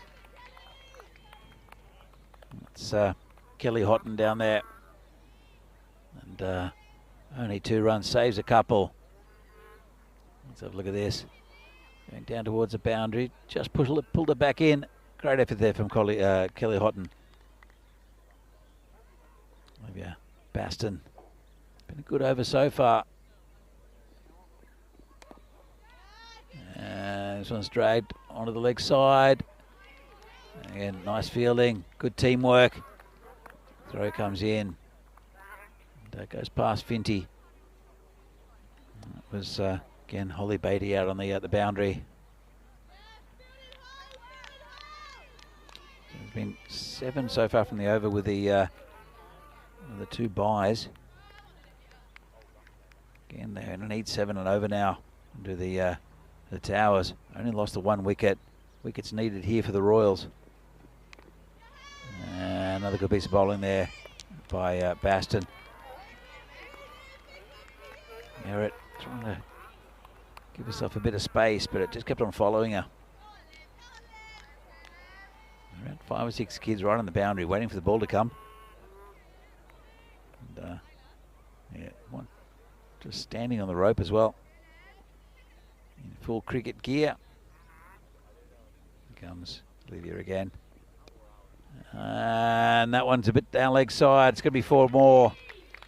Again, nice shot there from Merritt. Just a little bit too straight. Goes with the swing.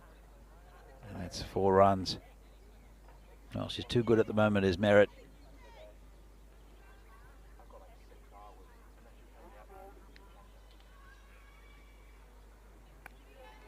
So, hope everyone's enjoying it out there in wherever you're watching this game. The chat has been pretty chatty. Comes Baston again. And just been prodded up in the air. Just be a single. And with 1 ball left, I think Merritt wants a strike. She's batting beautifully. She's on 46. Aikenhead struggling a little bit.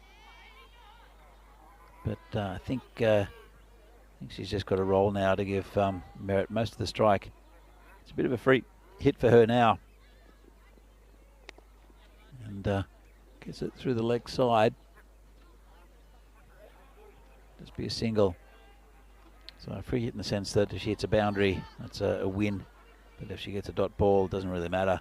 End up being a single. So at the end of 5, the Towers looking in a good position, 63 for 1. Let's have a look at their turn 2 next. Looks like it's going to be. Let's have a quick look. Maybe Isla Scott Dalglish should come back. In fact, it won't be. It will be. And Scott Dalglish. So you see here, this is what's happening in Belgium tonight. Phil G bringing you all the action for the night series. And looking forward to the conclusion there as well. Here comes Isla. And hit pretty well on the leg side. It's going to be cut off. It will be. And that's good feeling there by Flo Tanguy. Bring Merritt back on strike. She's on 46. Definitely deserves a 50, especially with the pressure on after the first ball wicket of dismissal of Lucy Barnett.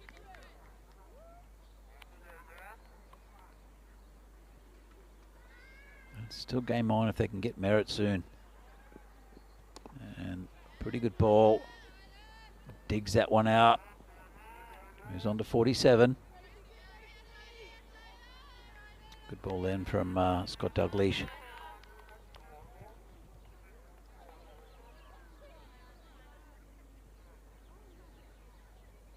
Coming again. Bowling to Aikenhead. It's on 13. That's a lovely shot. 4 runs. Picked the gap beautifully. Just waited on it.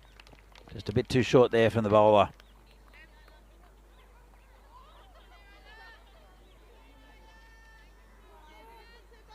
So big calls. Come on, Isla. And that's one of the things here is that the support has been very good. Not just from on-field, but off-field. Lots of spectators enjoying the cricket here. Parents, no doubt. And little brothers and sisters, just randoms as well, coming in watching a good day's cricket. It's a lovely weather on a Sunday here in Jersey. Quite a few in the clubhouse area, but There's some on the hill, the adrenaline zone as well, as Trinity Smith comes, has a bit of a chat to her bowler. So a couple of balls left. Been a pretty good one here from Scott Dalgleish. Get the runs down. Aikenhead facing. Bit short and put away. Nice shot, 6 runs. Almost caught out there. But just too short, and Aikenhead. And now she's starting to score runs as well. With a lovely cut shot, and then that one pulled away. Just too short.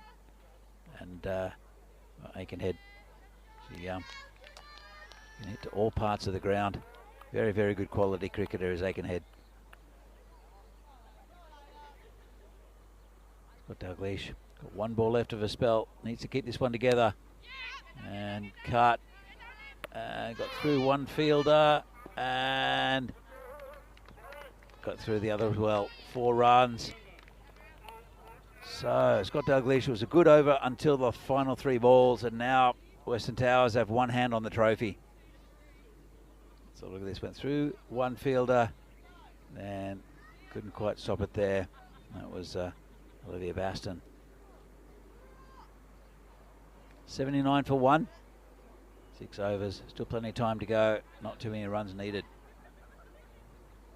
And look who they turn to. It'll be Flo Tanguy. I'm amazed that Trinity Smith hasn't gone back to Holly Beatty or Grace Weatherall. They need a wicket. They're the 2 big guns with the ball for the Royals. So unless I've missed something and they've both bowled 2 overs, which I don't think so.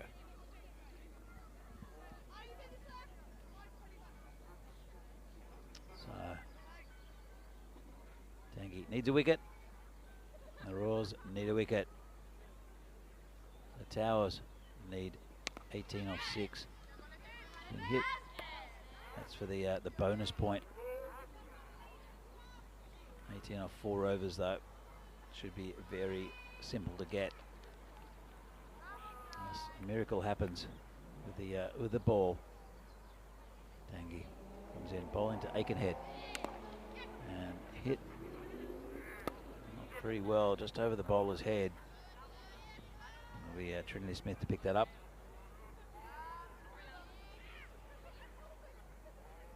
Tanguy bowling to Merritt, too short of 100. And miss hit, could be out, gone! Big wicket! Big wicket. Is it too late though? Merritt misses out on a 50, goes for 48 off 23. Tanguy gets the breakthrough. They need to put pressure on this this batting lineup. And that's it's a big blow. Tanguy bowling around the wicket. Just sliced across it. Nice take out there. Looks like Maria De Rocca who took that one. And it'll be a good batter in Mia Maguire to come in. Probably the perfect batter to come out at this stage. She's pretty unflappable. And left-hander as well.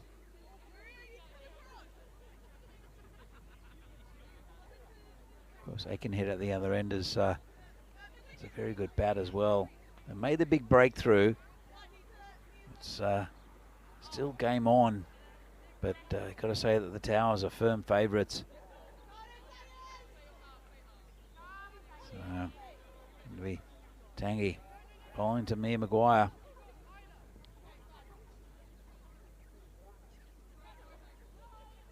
Quite tense now around the ground. Tanguy comes in. Maguire, well, she charges her and hits a 4. Lovely shot. Maguire, well, not exactly what I expected from her. I thought she'd push it around and try to give Aikenhead the strike. Instead, she charges Tanguy and hits her over cover for 4. She obviously saw a gap. Very good athlete is Mia Maguire. Fantastic behind the stumps for the Towers. This one's going to be a wide. Just going to check if it's a no ball or not, actually, I think. Let's have a look at this again. And hit the edge of the pitch. I think it might be called a no ball, you know. Difference is it'll be a no ball and a free hit. Yeah, no ball called, free hit. Maguire has license to charge again. Tangi. And she does, hits it back to the bowler. And gets away with that a little bit, does Tangi. 86 for 2. Remember, 97 the target. Just 11 needed. They won't get the bonus point. This is hit in the air. Player coming around. And it'll just be a single.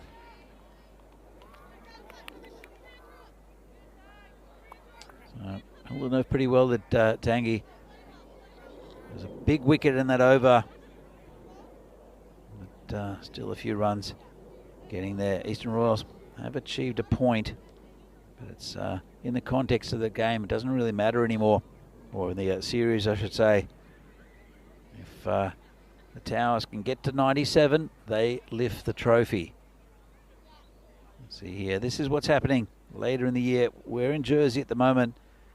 Vinny's already in Sweden looking for one of the world's most expensive beers just to chill out after a long flight from Jersey, an early flight from Jersey.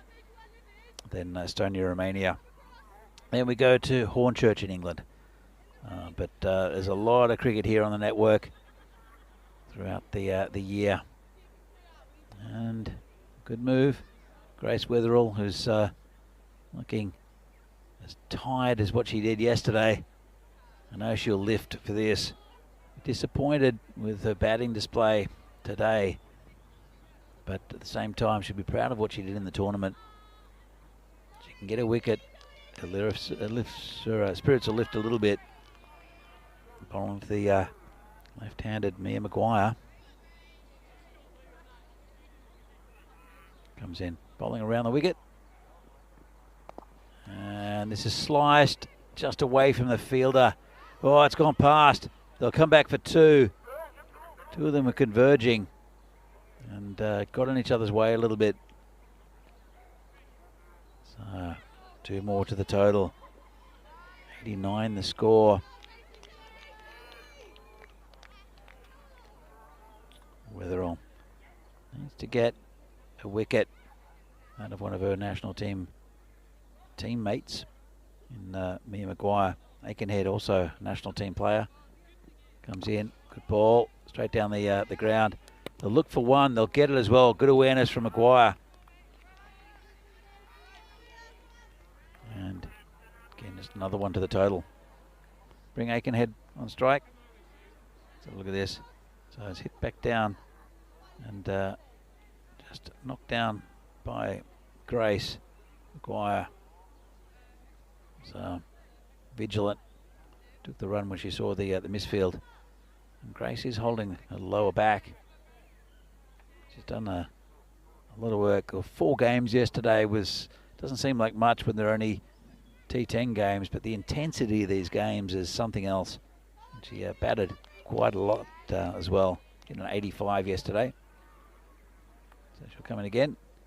And that's a little edge and well fielded down there. Just be a single. Whoa, maybe not. Throws wide and good awareness from these 2. So it's good effort on the boundary to stop the 4. But then the throw there from Hannah Rigby was just a bit wide. Good work. But then, unfortunately, just the throw led to another run. See there, just pinching her back. She's got strapping on her finger, which got smashed yesterday in the field as well. Been in the wars, Weatherall. She's a fighter. 92 on the board. Short, tucked around the corner and unsighted the fielder. Reacted late. Don't think that she could have stopped it there at all. That's Kelly Houghton. And it's almost done and dusted this tournament. Just short. Maybe a bit of frustration there from Grace. But well, the battle like Aikenhead. Short balls are welcomed. So scores are tied.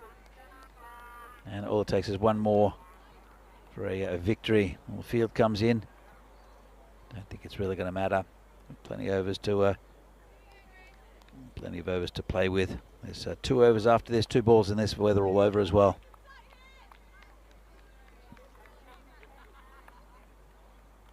Comes Grace Weatherall bowling to Amy Aikenhead. And it's going to be called a wide. That'll be it. That's the game and the tournament. So the Western Towers will win this inaugural Liberation Series for women. And a bit of an anticlimax with the wide there from Weatherall. But a good performance again after an early setback for the Towers. They will lift the trophy. And I was fighting all the way for the Royals, but I think just not enough runs.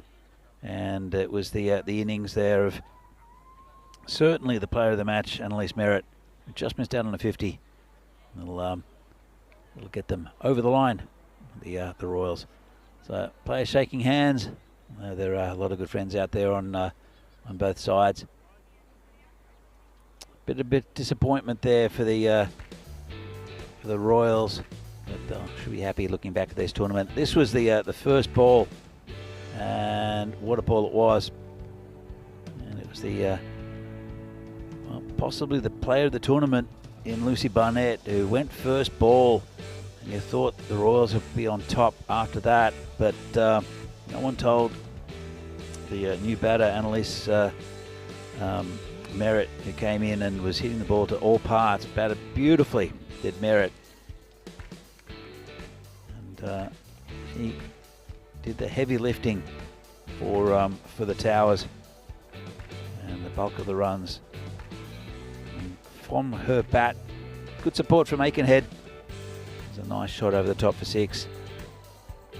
But she played a bit of a support role, I think, did Amy. And in the end, when Merritt went, this was good work down on the boundary. But when Merritt went, it was Mia Maguire who came in, the left-hander, and steadied the ship. And it was a good win in the end for the Western Towers. So congratulations to them. They will be back again in the next game against the MCC. Also the final game of the series. Bit of a dead rubber, but I think they'll like the run out in the MCC. They might try a few things, same as the Towers. Might change their batting order around and give a few other players a bit of a go. So that was the final ball. It was a wide, a bit of an anticlimax, as I said, but a good victory for the Western Towers. It's been a long week. See here the flag of Jersey up on the clubhouse. And I'll look at the scorecard in just a moment. But it was a bright start. Lucy Barnett, bowled by Holly Beatty, who was surprised didn't come on to try to break the partnership of Merritt and Aikenhead. Went for a first baller. Aikenhead not out, 34. Annalise Merritt, definitely the innings of this game, even though there was a 50 in the previous innings. I think the one of Merritt was more important in the context.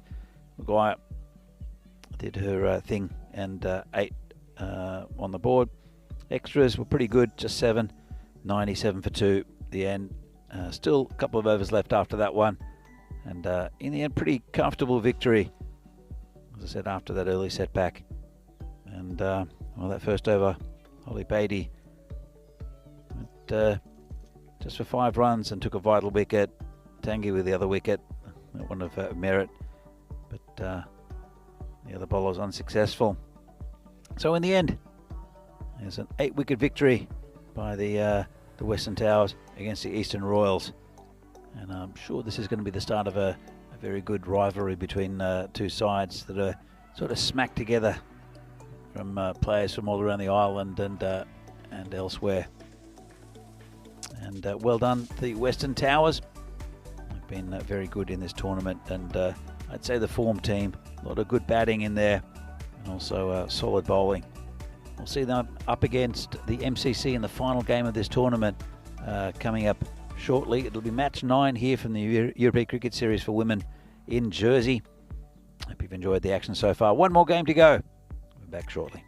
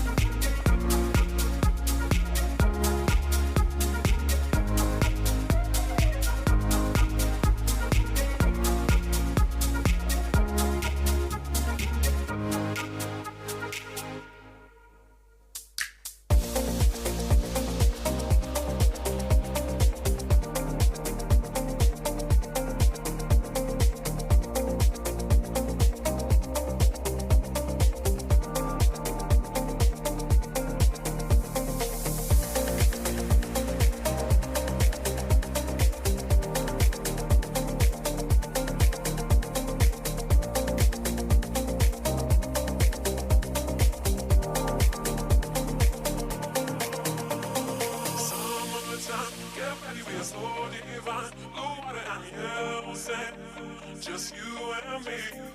Summertime, get ready, we are so divine. Blue water and yellow sand, let's live our dream. Summertime, get ready, we are so divine. Blue water and yellow sand, just you and me. Summertime, get ready, we are so divine. Blue water and yellow sand, let's live our dream. Summertime.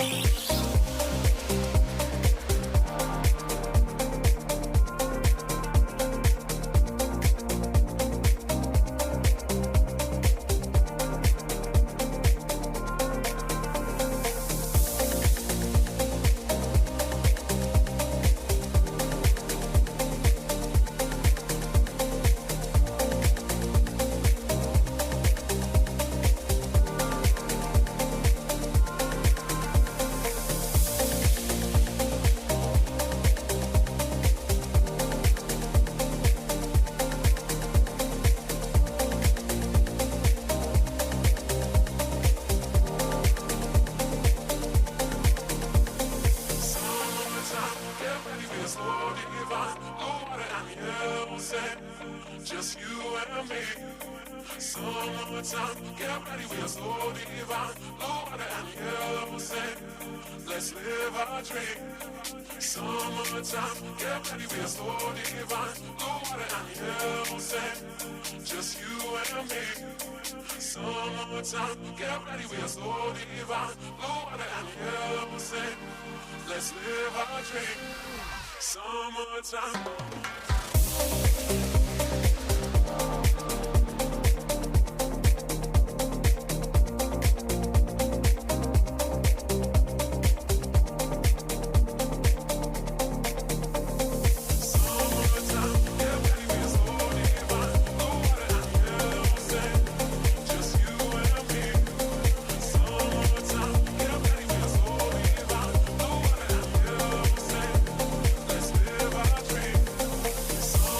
Time.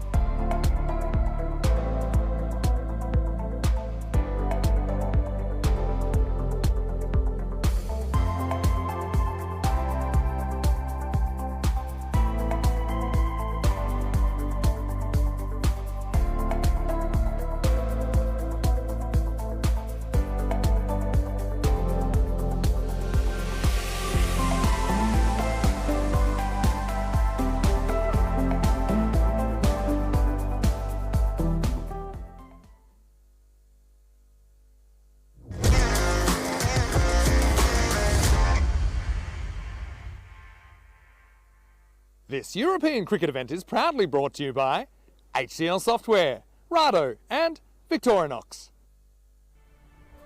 No one is an island, but everyone likes to visit one. In Jersey, you're only ever 10 minutes from a beach, or a historical monument, or even this. And if that's not enough, our island doubles in size when the tide is out. So you get twice as much to enjoy. Jersey, where sea meets soul. Come and pay us a visit at jersey.com.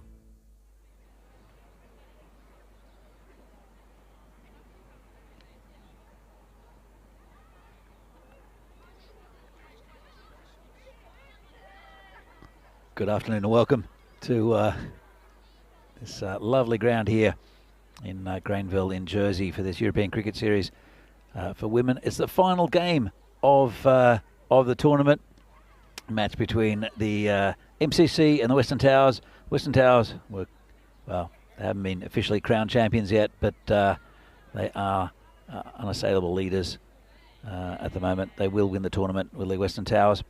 And it's been a really good tournament for them and the MCC. Well, we'll see them for the final time. I'm going to go out with for the toss, the two captains and the tournament referee, Charles Croucher, for the very last time. Good afternoon. Welcome to the toss for match 9. MCC, Western Towers to call. Heads. Heads is the call, and it is a head. We'll have a bowl first, please. Western Towers have won the toss, and they'll bowl. As you can see, it's the Western Towers who have won the toss and elected to bowl. And well, let's see what damage they can do to the MCC batting. First up, you can see here, unchanged sides. And let's see who they open with. It looks like it will be Lara Maritz, who didn't bat in the previous game, probably with Meg Presley-Smith, the two class batters in this MCC side. But Alice Robbins did hit a nice 50 in the game earlier on, so she's in good form as well. And for the Towers, it's just a good all-round side. The Towers 80% favourites to win, and that's hard to argue with. The MCC, first time ever playing T10 cricket, so it's a bit of a learning curve, but I'm sure they've taken a lot from this tournament. And next time we see them here or wherever in the network with another touring team, I'm sure they would have rethought things and they would have gained from the experience. It'll be Lucy Barnett, who's been superb throughout the tournament, to open the bowling.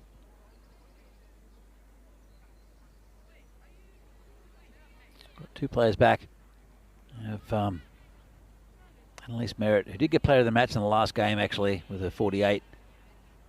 And she's back here just in front of us at long on, and cow corner is Amy Aikenhead, who batted throughout the innings, the last one. So here we are with the first ball, and it's been crunched to the leg side. Just a single. Oh, Lucy cops one on the knee. First up.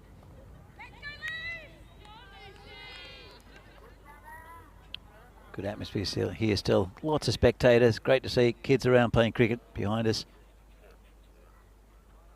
There's Lucy. Well, come on. Again, just bowling it to Maritz at this time. Maritz hits it nicely on the offside. And good pick up and throw there. It's Catherine Perry. So I've been joined in the commentary tent by the chair of Jersey Cricket, John Harris. So, John, welcome. Thank you, Danny. Great to be back, and it's nice to be back with you commentating at the end of the women's tournament.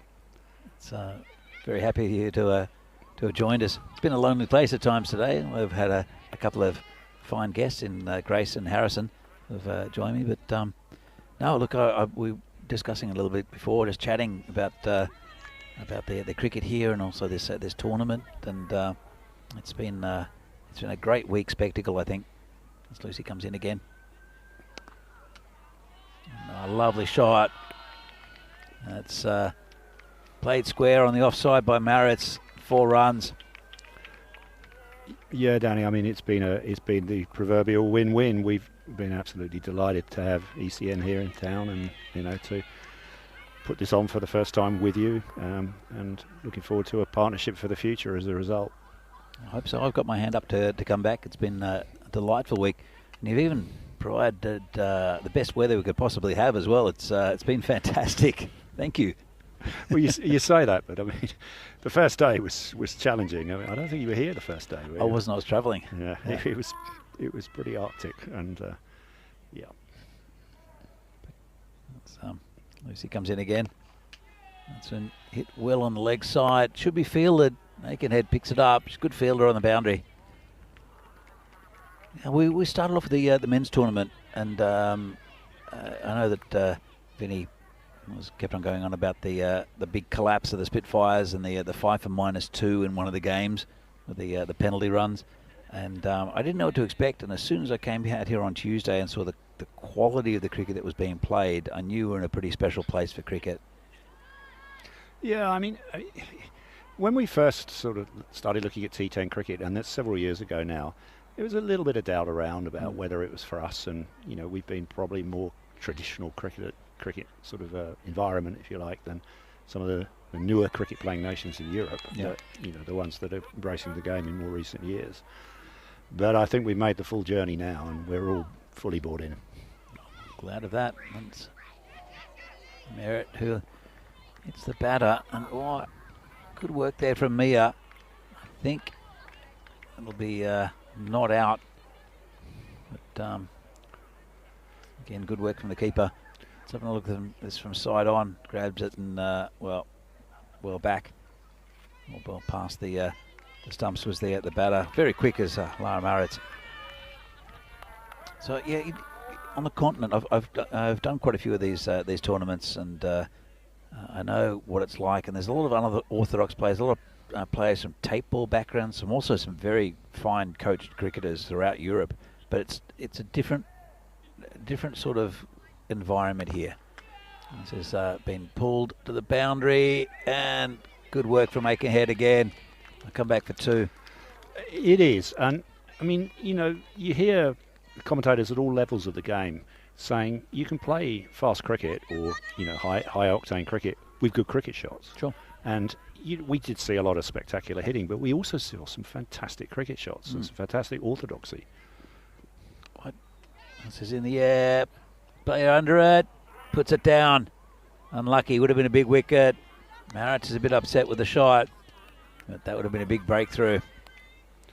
So yeah, I mean, I think the beauty of what we've seen here this week, right throughout the week, both the men's and the women's, is the development of skills which you need at different levels of other formats of cricket. Annalise comes in again. Back over her head. It'll be stopped there.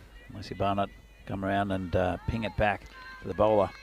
So when I was talking to Vinny the other day, we were talking about the development model here and how it's very dependent on young cricketers coming through. And every year we need to produce 2 or 3 international standard cricketers from our sort of 16, 17, 18-year-old pool. Yep. Merritt again, bit short, gets away with it. And the greatest delight of the men's tournament, and also the women's tournament, to be honest, has been the ability for the younger crew, not the marquee players or the national players particularly, they all did great and they were great to watch, but to see the younger players coming through, young bowler, 15-year-old, bowling the final over of a tight game and setting up a golden ball. Yep. Yeah, absolutely. Merritt comes in again. Final ball of her first over. It's been a pretty good one.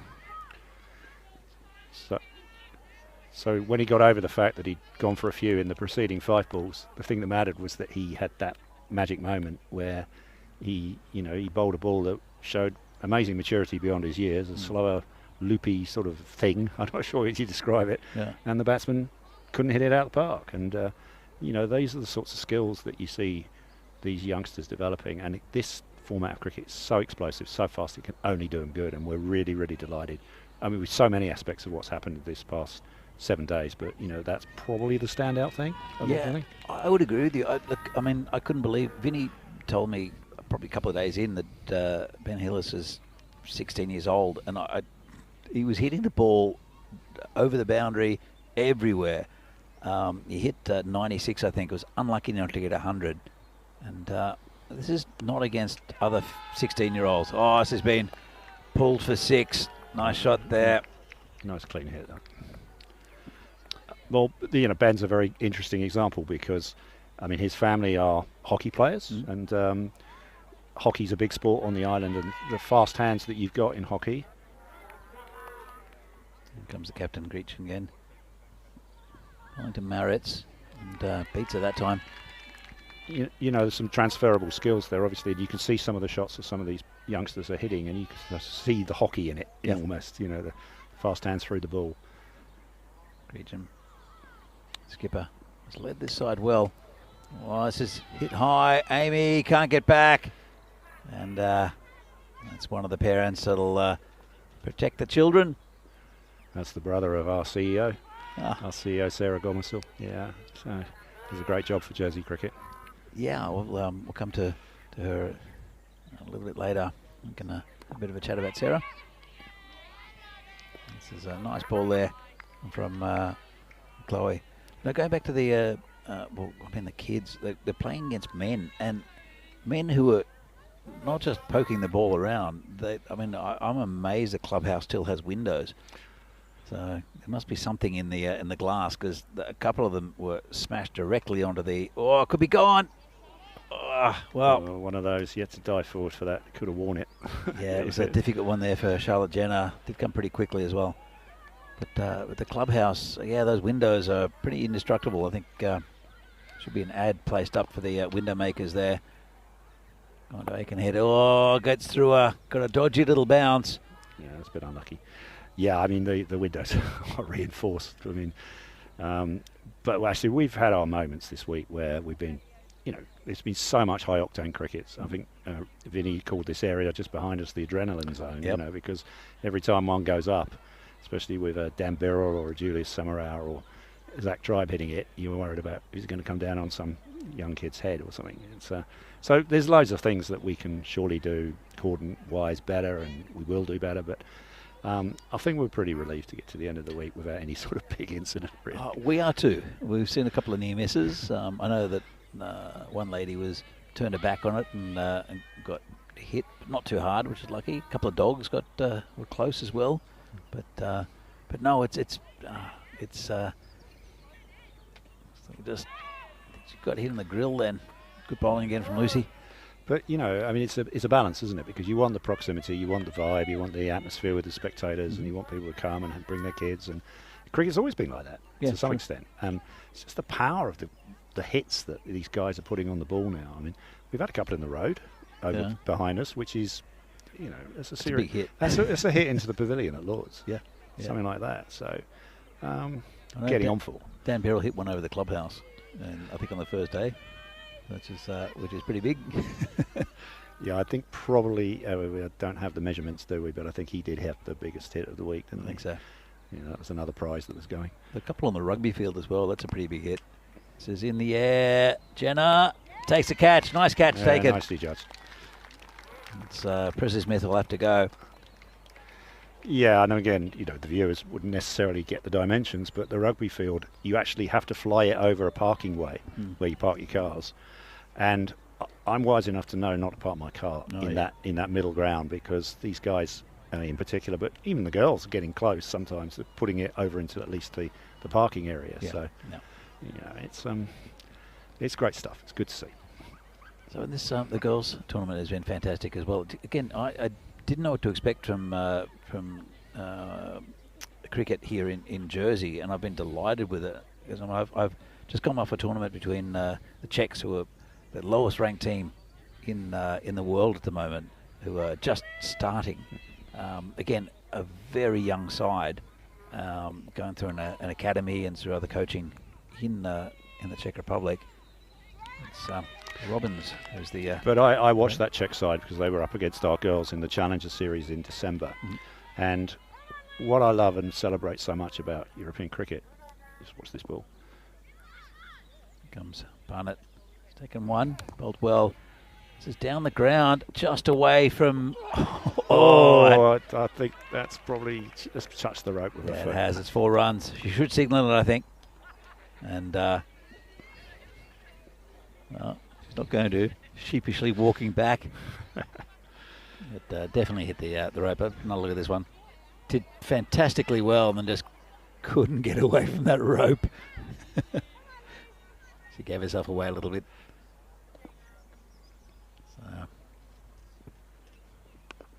So, Lucy again. So my point on that was that the Czech girls, they obviously enjoyed it. They liked the experience. There were 1 or 2 moments that they celebrated. You, as a commentary team, were really bigging up those moments for them, and it's a demonstration that cricket is for everybody. Yeah, which is a big ethos here. Look, absolutely, and I mean, we're in the development of especially the women's game, where it's a lot behind where the men's game is, but it's you can see the jumps being made every year, every few months. You just see players coming in, improving, getting scores, and just and also loving the game. I covered Greece and Spain down in Corfu, and the camaraderie between the players, the enthusiasm with all. I mean, the Spanish had a very young team as well, and the Greeks all play in club teams in Corfu, and it's very different to this. I know that with Jersey there is a history of cricket. I know that the women playing here, they're all mostly around about 18 or younger, so it looks good for the future for Jersey cricket for sure, but also for cricket around Europe. Well, our development program for women is really, in quantum leaps, demonstrating great progress. But you're right. The average age of the team is young. I mean, it's certainly under 20 or around 20, which just goes to show you they've all grown together. And the women's game in Jersey has grown. There's a bowler again. Just down leg side. Oh, put down. Unlucky. That's Gemma Wary. Got 2 hands to it. Would have been a big wicket. And wasn't the greatest of deliveries. So again, they're making a journey together. Yeah. They're learning the game together. The standards are going up all the time. The coaching standards are going up. The facilities that we're trying to put on and make available here. And just played down the pitch by Robbins. And, success breeds success, doesn't it? We've started to have a bit of success. We had the women winning the European Challenger League Series in December, and that's huge. It's such a shot in the arm for women's cricket here, because youngsters can look and say, I can do that. Yeah. I want to do that. Absolutely. Here comes Perry again. She's bowled well throughout this tournament. Jenna, well, she's fielded well out on the boundary all tournament as Charlotte Jenna. And that one just calling everyone off, gathering it in. So, no, it's, as I said, like I've been very impressed with the stand of everything here. The facilities are great. Oh, nice shot up on the hill. That's a lovely one. Another 6 runs to the total. Murrett showing the power of the Irish international. Nearly took my partner out there, sitting in her chair, just having blissfully, enjoying a sandwich or something. Yeah, I mean, look, it's exciting. That's the word I'd use. It's really exciting. I think the men's game as well, but the women, a little bit like from low base, growing so fast. And again, and this one over the fielder, 4 runs. Again, a bit leg side from Perry. 50 up now for the MCC, and we're almost at the halfway point.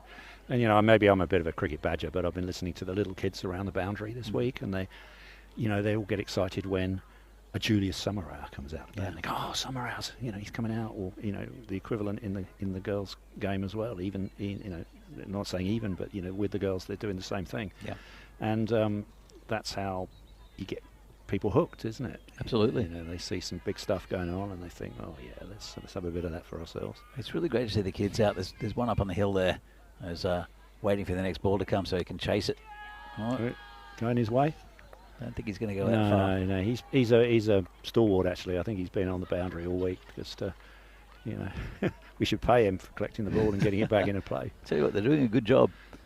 There's quite a few going over the boundary, and they've been fetching it from the car park and from various areas down near the Bowls Club. So even you, Danny, on occasions this week, you felt pretty much in the firing line, haven't you? Oh, absolutely. You're very exposed here. There's a scar on the table just here. You can see a little bump just there. Yep. Yeah, that's how close we got. I lost a computer the other day as well in France on the very first day, international. Actually, talking about Jersey, this is what they've got in the Premier Division of the European Cricket Championship for women, starting in December, and against England, Scotland, Ireland, Netherlands 11s, and Jersey. Well, you look at that and you realise that that's a powerhouse division. Absolutely. And you know, we're realistic. We're going to take a team and we're going to compete and we're going to give our best. But it's going to be a cricket education for us. Well, you say that, but whoop, and that's Georgia Mallet. Let's get that one slightly wrong. Be a no ball and a free hit. You say that, but I mean, they're going to have to play. These other teams are going to have to play well to beat this Jersey side. When you combine all the talent, because this has been split basically into two sides with here.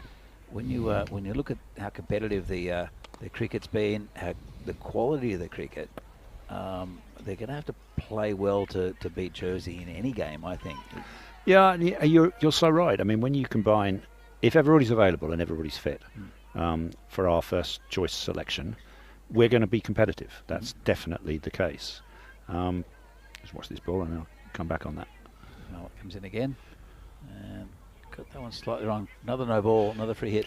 But a lot of, like all sport, you've got to have a mental frame of mind that, you know, allows you to put on your best show and compete to your best advantage. And, you know, you're up against an England 11 or an Ireland 11, and you know, it feels big. And maybe that's the biggest thing we've got to do, is make that mental leap to realise just how good we can be. Absolutely. As Mallet comes in again. And this one's in the air, just away from Jenna. Good effort. Got a big smile on her face as well. Yeah, that would have been some swoop if she picked that one up.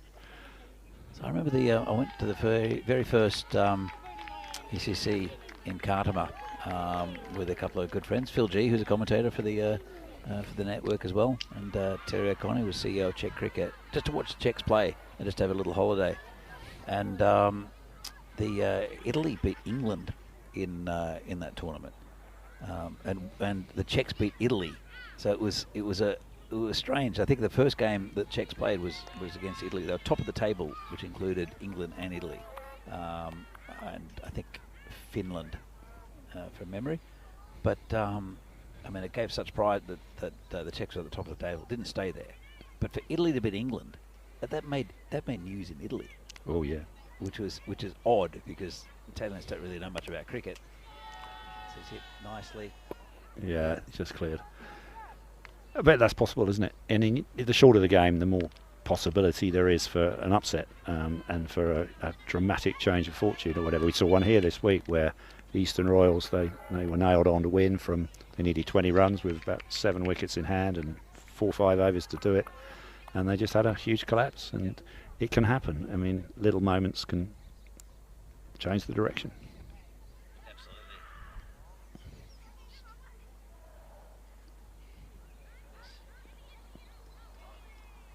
Getting that one right. Struggling a little bit. Issues with the headphones. I don't know if you can hear us.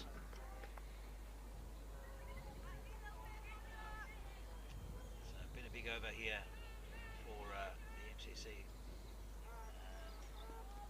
Georgia Mallet just not quite getting it right. Still a few overs, a few balls left in this. This one's been hit for 6. Scattering the picnickers. Putting that one in the adrenaline zone. Yeah, that's again one of the kids actually just incidentally playing cricket behind us with a plastic bat and a tennis ball. So, you know, we would love to take a scalp in that division. We'd love to certainly show ourselves to best advantage. Sure we will. So it's in the pool here this week. This is 6 again. This is one of the players I think might Yeah, it's always good to get a sneak preview, but she's in those pretty well. Not going to jinx it. Well, there is a commentator's curse, and hopefully I'm not going to curse for saying that she's on for 100 here. She's still got 4 overs after this. She's on 69 and batting beautifully. But it is 87, which is unlucky for some. That is... Oh, could have been close. Yeah, it's gone. It's not a Maximo. 87 is the curse for the Australians, I think. It is the curse for the Australians, and Nelson 111 for the English. Yeah. I don't think too much has happened on either as to two figures. No, obviously it doesn't work in Europe. No, Yeah. right. We'll whisper it quietly, but they're putting a big score on the board here, so we should get an interesting chase. What are we looking at? 93 off 6. 140, 150? Could be. Still 4 overs left, so right. Murray stays there. She's batting pretty well. I'll be facing this delivery. Jenna to bowl. That one. Yeah, nice take by Mia. Good wicket keeper. Very good wicket keeper. Probably the least reactions I've ever seen. Keepers are normally very animated and very loud, but she'll take a stumping and just. It's a bit like just nothing will phase her. But she's a very good athlete. Well, again, her development's been amazing. You know, the standard that she's keeping to now, and her batting's starting to follow as well. So it's really great to see.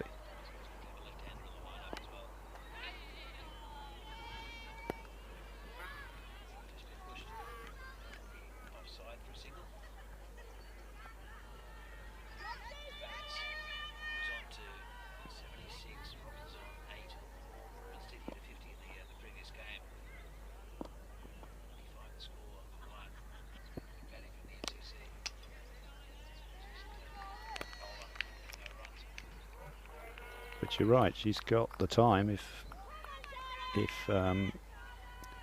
she stays in, could be promising. It's part of the issue I think I've seen with some teams around Europe. There's been a problem.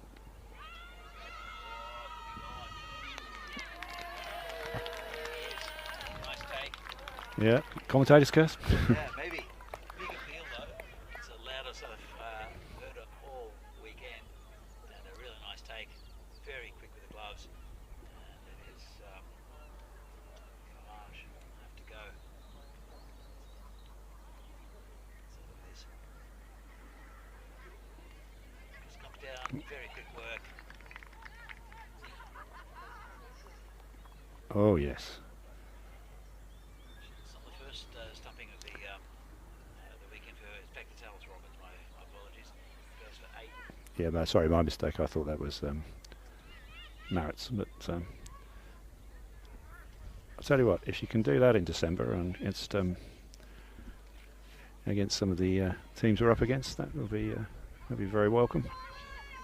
No issue standing up. I don't know if you saw the last game where she was adjusting her gloves. She had a problem with the gloves, and it was Annalise Marriott who bowled it. And hit her in the pad. She wasn't even looking, and just ignored it. Kept on playing with the gloves, trying to fix it. Nothing really phases her. Yeah, well, that's in the zone, I suppose. Excellent players. Right in front of us we have Annalise Marriott. I don't know if she's listening to us. I know she's listening to a couple of decisions we've made. Run out and stumping and such. But she's again a very, very good player. Good bowler and very good with the bat as well.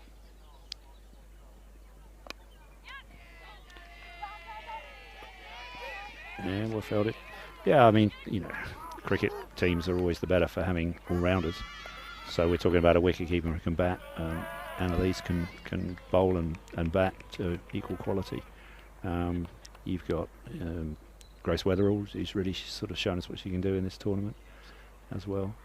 And yeah, we're very proud of all our girls, but Will come as well. And there's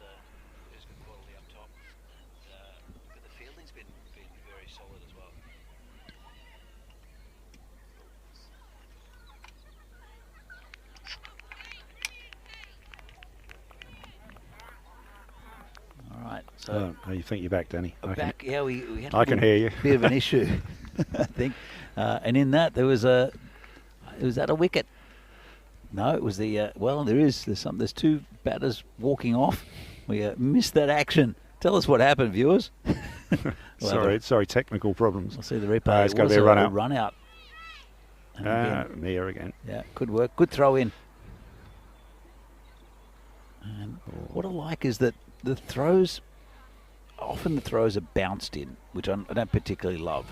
But straight over the stumps like that it seems like the way that that the keeper likes it here, and just taking the stump straight away. It's the bounce.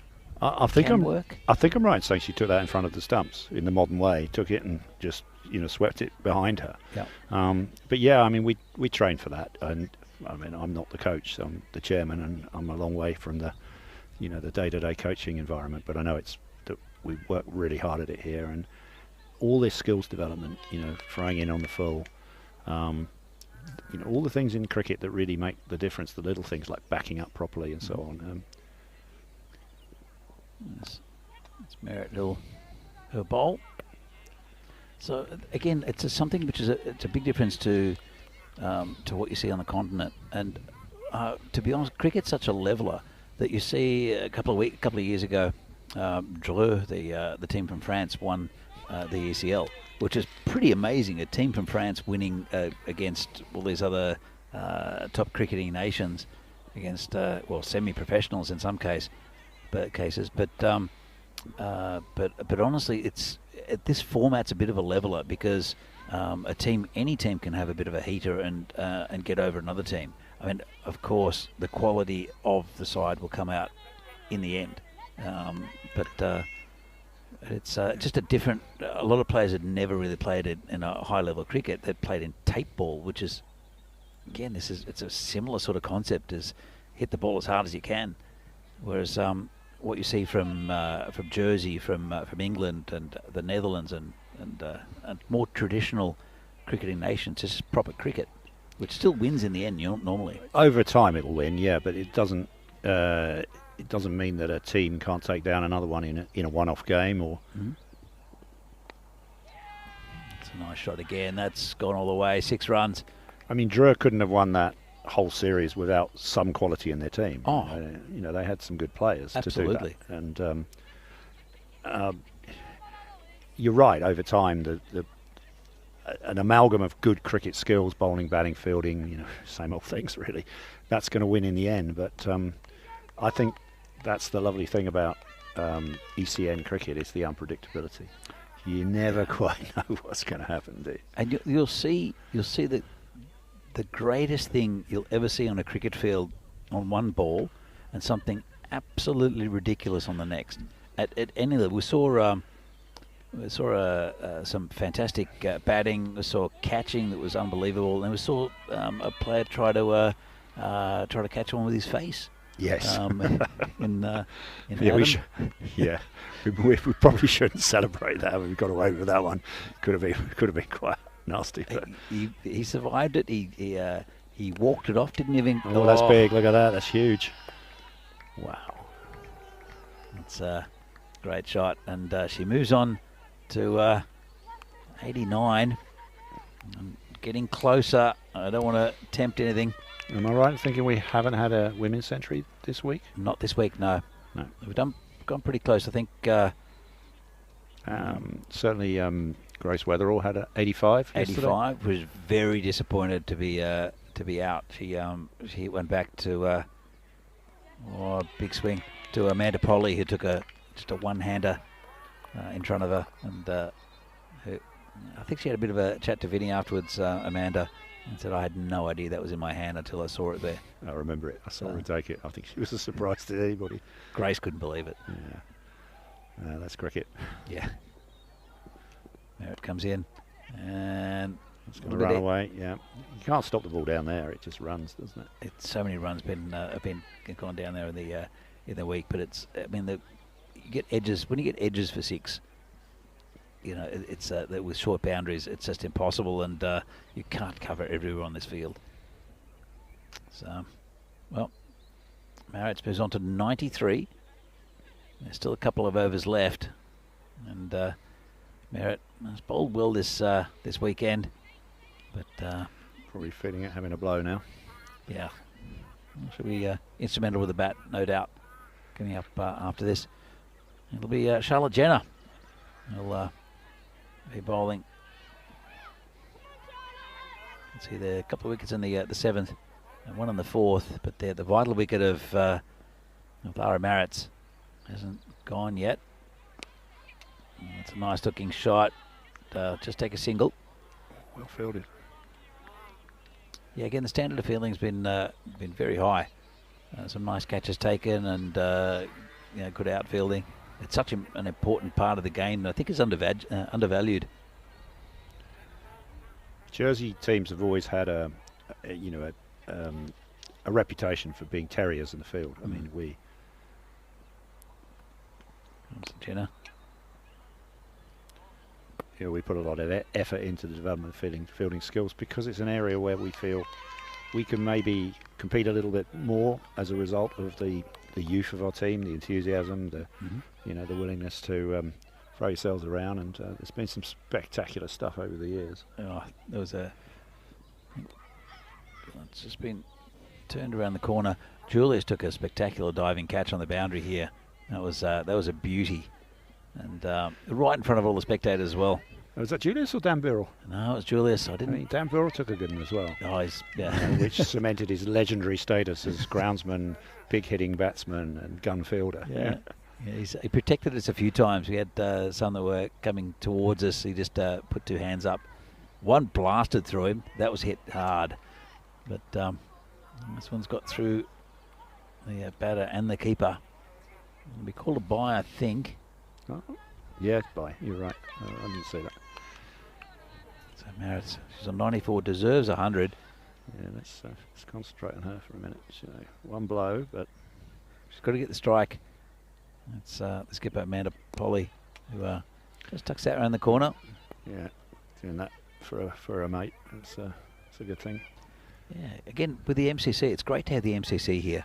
And I mean, it's such a proud name in cricket history, the most famous club in the world. So it's really good, and it's the first taste of T10 cricket. So hopefully that'll continue, and they'll tour around Europe and bring teams. Comes Jenner, and that'll be 4 more. 4 more, two away now. Up to 98. Yeah, the MCC, Jersey and Guernsey, actually, the Channel Islands have had a very long-standing relationship with the MCC, and they brought teams every year. Sometimes different times of the year. We've got some MCC games coming up at the end of this month, I think, 26th of May, somewhere around there. And so this, in a way, is just a logical extension of that. And I think, and I hope they've really enjoyed it. But as you were talking about on commentary yesterday, it's new for them, and you can see that when they've turned up yesterday, that they weren't quite sure about this format. But and over the course of the last 2 days, look at this. They're going to get, what is it, 140 odd? They're going to get a really decent score on the board here. So the learning process is so fast. It is. You're right. They're playing themselves in at the yesterday, and now they're just hitting from the first ball today. So I see it'll be Chloe Greachin to bowl a final over, and Polly's on strike. I'm sure she'll look for the single. She does. There it is. Yeah. Good teamwork. Very good teamwork, and it's the skipper as well. So I think she knows what's going on. Maritz is on 98, and this will be a good little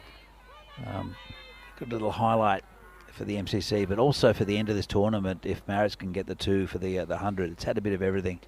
Comes Greachin, and not out, says the umpire. Sneaking down the leg side, I think. Well, he wouldn't have been popular there. Saw her off on that one. No, it's good bowling though. Let's have another look at this one. Coming from around the wicket, remember? And I think going down leg side. Going down, So, she's coming over the wicket now. Oh, no, that's a good LBW shout. And hit pretty firmly. Jenner's out there. Oh, just the single. Just the single. 3 balls left. Oh, no, don't say she's going to get stranded on 99. No. That's, we don't want that. No, she's not. No, she's not. I'm sure Polly will just hit the one. They do have a short cover in to stop that, though. Gretchen coming in and hit nicely. This will be a boundary. No. Whoa, Amanda Polly, what are you doing? She's the captain of the side. The ball's there to be hit. Doesn't mean you have to hit it. No. A bit of solidarity called for. I'm sure she'll turn it over. I wonder if Lara does know what her score is. We only have, 2 balls left? Yes. So it's got to be a single. Has to be a single. Changing back to around the wicket. Come on, Amanda. Just a single. Yeah, there we go. That's it, yes. So they know what's going on, which is good. Here we go then. Game within a game. Game within a game. And come on, Lara. I think everyone out there's hoping she gets this. So, final ball of the innings. It's Gretchen to Maritz. Just got to get bat on ball. And does. In the best style possible. Absolutely. A 6 there. Ends up on 105. Big cheer from the MCC girls. And the acknowledgement from Lara. Big hug between these two as well. So excellent batting. It's again, it's a highlight for the tournament as well as being a highlight for the MCC. Terrific stuff. Absolutely. Just what the doctor ordered at the end of this tournament, just to have a ton up. And a good one. And a very good one. Very good one. Yeah, from a quality player. So, well, we're going to have a look at some of the highlights of this. It's mainly going to be some Lara Maritz highlights, a couple of wickets along the way.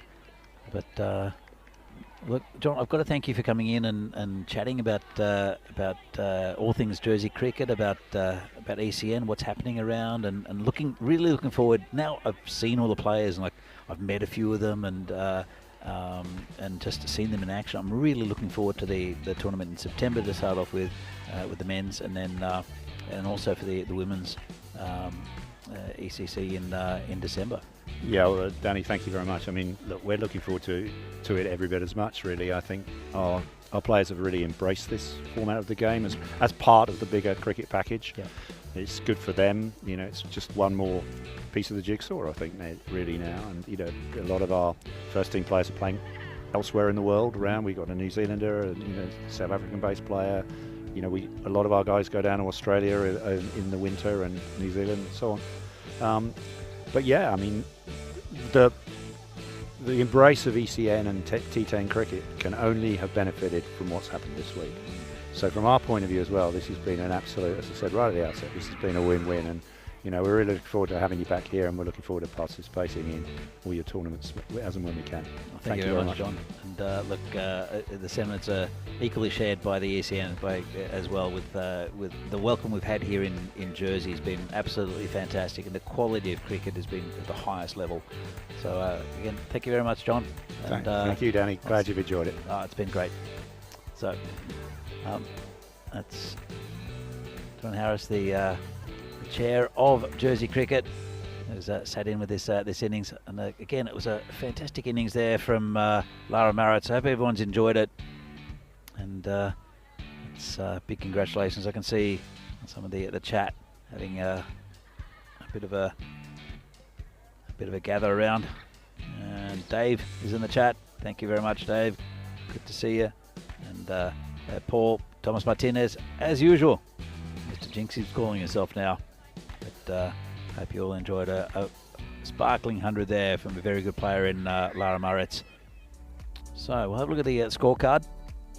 It's dominated by one person, of course. As we see the giant seagulls. I need to talk to John about the giant seagulls in a little bit later as to what they actually are, because they are huge. And just waiting on the scorecard, but it is 105 not out by Lara Maritz, which will be the dominant aspect of what we're going to see eventually. Here we go. So Meg Priestley-Smith went for 6, but Lara Maritz 105 not out off just 36 deliveries. That's quick in any game. Alice Robbins went for 8. Daniel Lavender run out for 1, and Amanda Polly at the end contributed well and ended up turning over the strike very nicely for Marriott to get 100. The bowling figures, good again from Lucy Barnett, 1 for 15, and right at the end, Charlotte Jenner with 2 good overs. Again, been improved a lot as Jenner with this as this tournament's gone on, taking 1 for 11. Mallet going for quite a few, and all the other bowlers going wicketless. 8 extras, which again is not too bad. 138 the score, 139 to win for the Towers. So we'll be back in a few minutes' time for the second innings. It'll be the last one here from Jersey, sadly, because it's been a fantastic week's cricket, the European Cricket Series for women here. It's a Liberation Series, and see if the Western Towers can get the 139 they need to win at just about 14 and over. See you back here shortly.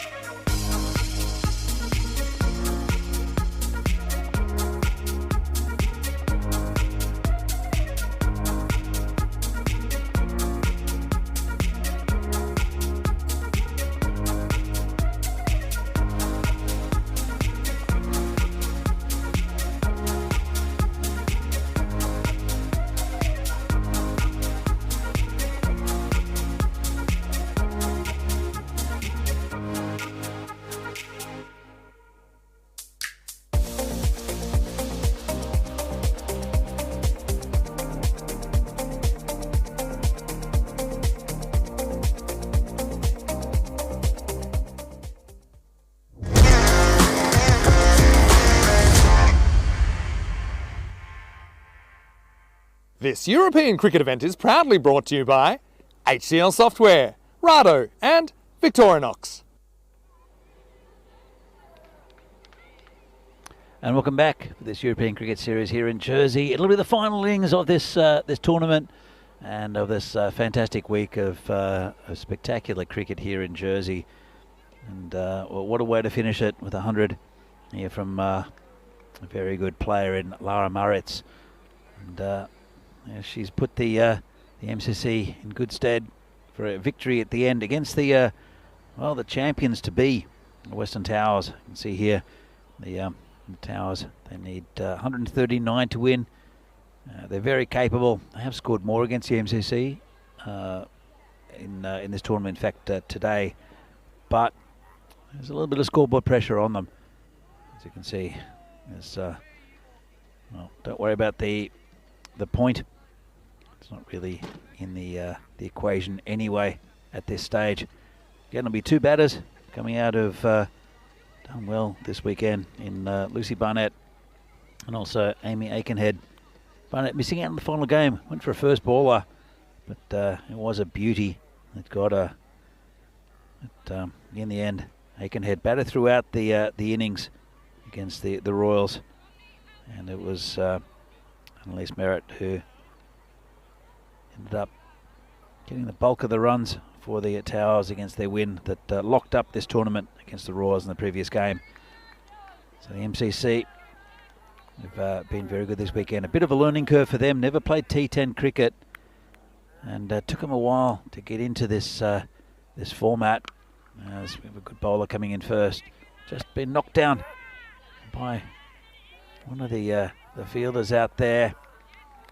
That's Ramya Imadi.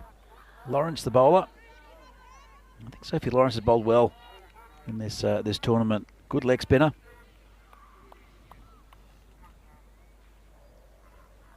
She's bowling now to Amy Aikenhead. Getting a very talented batter. This one's full and turned around the corner. It's going towards the boundary. Should make it there. And it is. Loose one there from Lawrence. And Aikenhead gets off the mark with a boundary. So these two, I think, have had a lot of really nice partnerships between Lucy Barnett and Amy Aikenhead. Barnett with the bowling as well. Has to be close to the player of the series. I think she'll be the Tom Brudden scorer as well, even though Lara's come into contention, I think. Also bowled well has Lara Maritz.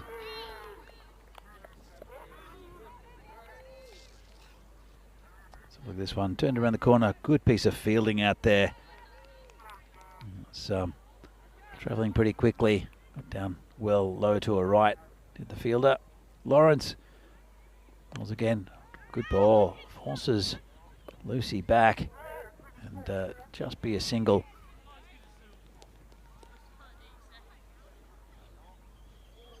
So the sun gone away for this final innings.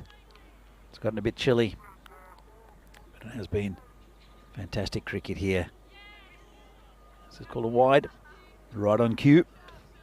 But throughout this week, there's so many highlights, so many memorable events that happen, and not only in the women's game here, in the men's game or men's tournament. We saw hundreds. We saw 207 being chased down. For the closest golden ball ever. But here in the women's tournament, well, Lauren Moritz, she's taken a hat trick. She's hit 100, and on a team that struggled a little bit to adapt to the format in the MCC. Oh, this is a beautiful shot there. Aikenhead pierces the field, gets another boundary. So I'd like to put it out to the chat as to who you think is the player of the series here in Jersey. There are three contenders. Definitely Lucy Barnett. See here, 16 matches since the last golden ball. So Lucy Barnett, I think, has won. I think Lara Maritz definitely put her hand up with that 100. And also the Grace Weatherall, I think, has been excellent for the Royals. Probably the my three picks. Can't really know which one at this stage. Maritz with 100 and a hat trick will have to be a contender. New bowler will be Daniel Lavender. Should be bowling to Lucy Barnett. The Towers, they're still favourites to win this. So they've already won the tournament. That win over the Royals in the previous game.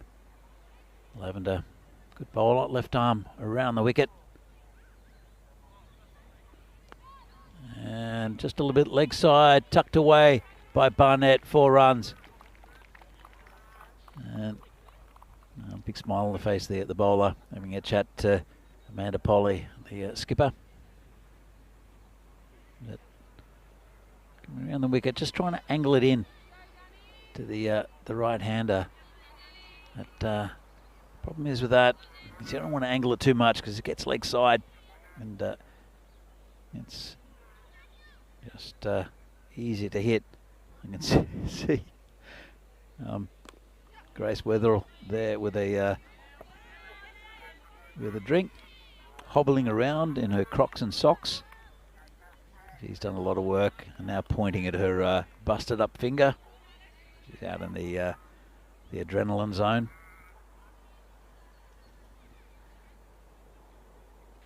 So it'll be Lavender bowling to Aikenhead. Good delivery, just prodded down on the offside just for a single.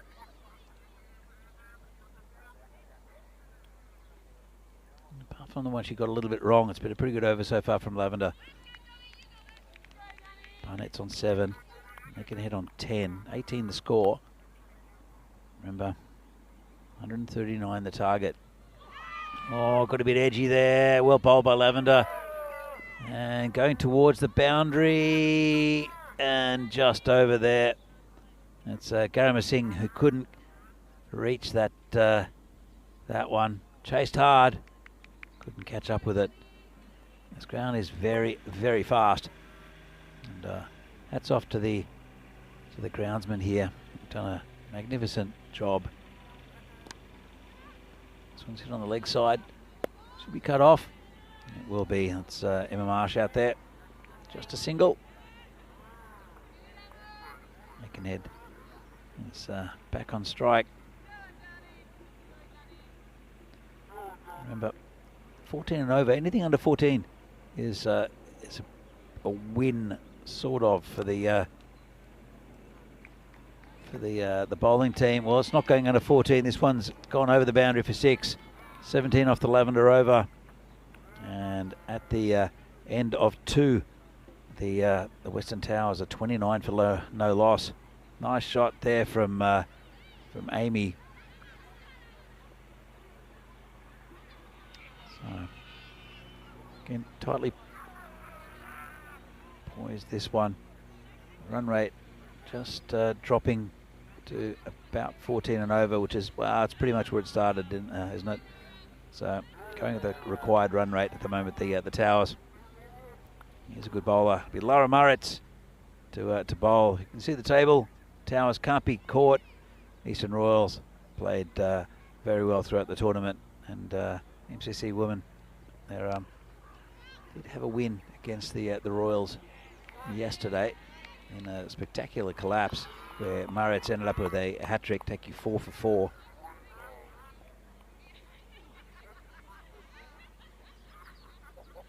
First ball, just pull away for that single. Bring Aikenhead on strike. And they'll want to get the breakthrough. This is the right bowler to bring on at this stage in Lara Maritz. Just defended, but poked away to cover just for a single. Nice shot there from Aikenhead. Don't think they need to take any risks here against Maritz. Just really need to poke around. Still get the odd loose delivery. Maritz just drops short occasionally.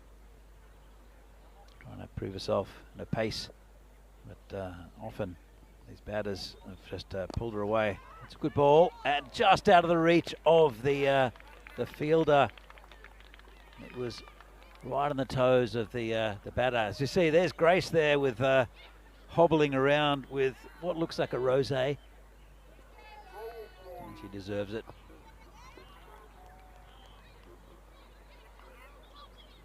So we'll see at the presentation a little bit later. There will be a presentation after this this innings.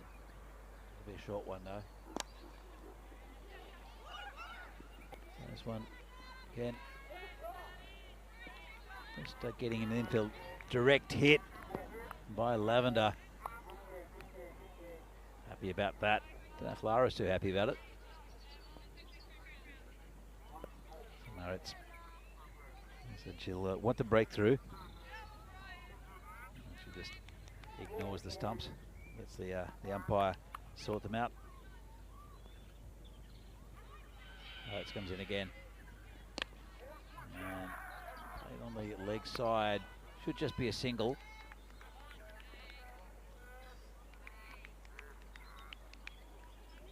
Pretty good over this from Marritz without being penetrating. One ball left. Barnett will face it. 37 the score.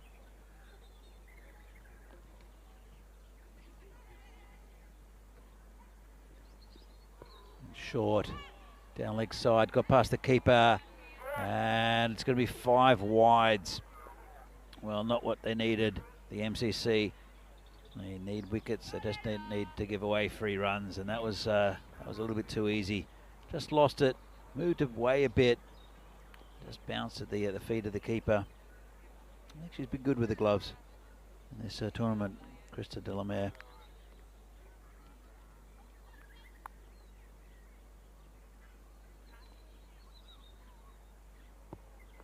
Comes Lara again. And hit down the ground. Oh, Lara can't quite believe it. Let down by a fielder. And that's Alice Robbins. It's only been 2 days, but it's kind of a long tournament in a sense.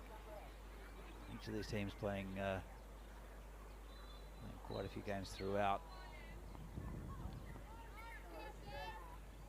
So at the end of 3, the Western Towers are 46 for no loss.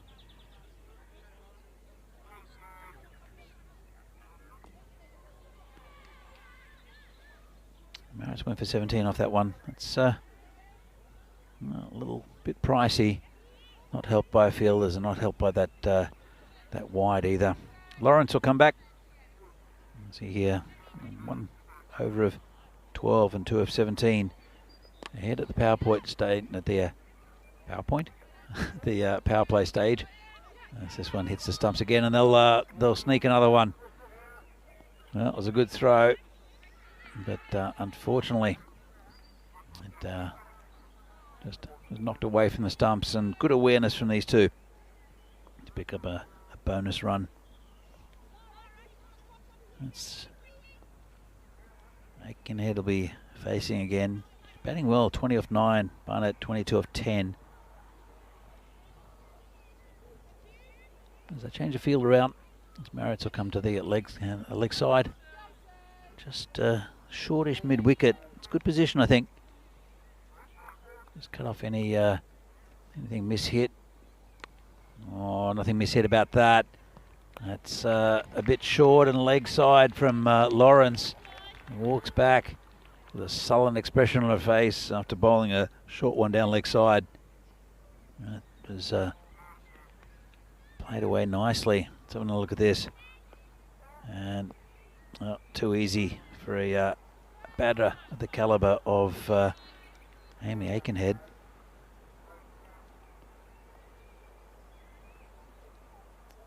So, see how she corrects Lawrence.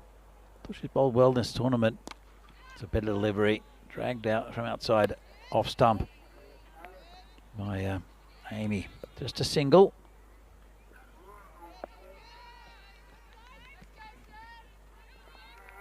I can hear a couple of raindrops as well.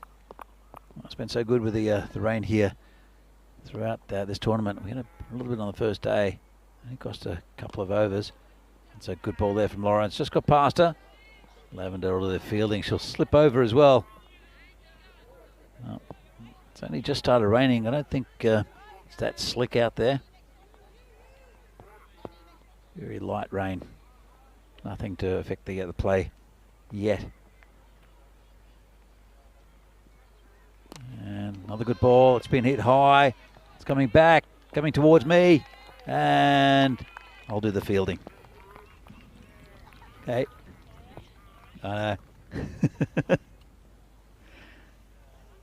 That's Daniel Lavender. Just said it's a little bit too far, but didn't come in and pepper us too badly. Nice shot though, 6 runs. There you go, into the tent. Oh, it's filthy full toss. Kind of gets away with it, but it gets away from the keeper as well. Kicked along the boundary by the fielder. They'll come back for 2.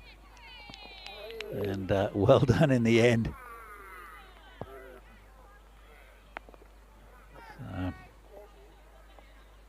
62 on the board. And this run chase is looking on target. Look at this one. Oh, I think that's 4. It's come up off the rope, and it will be called 4.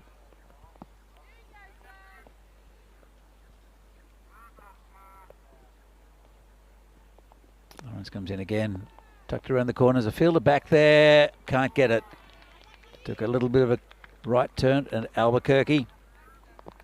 Meg Presley-Smith couldn't do much about that one. Just spun away from her. Let's have a look at this. So it's bounced there and just got away. Look at the scores. And ahead of the run rate now. The Western Towers have been, I think, the dominant team in this tournament. They've got good depth, good talent as well, and it's good Jersey talent with Amy Aikenhead and also with Annalise Merritt, and good Isle of Man talent with Lucy Barnett that have combined. So the best keeper, I think, in the tournament in Mia Maguire. But what's this in the air? Could be gone, and it won't be. Well, keeper didn't really react. Daniel Lavender went for it, but just couldn't get there. It was, I think, the keeper's catch just didn't really go. Let's have a look. It's in the air, and maybe it's just that Lavender had called it. But Krista Delamere really didn't need to move too far. Oh, again, this one's a bit leggy. Go for 4. Nice looking shot. In fact, it's been called 6 by the umpire. And it might be 4, I think. I'll have another look at it. And that is over the boundary. Good call by the standing umpire.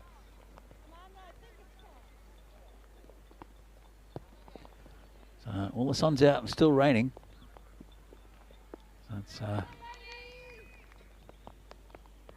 a little bit odd here in Jersey. High cloud, but hasn't really disturbed the crowd too much. Some of them are starting to bring glasses back into the boundary. The cafe that's here at the ground fed us and watered us very, very well. So thank you to the boundary here at the clubhouse at the Jersey Cricket Centre. Comes Lavender again, and pretty well pitched.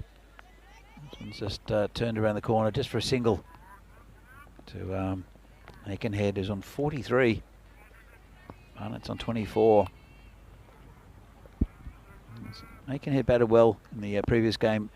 It wasn't really a fluid innings from her though. She was poking around a little bit, but stayed there for the whole time. Anchored it. Oh, lovely shot there from Lucy Barnett. Straight down the ground. Always a delight to watch when that happens. Have a look at this one. So just lined it up. Hit it over the bowler who had a play at it. Almost got a hand to it, but in the end, another boundary. 83 on the board. Almost at the halfway mark. Need a breakthrough to the MCC. And will it be this? And caught. Nice catch there by Lara Murray. It's down low. Really well judged. And Barnett goes. And, well, Lara Murray looks like a popular figure around this MCC side, the Irish international. Big smile on her face as the players gather around her. And high fives all round. Nice catch. Good piece of bowling. And have a look at this one. Excellent catch. And comes in. There you go. High fives from Lavender, the bowler. And congratulations as well. So Lucy Barnett go for 28 off 14. As the rain is starting to come down a little bit harder. Hopefully we won't have to go off. It will be a disappointment. But fabulous catch there. She's right in front of us. Here, Lara Murray. As the crowd starts to make their way to the pavilion, get out of this this rain. I've got a tent here if they want to join me. It's been pretty lonely today, even though I had good company in Grace Weatherall early on, and Harrison Carline and also John Harris who filled in for innings. And I think the umpire's having a chat. Still not too bad, as long as it's not dangerous for the players. In fact, they're just crossing. It's all good. So generally, unless it gets very heavy and becomes slippery for the bowlers, then on these synthetic pitches, normally we stay on. As you see here, it looks like it's going to be Brussels Warriors against Hasselt in the final. That's coming up at 8:30 Central European Time, 6:30 GMT, and 0 o'clock in Indian Standard Time at midnight. Phil G will bring you that final. He's done a good job there all week. Actually, for the last 2 weeks, has Phil. I'm sure he'll be happy to get back to Prague after a couple of weeks in Belgium. Night series though, hasn't had to work too hard. Here comes, yeah, new bowler.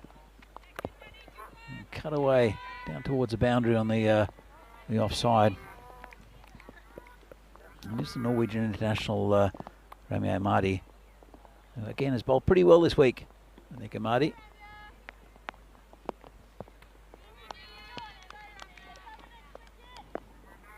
He's now on 45.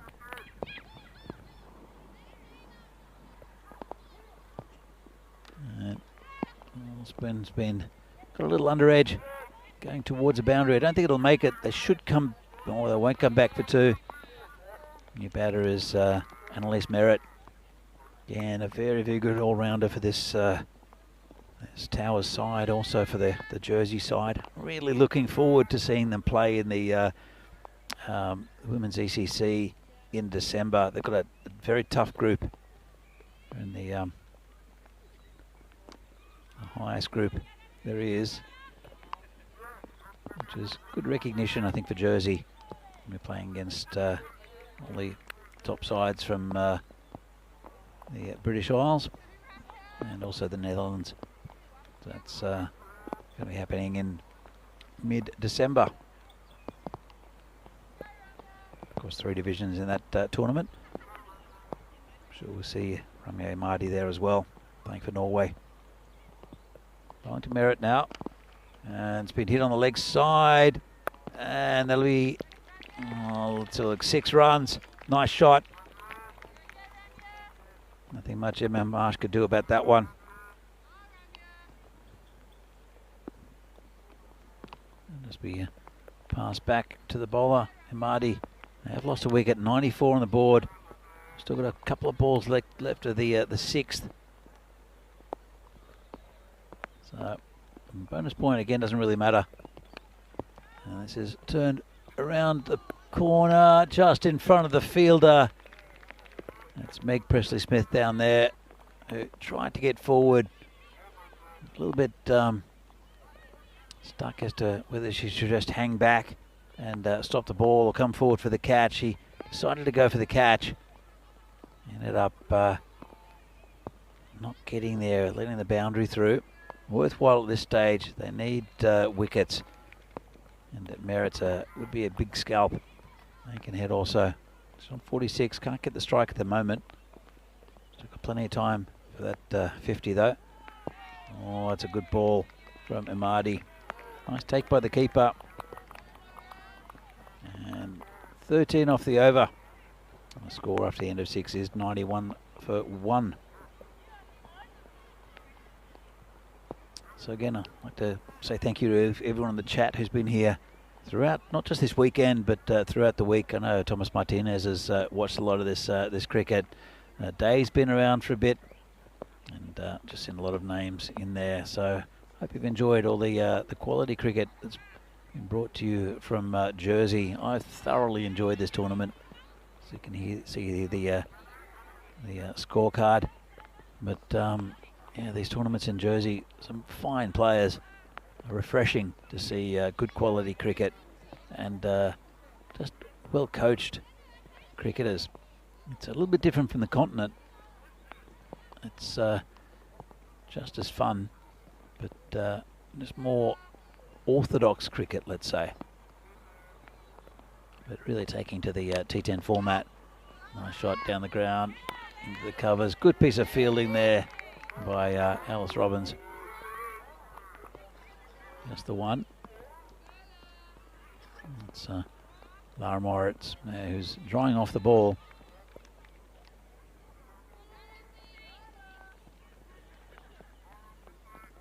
Comes in. She's bowling to Merritt. And well, Lara goes down. It's called a wide. And I hope she's okay. Just going to dry her hands. Let's have a look at this one. So she comes in, and yeah, that front foot that slipped. I think the umpires are having a chat to see if it's getting dangerous. I think definitely if it does get rain produced, that only losing that 1 wicket with the current run rate, that the Towers will take the victory. Of course, it doesn't really matter about the point, but that wouldn't come into play. Let's have a look. The umpires seem to be going back to their marks, so they'll continue. Just clearing the ground a little bit from any dirt. So coming around the wicket is Lara Moritz, bowling to Aikenhead, who's on 47. Comes in, and, good delivery. Just dug that one out, did Aikenhead, and just be a single. She moves 1 run closer. 48. Score is 102 for 1. So 37 needed in 22 balls. Still need 10 and over, but I'll probably get there comfortably. Lara comes in again. And be down leg side, called a wide.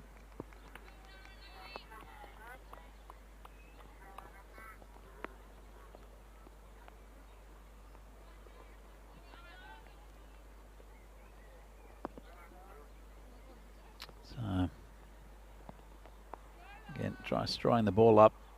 There's Lara. Won't be any swing on it, of course.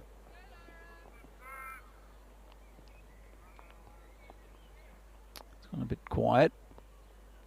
Moritz comes in. Bowling to Merritt, who turns out round the corner and dropped. And it'll be 4 runs. Well, it's Fiona Ray who's down there. The ball is a little bit slick, but hit pretty hard as well. Doesn't look the happiest down there, does Fiona Ray. Let's have a look at this one. Hit high on the bat and tried to grab it a bit crocodile style. Let's have a look at this one again. Not that Fiona would like to see it. It's at an awkward height and just dribbled over the boundary. Unfortunate for Lara. Right, so good piece of fielding there. Smashed into the knee of the fielder, and just 1 there for Merritt. Well, they'll get another. Just snuck that one through. So 2 for Merritt. Maritz is wondering what she's done to deserve the scrappy fielding at the end of the day. As I said, it's been a long weekend. It's only just a weekend's cricket, you'd think, but they played a lot of cricket at pretty high intensity. All these players. There's Maritz again. At full toss, turned around, and good fielding that time. Just a single. We'll bring Aikenhead on strike for the final ball of this Maritz spell. Final one she'll bowl for this tournament as well. She's been wonderful this tournament, Lara Maritz, both with the bat and the ball. And looking at it, I don't think that's any issue.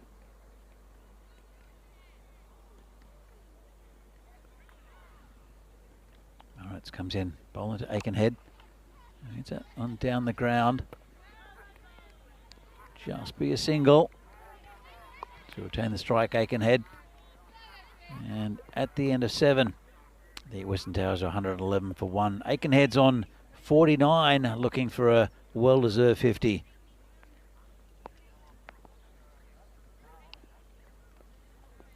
So continuing, there's still light rain. This is happening from tomorrow. Sweden, it's Landskrona. And Vinny will bring you the action from there.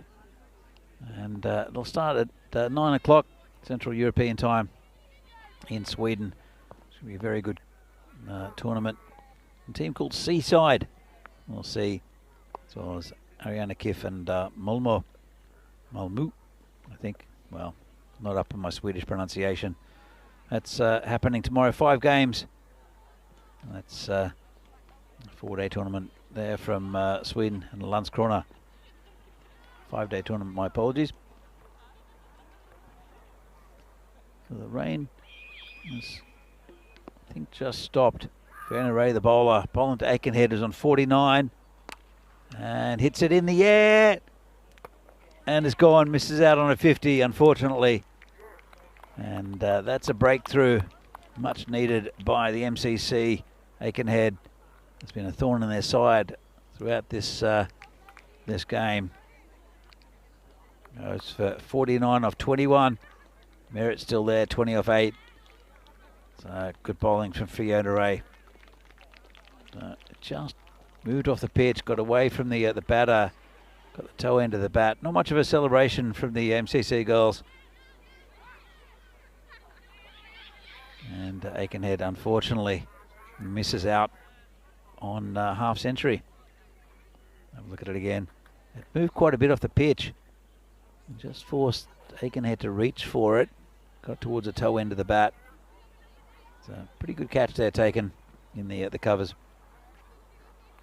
So Mia Maguire, the lefty, is the new batter.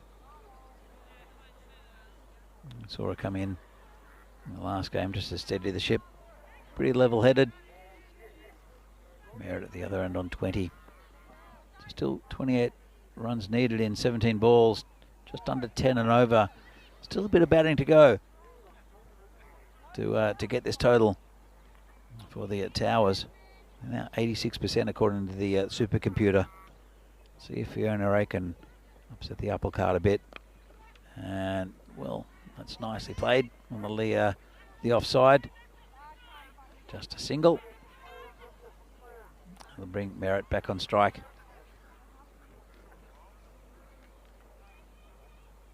Merritt has been, again, one of the players that have been a highlight of this tournament, both with the bat and the ball. The batting's been more than solid. He's really taken it to the bowling. Hit big when she needed to, and consistently gets boundaries like this one. Well, not quite. She hit it straight at the fielder. It's Lavender down there. Brings me and Maguire back on strike. Could have a twist in the tail here. That run rate's over 10 and over now. Should still be a pretty comfortable victory for the Western Towers with a couple of overs left after this, but you never know, they still need these runs. Maguire hits it down the ground. Scampers through for a single. Bring Merritt back on strike. They're not going to get there in singles. It'll advance them slightly. They do need a few boundaries along the way to the Western Towers. MCC, though, are holding pretty well. Comes in again. And little dodgy inside edge. Lavender down there. Should just be a single. And is. Been a good over here from Ray.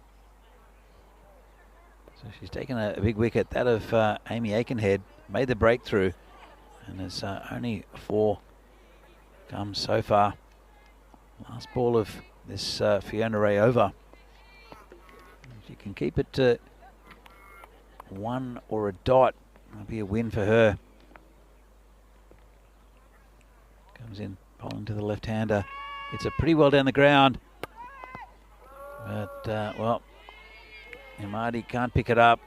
And the throw from the skipper, Polly, is a little bit wide. They'll come back for 2. It's well run between these two.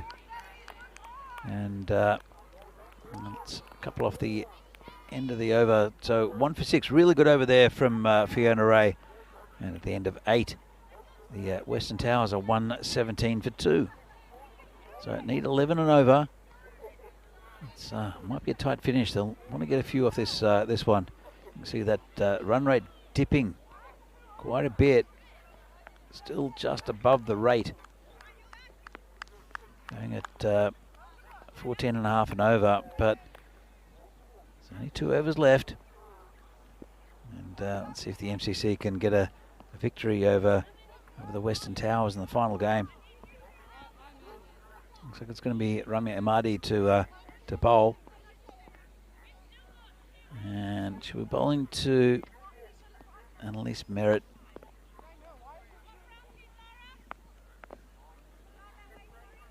Amanda Poller, the skipper, just shifting her field around.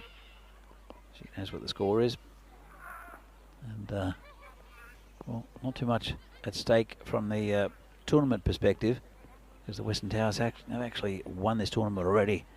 But the MCC making a real fist of this game.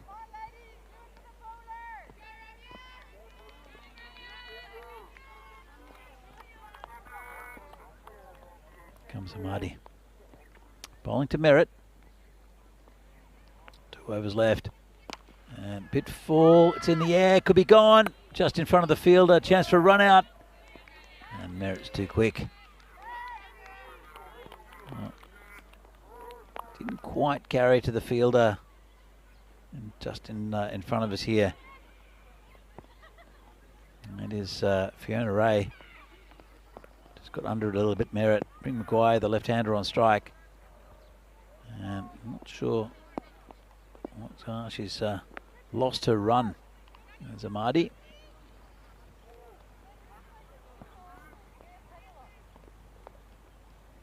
Getting it back, putting the bowling marker down. And we'll be back in just a moment. Here comes Amadi, bowling to Maguire.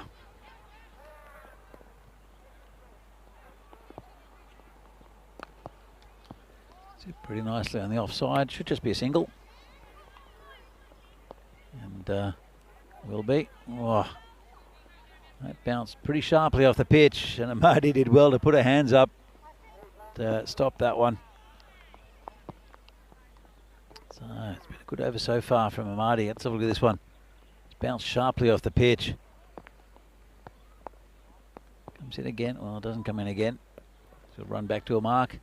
Called dead ball by the umpire.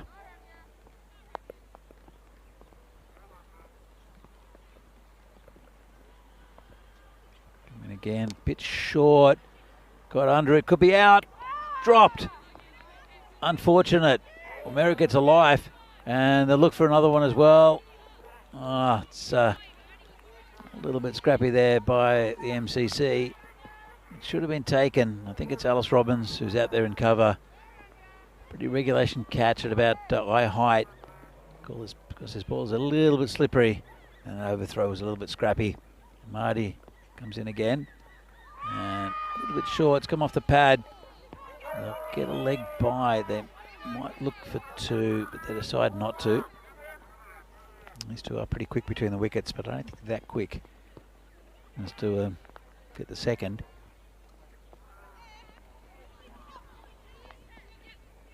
Maguire now facing. Been a pretty good over here from Marty. Been a bit unlucky to be honest. Well, need almost 13 and over now. Do the Towers. And a little edge over the top. And they've run one. I think that's all they'll get. But this ground has slowed down a little bit because of the dampness. Just be surface water. Won't be much. Still very, very light rain coming down here.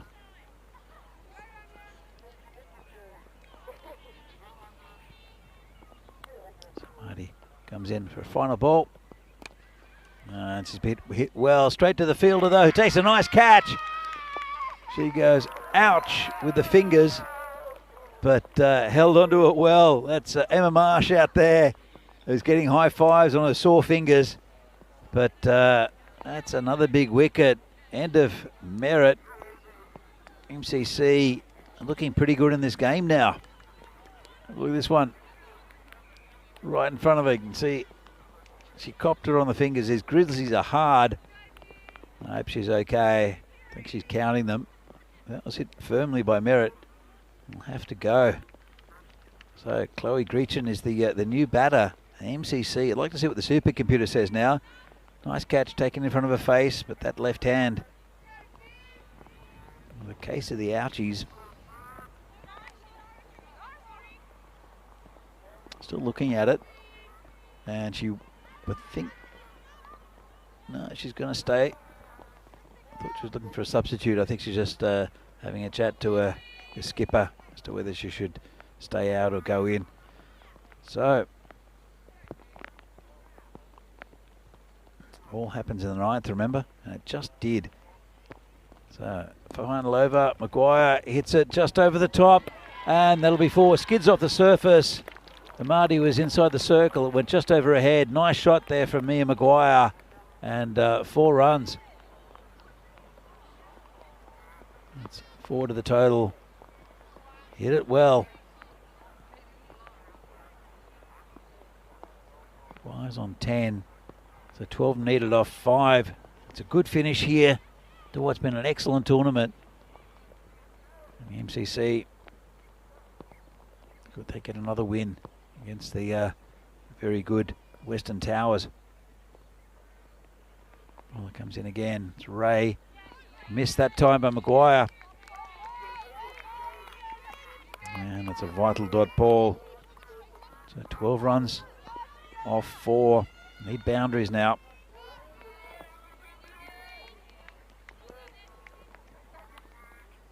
3 boundaries will do it. 2 sixes will do it as well. Can Mia Maguire do it? Hit it pretty firmly. It's gone down to the skipper, who makes no mistake. That's 1 run. We'll bring Greachin on strike. Haven't seen too much of Zoe Greachin with the bat. She's bowled well. Looking around the field as to where she's going to try to hit this one. Deanna Ray has bowled well. 3 balls left. 11 runs needed. MCC looks like they might win this game. Still 3 balls to go. Good end of this tournament. And they're going to bring the fine leg up into the circle. Deanna Ray bowling to... well, good, clever cricket there from Chloe Greachin. The fine leg came up, so it could be an extra one in the circle. And she made room. Let's have a look at this. Made room, and it was well outside off stump. Shows her experience and just tucks it away. So I think they're going to bring... Who are they going to bring in? So let's have a look. We've got the 3rd up now as well. So there's a deep gully, and there are 2 points, 1 forward, 1 backward, and a cover in the circle. Let's see what Gretchen can create now. Comes in again. And, well, goes past the leg stump, I think, but it goes between the batter and the stumps. Good bowling by Ray. 7 runs needed in 1 ball. Needs a 6 for a golden ball. Let's see if Chloe can do it. It'll be spectacular if she can. Otherwise, the MCC get a good victory at the end of this tournament. Here comes Ray bowling. Well, it's going to go towards the boundary. Just be a single. They'll look for 2, but they won't get it. It's a win for the MCC in what was a very entertaining game. And you can see there, Fiona Ray, pretty exhausted. Big hug from her teammates. Really good final over. And there's Lara Maritz, who'll definitely be the player of the match, with a beautiful catch down the ground, but also scoring 105, not out. And the Towers, well, they'll be happy with their performances throughout this weekend. But seeing how the MCC have grown into this format, the first time they've ever played in a T10 format is these women. And started off just a little bit quietly yesterday, just trying to play themselves in. They've realised that you can't do that with with only 10 overs. As the handshakes go there between the 2 teams. So congratulations to the MCC. Also congratulations to the Western Towers for winning the tournament. See some of the highlights here. The Towers not quite being able to get there. It was a couple of wickets at opportune times. You wondered when the wickets were going to come for the MCC, but when they did come, they got the big batters out of the Western Towers. Lucy Barnett probably wanted to stay there a little bit longer, but Amy Aikenhead just fell on 49. Was unlucky not to get a 50, but also unlucky not to steer her team to victory. Really good catch down the ground by Lara Maritz. Again, one of the turning points of this game. But well, unfortunately that went down. It's Fiona Ray, but she made up for it with some very good bowling towards the end. 1 in, 1 out for Alice Robbins. Good catch out there. That was Emma Marsh, who felt that one at the end of the fingers. And you thought maybe they could get there. Really good batting.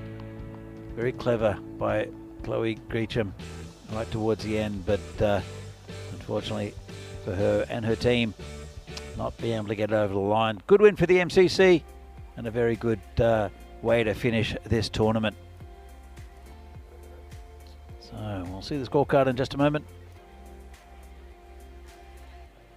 As we see Lucy Barnett at the top, 28. Amy Aikenhead with 49. Annalise Merritt with 25. And then Mia Maguire, the keeper, 11 not out. And Chloe Greecham, the captain, 5 not out. 15 extras, quite a few wides. But in the end, it was just not quite enough for the Western Towers to beat the MCC. And a bit of a weird message down the bottom. There's no delay as the game is over. It just confused me then. The bowling figures. And it was wickets for Lavender, for Amadi and Fiona Ray, who bowled very well. Amadi just going for 9 and over, and Fiona Ray going for 8 and over. And well, you can see that the first bowler's got a bit of a smacking around, going at 15 and over and above, but Amadi and Ray brought it home. So in the end, in the final game, MCC women beat the Western Towers by 5 wickets. Good victory to end this tournament for the MCC. Second win. They won against both the teams here, the Towers and also the Royals. So good, it's good for them. They still finished third in this tournament. Western Towers winning, of course, when they beat the Royals in the previous game, and well done to them. So we're going to have a presentation in a little while. So stick around for that one. It'll be probably in about 5 or 10 minutes or so. So from here, thank you very much to everyone for listening. Thank you to all the Blue Spanners and everyone who's watched this great tournament. Yeah, it's the end of the line for this tournament in Jersey, except for the award ceremony, as I said, coming up very shortly. But as far as the cricket goes, and from the commentary box, it's thank you very much from myself, Danny Hudacek. Vinny Sandu is now in Sweden, and you'll be able to tune in to him tomorrow. Phil G tonight, so with the finals in Belgium. But you'll see, I think, a few of the highlights of today's play. And from me, until the award ceremony, which will come up soon, it's goodbye. And thank you very much.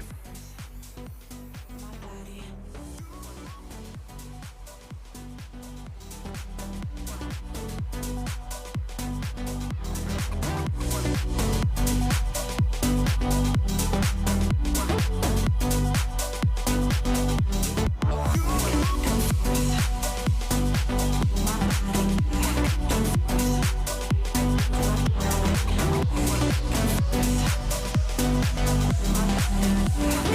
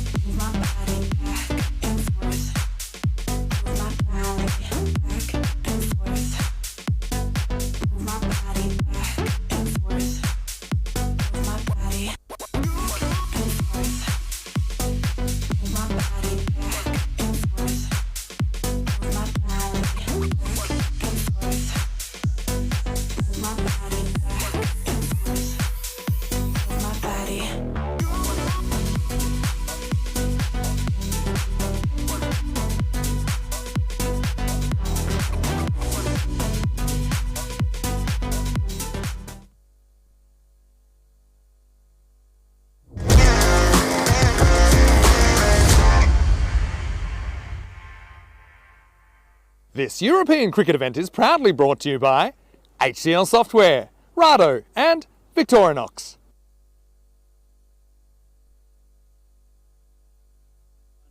The award ceremony here for this fantastic tournament, the women's tournament here for the European Cricket Series in Jersey.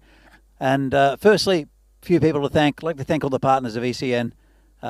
Just a big thank you to everyone. Thank you for all the support we've had throughout, not just this weekend, throughout the week, but particularly with this fantastic tournament this weekend. So thank you to all the spectators, all the people who've helped out, the ground staff. It's been fantastic from Cricket Jersey. So give yourselves a little round of applause.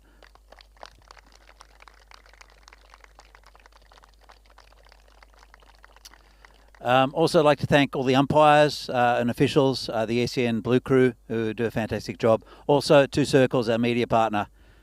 And again, thank you very much. So it's, again, we couldn't do it without Cricket Jersey. It's Sarah Gomersall and also John Harris, who have been fantastic help here, as well as all the volunteers on the ground. And we just felt so welcome here in Jersey. Magnificent facility. Shout out to all the people in the at the Boundary, at the cafe here at the clubhouse. How those windows survive the week, I don't quite know. But all right. Firstly, with the teams, a big round of applause. It wouldn't happen without the players, and they were absolutely magnificent this weekend. So congratulations.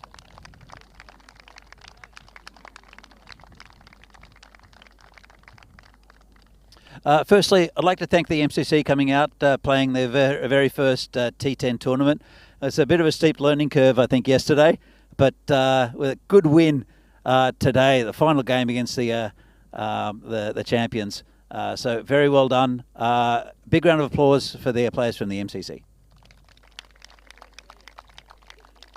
I know that Emma wanted to say a few words, so if you would like to come up and have a bit of a chat. Hello.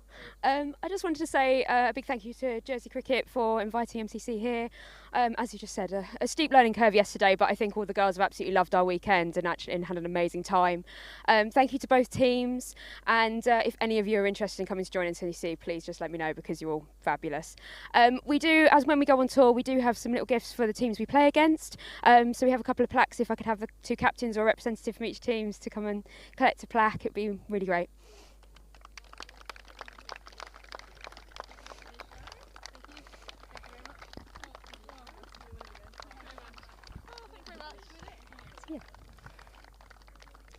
Yeah, so thank you again, captains, players, scorers and umpires. We've had a really great time, so thank you. Well, thank you very much. Thanks, Emma. Okay, so we should get down to the awards before everyone goes and celebrates. Now, there were so many good individual performances throughout this tournament. There was some fantastic batting, great bowling. There's some standout performances, but there's one person who really, on the final day, stood out, and in the final game, really stood out as the best player of the tournament, and with a hat trick and a 4 for 4, and also the 100 of the tournament. Well done to Lara Murritz, the player of the tournament.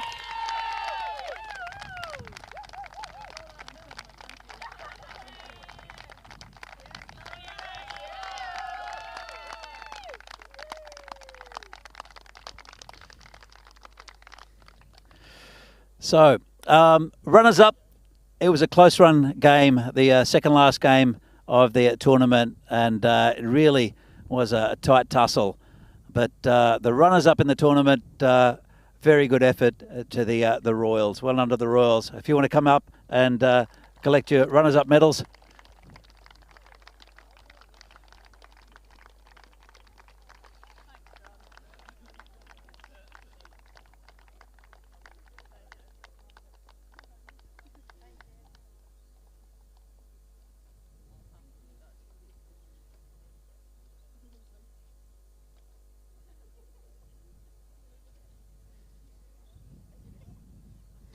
And finally, for the winners, the I think it was fantastic performances again, individual performances, both with the bat and the ball. Fantastic keeper as well.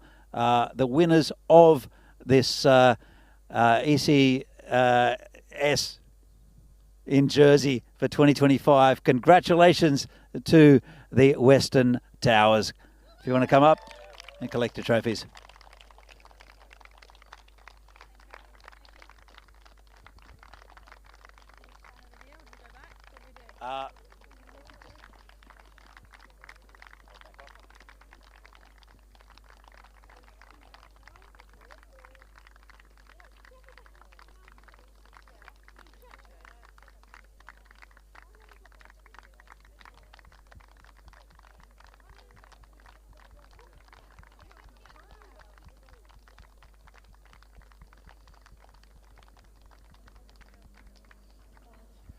And we have one final trophy to give away, and congratulations, the skipper of the Towers, John.